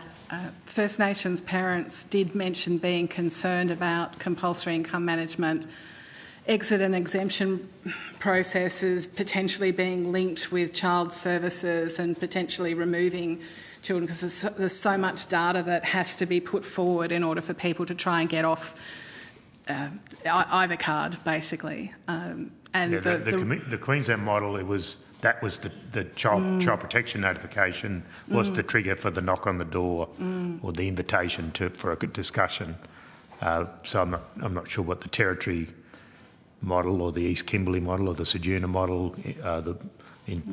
There is a child protection measure in the which triggers people to go onto the card in the Northern Territory. A notification to the docs, is it? Or? Yeah, I'm not sure exactly of the mechanism, but it's related to people whose children enter the child protection system. What I think so the Territory's government notifies the Commonwealth effectively? I don't know the nuts and bolts of how it works, but that would be my assumption, that it's because the Territory's child protection system run their own child protection system clearly. What I did want to say... We might hear from the Commonwealth after. Could I just add to that, though? Yes, please. Two points. Thank you. The first is that, and I think it was outlined in Professor Gray and Dr. Bray's submission earlier, that since the introduction of income management in the Northern Territory, there's been no decline in child protection. It hasn't served as a protection against child abuse and neglect in the Territory, as far as we can see. In terms of notification to the department, is that the measure that we use? And that's for the whole of remote living Aboriginal people. But when upwards of a third of remote living Aboriginal people are on the card, and the most disadvantaged third, you'd expect to see, if it was an effective way of combating child abuse and neglect, you'd expect to see that flow through to those aggregate figures.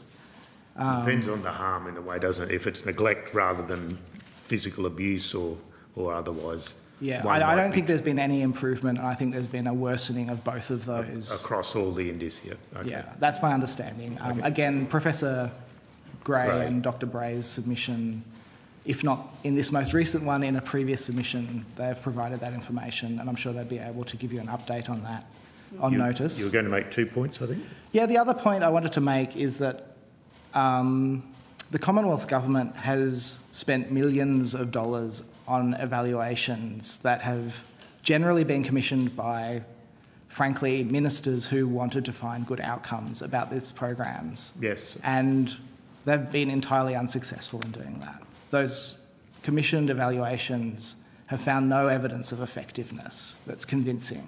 Do you remember if they looked at child protection issues or child custody issues? I can't recall exactly how that has filtered in, but I'd recommend asking the department about that, because they have commissioned a lot of work, and I suspect if there was compelling evidence, they would have found something.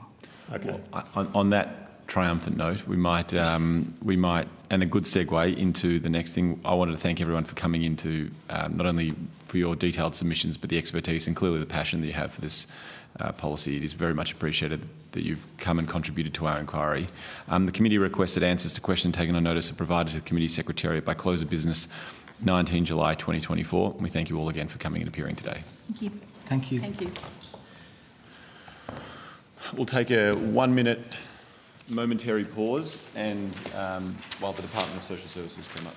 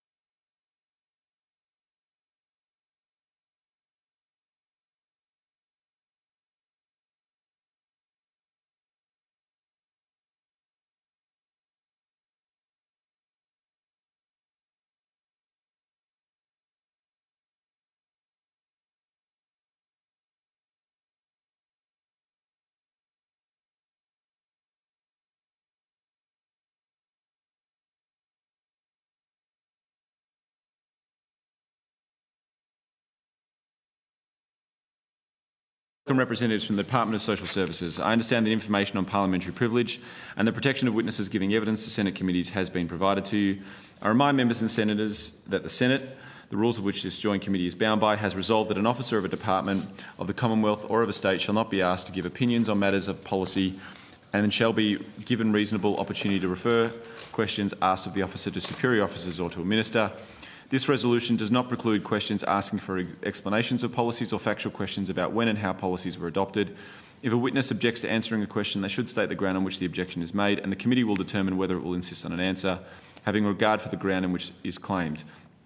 If the committee determines to insist on an answer, a witness may request that the answer be given in camera. Officers of the department are also reminded that any claim would be contrary to the public interest. To answer a question must be made. Officers of the department are also reminded that any claim that it would be contrary to the public interest to answer a question must be made by a minister and should be accompanied by a statement setting out the basis for the claim. Now, for the Hansard record, would you please state your full names and the capacity in which you appear before the committee today?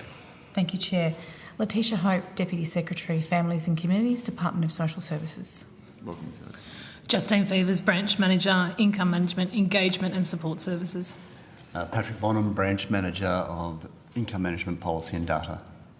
Thank you very much. I'll now invite you to make an opening statement, and then after that we'll open up for some questions. Thank you, Chair. Ginger well, everyone, and before I start, can I acknowledge that wherever you are today, you're on traditional lands of First Nations people. Can I pay my respects to all First Nations senators and all First Nations people here in the room, online or listening to the hearing today?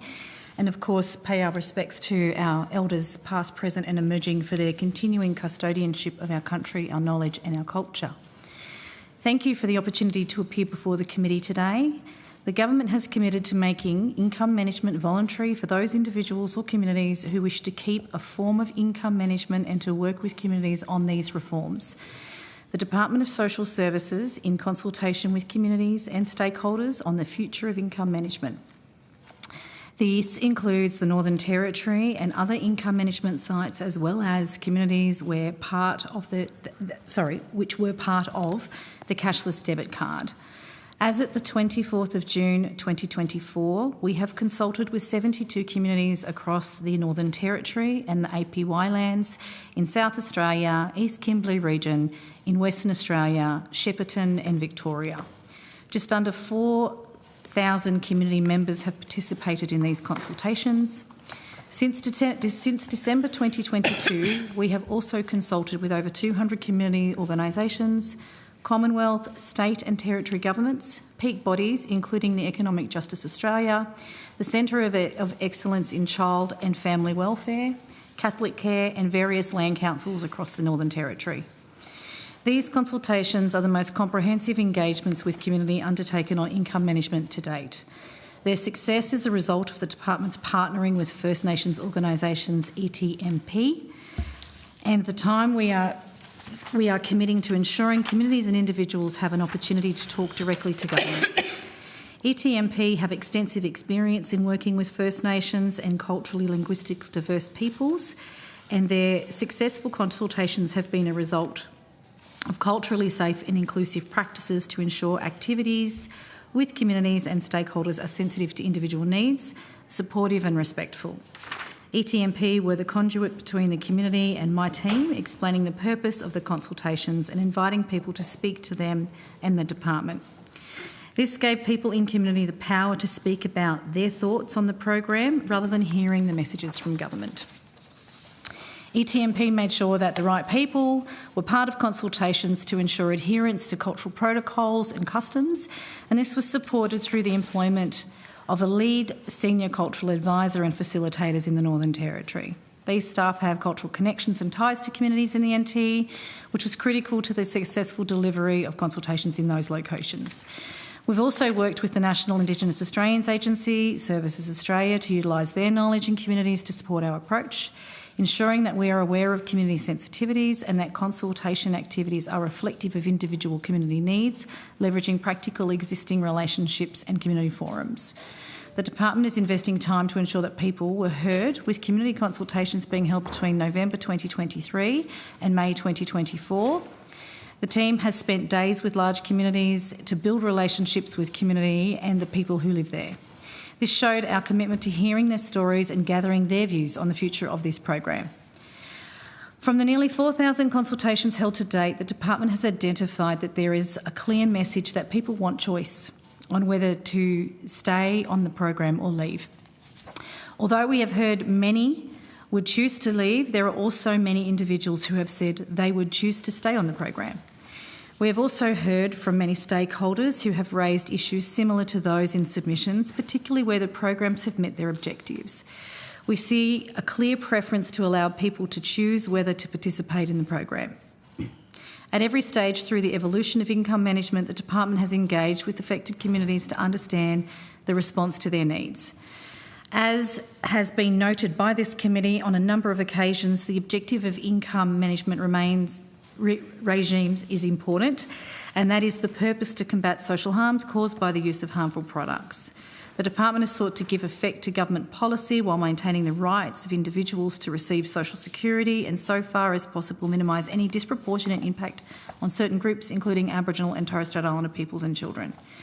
During consultations, it was also made clear that communities want us to continue to work with them on what comes next, and we are committed to do that. The next stage is to ask communities and stakeholders on their views on the process to support people to transition off the program and the process for people to stay on it, should they choose. It will seek their views on the assistance and information they want to help to make that choice, and we will also seek their advice on what they will need to support them once they have made that decision. We are still working with the former CDC locations, including Bundaberg, Hervey Bay region, Queensland, the Goldfields, East Kimberley regions, Western Australia, Ceduna region, South Australia on support services. The government has committed up to $130 million in funds to provide services and initiatives and investment in community-led priorities, including youth services, financial and digital literacy and guidance, job readiness, employment capability, cultural connections to services, and we're happy to answer any questions from the committee today. Thank you. Thank you, Mrs Hope, and thank you very much for being here with us today and for that opening remarks. So let's go to those consultations, and you referenced that some people wanted to stay on the program and some people wanted to leave. Do you have the breakdown of what that is? Sure. I might get Ms Favere to talk about the consultation process, as she's led that for the department. We don't have actually, so on that point, we don't have a breakdown at this stage, so consultations haven't completed as yet. So far? Well, as Ms Hope said in the opening statement, the high proportion of people consulted with so far have indicated a preference to leave a compulsory program. Like ballpark figure, 50, 60, 70? I don't have that data here. I would have to take that on notice. Apologies. More than half? It's hard to say. The discussions were, would you want to do this or come off or stay? I was at a hearing... Sorry, say that again, Mr... I was hearing, and basically the discussions were generally, what do you think about income management? Do you want to stay? Do you come off? Yeah. I was at a session, I've been at a couple of sessions, and it was pretty much... maybe just slightly more wanting to come off, not much less wanting to stay. There was an earlier evaluation back in 2014, which showed about 45% wanted to, of these Indigenous people, 45% wanted to stay, 41% would leave. I'm not sure how that fits in with our consultation so far, and because these consultations are 10 years after that evaluation was done. So how many consultations have you done so far, roughly? We have been to 72 communities and have spoken with just under 4,000 people. Just under 4,000 people. Yeah. And so we think, so you think sort of slightly more people would want to leave, indicate they want to leave than stay? That's correct. Yeah, that was the feeling I got from the consultations I was on. Similarly, when I was in consultations, it was the same. More people wanted to leave. I think if I understand correctly, and I'll be corrected by my colleagues, I think people want the choice. That's Chair. I think that is the challenge. People want choice. They want to be able to choose. That has been an overwhelming... Even the people who wanted to stay? Yes. They still want to be able to choose to stay. To come off. Yeah, so I heard, I want a choice, but I will stay, or I want a choice and I will leave. And I think that's important. So the voluntary aspect of it, obviously, is the feedback that you're receiving, that people wanted voluntary? Yes. Yes. Yeah. What about so in the consultations? What about some of the other bits of evidence? Is it just whether or not you want to stay or not, or do people give you anecdotes about how they're going, what effect it's had on them, what impact it's had in their lives, if it's helped them, if it hasn't helped them? They do. So it's often a story being told about people's lives and the role that income management may or may not have had in that context. So there'll be stories shared about being able to purchase goods or travelling. So travelling to a place where Basics Card, for example, isn't accepted, and the challenges in terms of being able to access services when they're travelling. And other people have talked about the benefits of having money that is tucked away in a kitty, and that money is there, and having confidence in having that money there, regardless of other things that might be happening in their life or other pressures.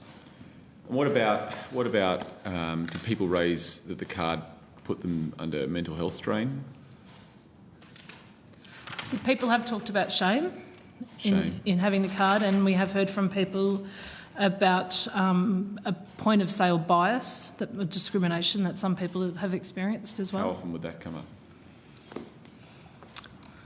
I don't have the details in front of me, so I'm hesitant to give a strong indication of numbers. But we have heard that, and we've heard that frequently. We have heard that consistent. It's consistent. It's a consistent message that we've heard across many communities.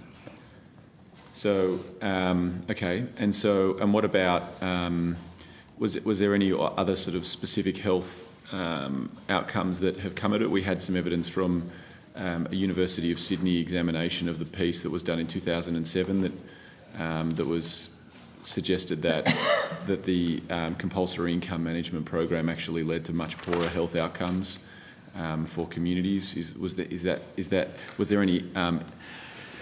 Was that coming up at all about sort of nutrition, not being able to pay for things, not being able to pay for things in the right place, meaning you've got to go to different places, you sort of go without, leading to poor nutritional and health outcomes? Was anything like that evidenced in any of the 4,000 conversations you've had?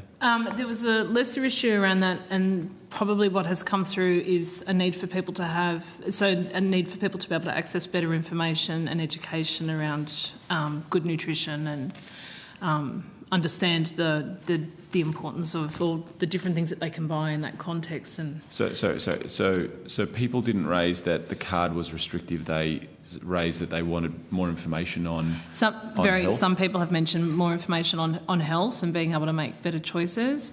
In the conversations I have attended and the consultations I've been in, I haven't heard someone say directly that it made it harder for them to access food. It was actually having the kitty there, is what it's colloquially known as, provided some certainty in being able to access money when they needed to for food. And that's the same that I heard, the people who wanted to stay on it. The reasons given was it allowed them to better manage the money through the payment period. There was one male who said he called it Sunday money, which was getting him through to that Sunday before the next payment. So it gave him confidence that he could will still have things at the back end of that payment period. So just before I hand over to Mr. Perrott, I mean, I'm just trying to sort of piece together and summarise the evidence so far. So there's 4,000 consultations. What is it? How do we define consultation? What's that? So that was spending time in community. I will say that there was communications and there was actually promotion of the consultation activities and coming to the communities to speak with people. We produced, I think it was, I'll confirm the numbers in a second when I pull my notepad out, but about 14 in language. So we had radio messaging, all those sorts of things, social media, so people were aware. And then we were we were travelling to communities and spending time there, depending on the size of the community and the number of people there. It would either spend several days there, with up to a week in communities, and we've been back to some communities multiple times, or we would spend several days there and travel to and from. And then we would either participate in, or we would establish and book in some community events to be able to bring people to a central area and be able to consult and spend time with them, and there would be breakout groups. And And a man in our consultation group would go and spend time with men, and similarly I would go to Women's Centre and spend time with women, and we would talk. But we were capturing the insights through that. So you would count a consultation as sort of a one-on-one separate conversation with one of the departmental officials? Well, it wasn't with departmental, it was with ETM Perspective. So right. We, as Ms Hope mentioned, a First Nations organisation who employed First Nations people with connection. So, for example, in Tiwi, when I was there, the people I was had connection to Tiwi and had family there, right. So spent time, and we had interpreters as well. But the conversation was held with the ETM Perspective staff, and we, as the public servants or the bureaucrats, were note takers per se. We weren't having the discussion. Really important part of the consultation methodology to make it safe for people to have conversations rather than talking to government officials. Well, it sounds like they were being pretty honest in those conversations. So thus far you've had almost 4,000. The majority of people have said that they don't want to be on the program, but the overwhelming number of people say they want choice. They want choice. They want choice, Senator. Choice, I think that is the key issue here. People want to be able to choose. People want to be able to choose. There has been a frequent feedback around the stigma and the shame that people have felt. There has absolutely been feedback regarding stigma and shame. Yeah. And is there anything else that sort of came up frequently around the outcomes of being on the income management program? Well, so I think having you paraphrasing some of those elements, the ability to be able to have the self-empowerment to manage money, the fiscal literacy piece, and I know that's being cute in that language, but people having choice and empowerment about managing their money, whether that's through whatever kinds of financial saving and literacy buckets people want to put that money in, is really important for people in terms of their dignity and being able to manage their resources. And that's not a basics card thing, that's just a thing. Financial literacy and the ability to be able to manage your money is a thing. So having the choice to be able to manage your money in that way, if you want to put away for a Christmas account, if you want to put away for a health account, if you want to put stuff away for some other kind of aspiration, the ability to do that is very important for people, whether they're on the cashless debit card or in any other financial situation. And we've heard that. So I think some of the stories or tenets that we're hearing about, I want to stay on it, it's because I want to have the ability to manage my money this way, Sunday money, or be able to have my own empowerment over the resources that I spend and what I save. I think that's probably an important tenet of the paraphrase. May I pick up on something you just said? Because I think what I find curious about that, however, is that it almost implies that they see it as a form of saving. So the financial literacy is not developing to the point to understand they still have that carriage, like to be empowered to save. Why do you think that the compulsory income management is still part of that conversation? Well, to be fair, I think it's a history of the fact for some citizens on this particular form of income management, they've been on it their entire working life. Yeah. It has been around. It's an institutionalisation of a money management, if I'm fair. Yeah, that's what I was. So some people since the intervention have been on this, and then the next generation have been on this. So I think it's very important to talk about not only the mechanisms, but actually the financial literacy to empower people to be able to manage their resources well. And I would say that's not just an income management issue. I'd just say that's a financial literacy issue more broadly, particularly in a current, cost of living crisis. I think it's a really important skill set for every citizen to have. Sorry, I didn't mean to jump in. Sorry, apologies. Did the Deputy Chair have anything he wanted to... Do you want to... I defer to you first, Mr Chair. Deputy Chair. Thank you. I want to ask the department about the latest evaluation report from the University of Adelaide. What can you tell us about that report? I can tell you that we received the report in final maybe on the 30th or the 31st of May from memory. That we have done a pretty deep analysis of what came into it's a review, not an evaluation. I think that's important to say. And that we have just recently provided the report to the Minister's office on Wednesday, about 48 hours ago, and we look forward to taking her through that in detail. The Minister was asked to produce that report yesterday in the Senate and was decided to refuse to release that. However, there are people with copies of it.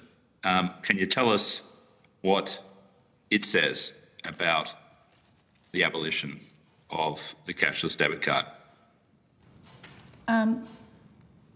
Well, the report's been handed to the Minister in the last 48 hours for her consideration. The report represents a range of views, and we will take the Minister through it and the Minister will respond. So it's a review. It took a year, I think it was about a year to do. It had a range of consultations that were done across individuals and stakeholders in community. And it reflects a range of different views in the same way I think that we've heard today. That there's a range of different views across all of community about income management. Can you tell us about any of the findings in that report? It's with government for consideration. As I said, my answer is that it has a range of different findings in it. It has a range of different views from stakeholders that are diverse, just like the submissions or the conversations that we've had. But and I'm sure that the government will respond to it soon. Have you had an opportunity to listen to the other witnesses that are presented today? No, I haven't. Sorry, I haven't. Okay. It'd be good to get a sense as to whether that report would paint a very different picture on this issue than the evidence that's been presented to this committee already today.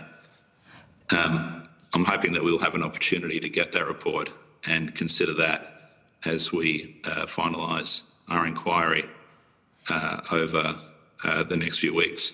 So sorry, Do you get a sense as to when that will be released? No, I don't, but I'm sure it's imminent. As I said, the Minister's only had it for 48 hours in her possession in a sitting week, so I'm sure it is imminent. Sorry, Deputy Chair, if I might, you said there was some evidence given earlier today. We might be able to speak to that if you wanted to put those questions to us now.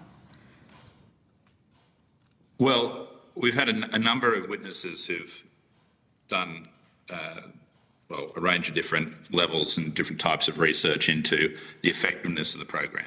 Yep. And it's my understanding that this latest evaluation report or independent review paints quite a different picture as to whether the program was effective or not. Maybe you might be able to just reflect on what the department's view is as to how effective it's been, Thank what you. the impact of.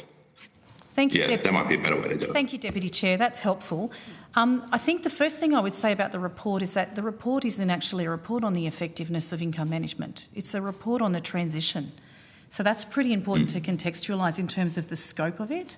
And it wasn't an evaluation in terms of causational factors. It was a review in terms of how people perceived the effectiveness of the transition. So I think it's really important to contextualise what's in the report. In terms of the, can you go back to your other question? Sorry, Deputy Chair. You said, does the department have a view on the effectiveness of the program? Thank you, Ms. Tink. Thank you. Thank you, Deputy Chair. Mr. Bonham will respond. Thank you. Before the legislation to abolish the CDC was released, the department released, and it's on the Office of Impact Assessment's website, the regulation impact statement.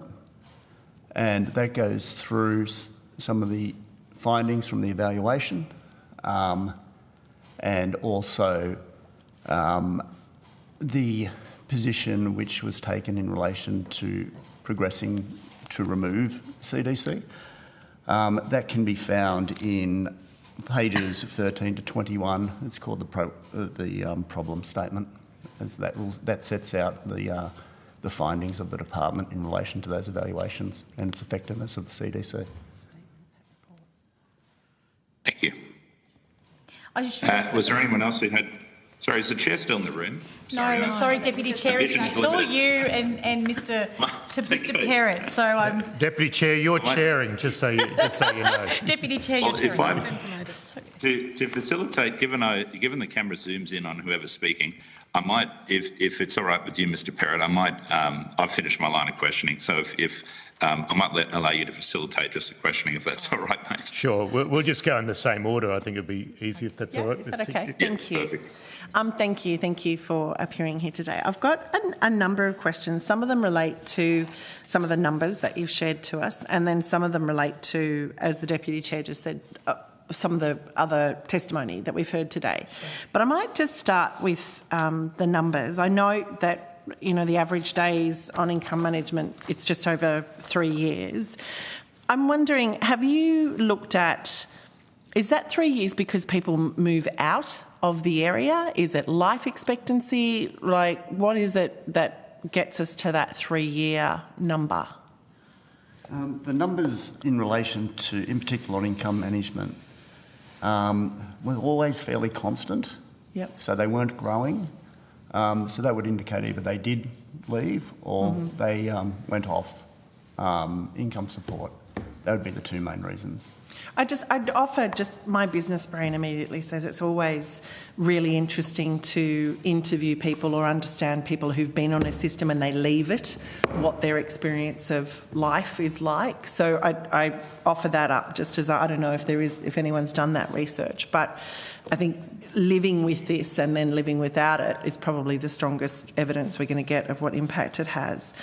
I also note that when you're looking at things like exemptions, so overall 71% of exemptions are granted, but it's quite disproportionate in terms of only 52% of First Nations people are successful in getting an exemption, while 86% of non-Indigenous people are successful.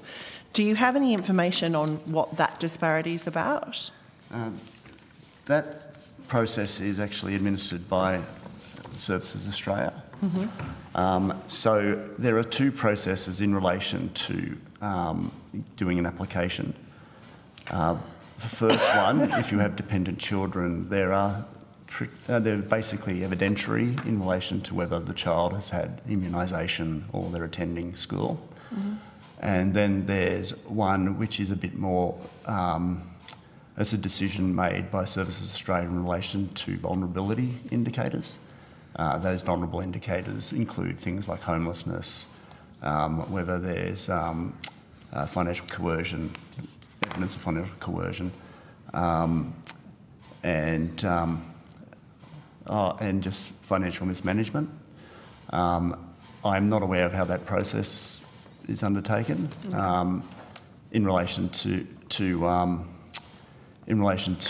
particular person. The stats which we have provided the committee shows that the proportion of applications by First Nations is significantly lower than their percent of participation.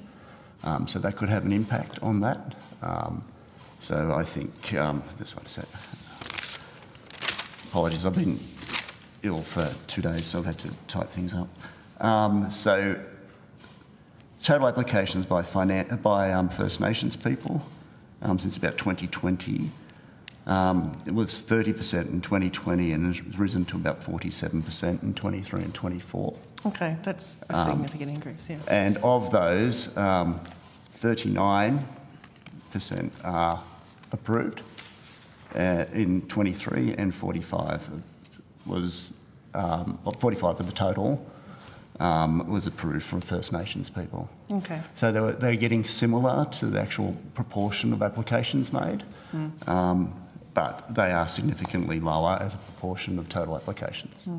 We heard earlier today from the North Australian Aboriginal Justice Agency, I think it was, who said that they estimated it takes them about 20 hours to work with an individual who approaches them to lodge an application for exemption from compulsory income management. So I think it's just, again, it'd be interesting to know why those numbers are lower or high. Is it language? Is it cultural? You know, what are the barriers? Is it that people want to stay, or is it that they just don't know they can ask to get off? Then last piece I want to touch on is I know the numbers that you gave us around the percentage of people who are subject to income management on an individual assessment. Of those numbers, only 1.8% of them are subject to it based on an individual assessment, whereas 98% are subject to it based on no individual assessment. There's also volunteers, so that would make up that percentage. I do have something here. Once again, I apologise.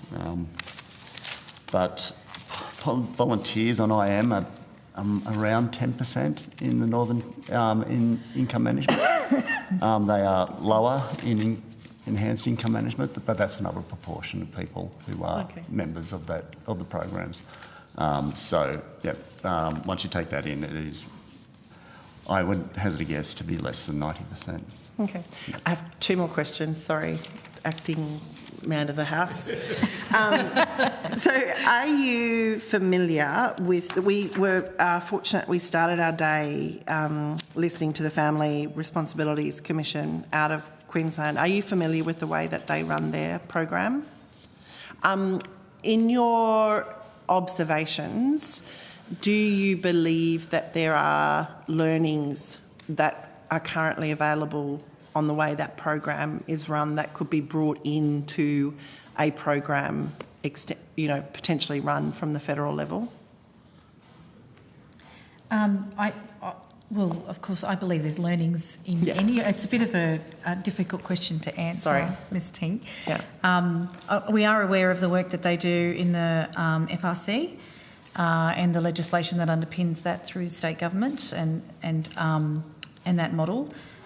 So I think that as we've tried to explain earlier in our evidence, there is a range of different views and a range of different models that have been happening. We know that income management has been, in the compulsory form, has been around for a long time, and people have very wide views on it, whether you are a participant or whether you are a community member in a community where this particular program sits, or a stakeholder. And they are all important in terms of informing the way that it goes forward. The government has committed to abolishing compulsory forms of income management and is in the process of doing that work. We are certainly talking to people writ large and looking at all the evidence about what that would look like to inform what a reformed program would look like. And as I said earlier in my testimony, I think the key thing that we are learning is that people care about choice. People really care about choice. Okay. And then my final question is, and this is probably just me, I honestly don't know the answer to this.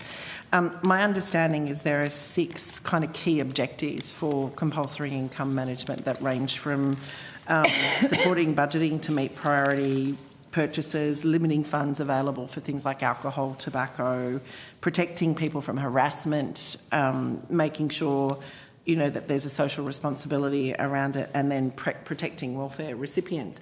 Has the department done any work on assessing the program as to whether it has actually met those objectives? There's been numbers of evaluations which are on our website. Even the consultations which were recently done has been quite effective in how people have perceived that. That is, as Ms Hope said, it's the most comprehensive bit of work, I think, which has been done since 2007. And getting people's views, I think, is probably the best way to actually assess what has been the effect of the program. For some people, it's no effect, want to get off it, and for others, it's had some benefit for me, and I'd stay. So they don't necessarily go into details on what they would say, just what their first impressions are. So I don't think it's appropriate for us to actually delve into what their personal issues are. No. So we are basically getting their views in relation to what they think they can get out of that program. Surely, though, wouldn't there be like quantitative or qualitative measures we could have? So the rate of violence in communities, the rate of arrest in communities, nutrition levels, child protection notification. Like, surely there would be measures that are not, they are baseline numbers that we could track. Hard to actually try and just separate out the impact of income management from other effects in relation to the communities. So, for example, outcomes in relation to education might be as a result of decisions from governments in relation to how they staff schools. There may also be other, like in particular on the NT, there was alcohol bans as well. So how do you extricate that out from the implications of the CDC or income management? And I think you will hear a lot of the evidence which was given today from the academics was about causation. And I think most of them said there's issues around causation, how you actually find that out, because I think that's probably where you might be getting to with your question. A lot of the evaluations actually have found it difficult to make causation in relation to what has been positives or negatives of those programs. And if I can just add to what Mr Bonham has said, it's one of the reasons why this conversation with the communities who live in these communities is actually so important. Yeah. Because of the correlational issues and the conflation of causation and actually unpicking that. And I certainly think that there is absolutely a place for good academic research in terms of social policy design and absolutely. I don't discredit that at all. But as we know, these are really complex issues, and we heard some of that in the testimony that I did hear before we came to the table. And what's happening in communities is very complex. And so to make it binary to a particular issue is probably unfair, but to make it not considered as part of an issue is also equally unfair. So I think that that's part of the challenge in terms of hard correlational evidence versus causational evidence, and talking to community about what is it that is going to work for you here in this community. And the other point I would make, without trying to be trite, is that every community is different. Yeah. What's happening in a community is very different. And so the fact that, people want to have self-determination around their resources, they want access to education, they want good health services, they want safe places, they want these things, and they have aspirations for their children, and they're really normal aspirations in any community, but how they play out in different communities, it does look different. And so I did want to correct the record. We haven't spent billions of dollars on consultation, but we have spent since December 22, since the government has made a decision to abolish compulsory income management, talking to communities quite deeply. No fly in and fly out. We're quite embedded in communities, and we're working across the Commonwealth and with our state and territory partners in areas to actually get this right, because it is really important for the dignity of community and for the benefit of community to get it right. Yeah, so what I just heard you say is that there really is no one size fits all. So to whack over one program over, large sections of geography based on where you live is proving out through conversations and consultation and even the work currently being done by the department to perhaps not be the best way forward. So, yeah, okay. Thank you. Over to you. Sorry, back to you, Mr Perrott. Thank you. Senator Darmanin.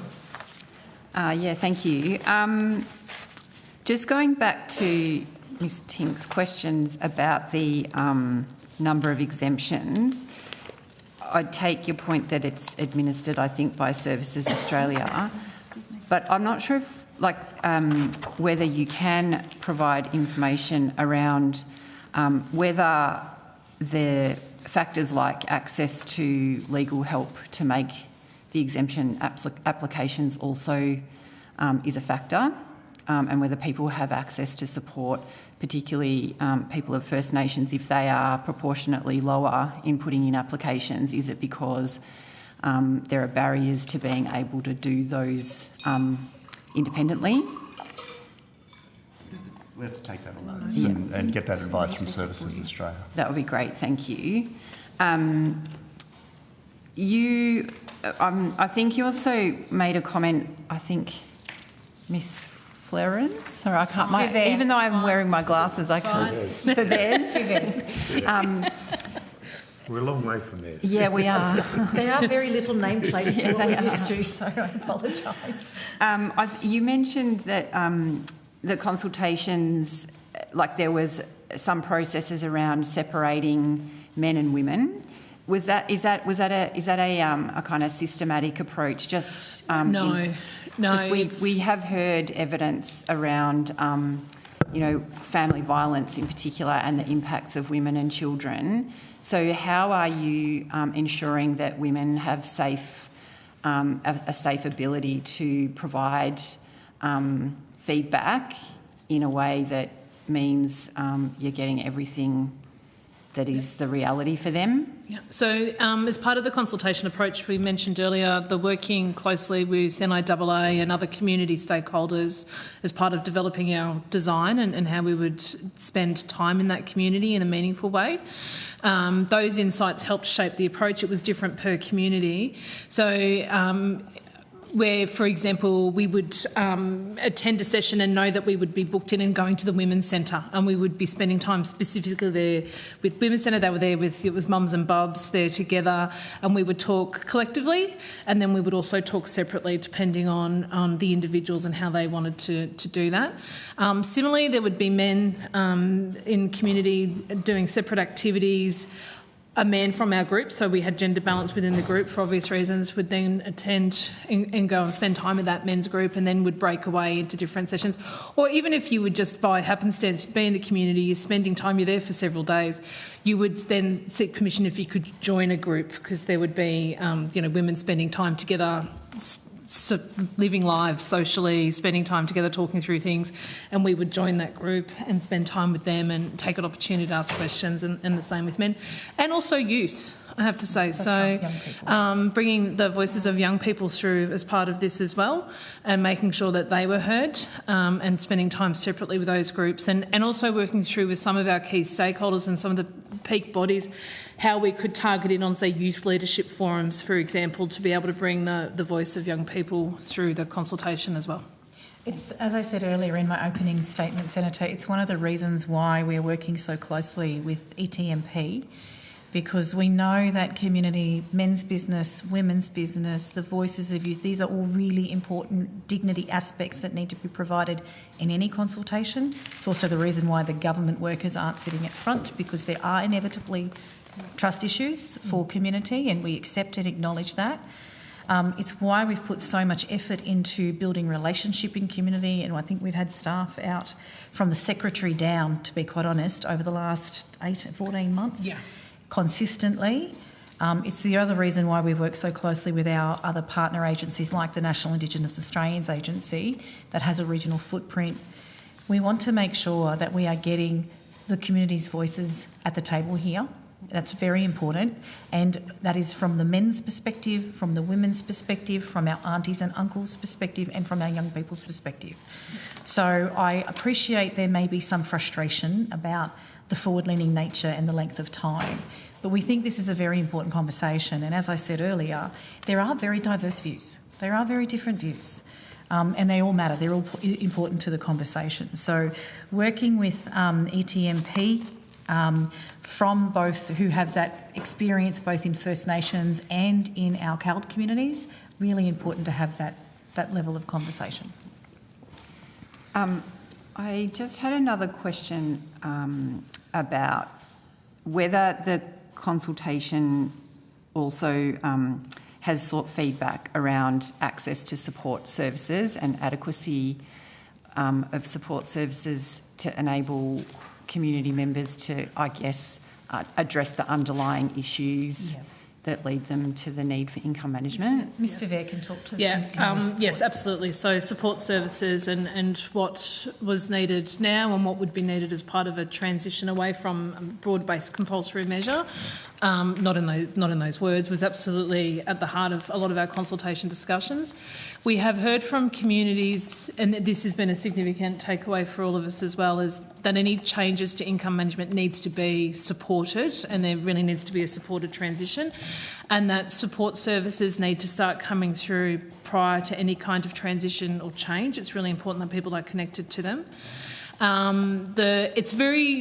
It's an interesting discussion to have with a number of people in community when people have known one way of living in terms of income management their adult life.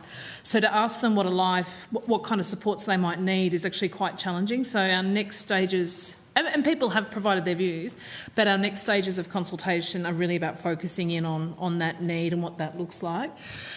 We have heard that digital connectivity is a critical enabler, as we all know, in our own lives. Digital literacy, so being able to operate and conduct yourself safely in your business safely, is really important also. Being able to have access to a range of different services, a range of things in terms of nutrition and help and guidance in that context, and access to information education there, or further access to information education. A lot of our smaller communities don't have a lot of services in place, so and there's always the challenge and the concern around that raised. So what would support look like? What support should be there? How supports could be delivered? We hear from people frustration with FIFO, if you like, servicing arrangements, like that remote servicing arrangement, hub and spoke models. So people would like to have more permanency in the services in their communities. And just the last one, thank you. When is this round of consultation going to be complete?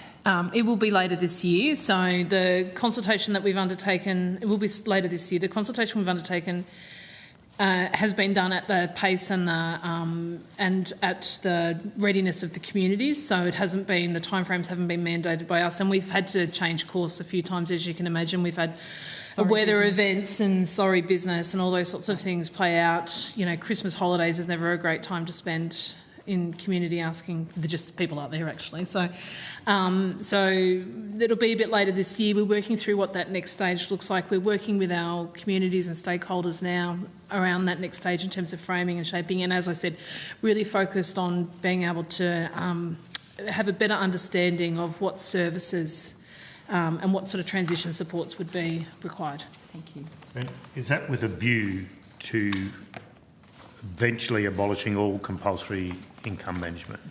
Well, I'd have to go back to the government's election commitment regarding the abolition of the But that's been the clear indication that, so hence the wraparound for any transition to make it as seamless as possible.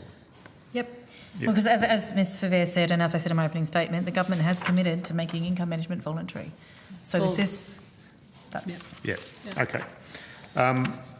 I just wondered if I just wanted to go to the 1.8% that Ms Tink referred to, that based on an individualised assessment. So can you unpack that 1.8%? Like how do they come to you? So the 1.8, there are a number of different cohorts in relation to the programs. The 1.8% are people who have been referred either through a child protection order. That's what I was particularly interested in. I'm not sure. There is another one which is a vulnerable welfare recipient cohort, and they are placed on that's the 5%? program.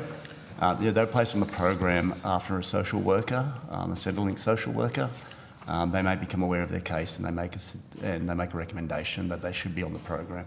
So is that because they don't have capacity, like in the legal sense, or is it they have concerns about them being exploited by? We'd have to take that one on notice because it's that again is done by Social Services Australia. But they would look at certain things. Obviously, the person may become aware of a person who may be showing some particular financial or vulnerable indicators. Like I mentioned before, homelessness or just financial coercion. Okay. So, and I think it said child protection not provided in the data you presented. There is two programs. Income management, if you look at the data on data.gov, the data which you have is subject to suppression because of potential identification of people. Some very small numbers in very small communities. Small numbers. So but on data.gov, it is suggesting that there's less than 16 on income management, and on enhanced income management there is 15. Okay. All right, I'm just going to ask you a couple of questions so that we can hopefully get out of here on time. You can take on notice and get back to us in the hope of getting us out of here on time, Deputy Chair. So, Okay, are the intended objectives of enhanced income management different to that of income management, noting that Part 3B income management includes an objects clause, whereas Part 3AA enhanced income management does not? Income management and cashless welfare measures have been subject to numerous evaluations and reviews, all utilising different parameters and examining different aspects of the regimes. Why did the department not take into account previous audits and evaluations when developing enhanced income management? And the Australian National Audit Office recommended in recommendation 4 that your department develop and implement an evaluation plan for the enhanced income management program that is consistent with the Commonwealth Evaluation Toolkit to inform policy design changes and any other relevant programs. Is work being done on this? Will human rights considerations form part of this evaluation? And has the department sought, well, you know, most of our work is looking at legislation through the human rights lens, so with that in mind, has the department sought advice as to the compatibility of income management with Australia's international human rights law obligations? And we have consistently raised human rights concerns with compulsory income management. Has the department taken into account those concerns when developing additional income management legislation? And lastly, how in practice can a person seek an exemption from income management? What supporting evidence would they need? And you've already touched on this with Ms Tink's 20 hours, which is a lot of work for a lawyer, I can tell you. Any comment on that? And I think we are just about done. Does the Deputy Chair need to say anything? Yes, I've got a few things to say. I'm sorry. Sorry, Deputy Chair. Can I just make a statement? Go ahead. You want to?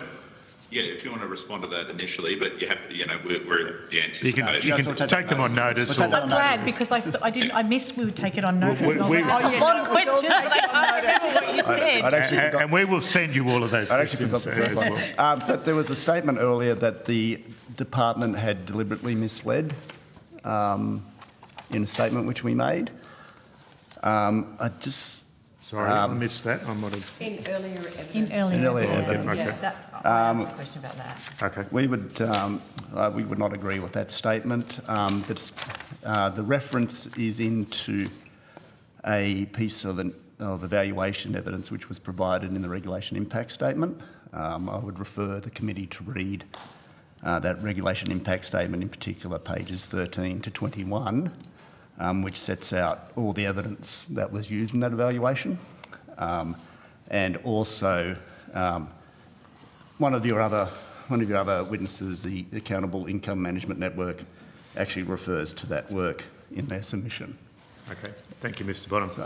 Deputy Chair, with your permission, we will... Thank you. Thank you for that. Thank you for clarifying that. I was hoping you'd address that.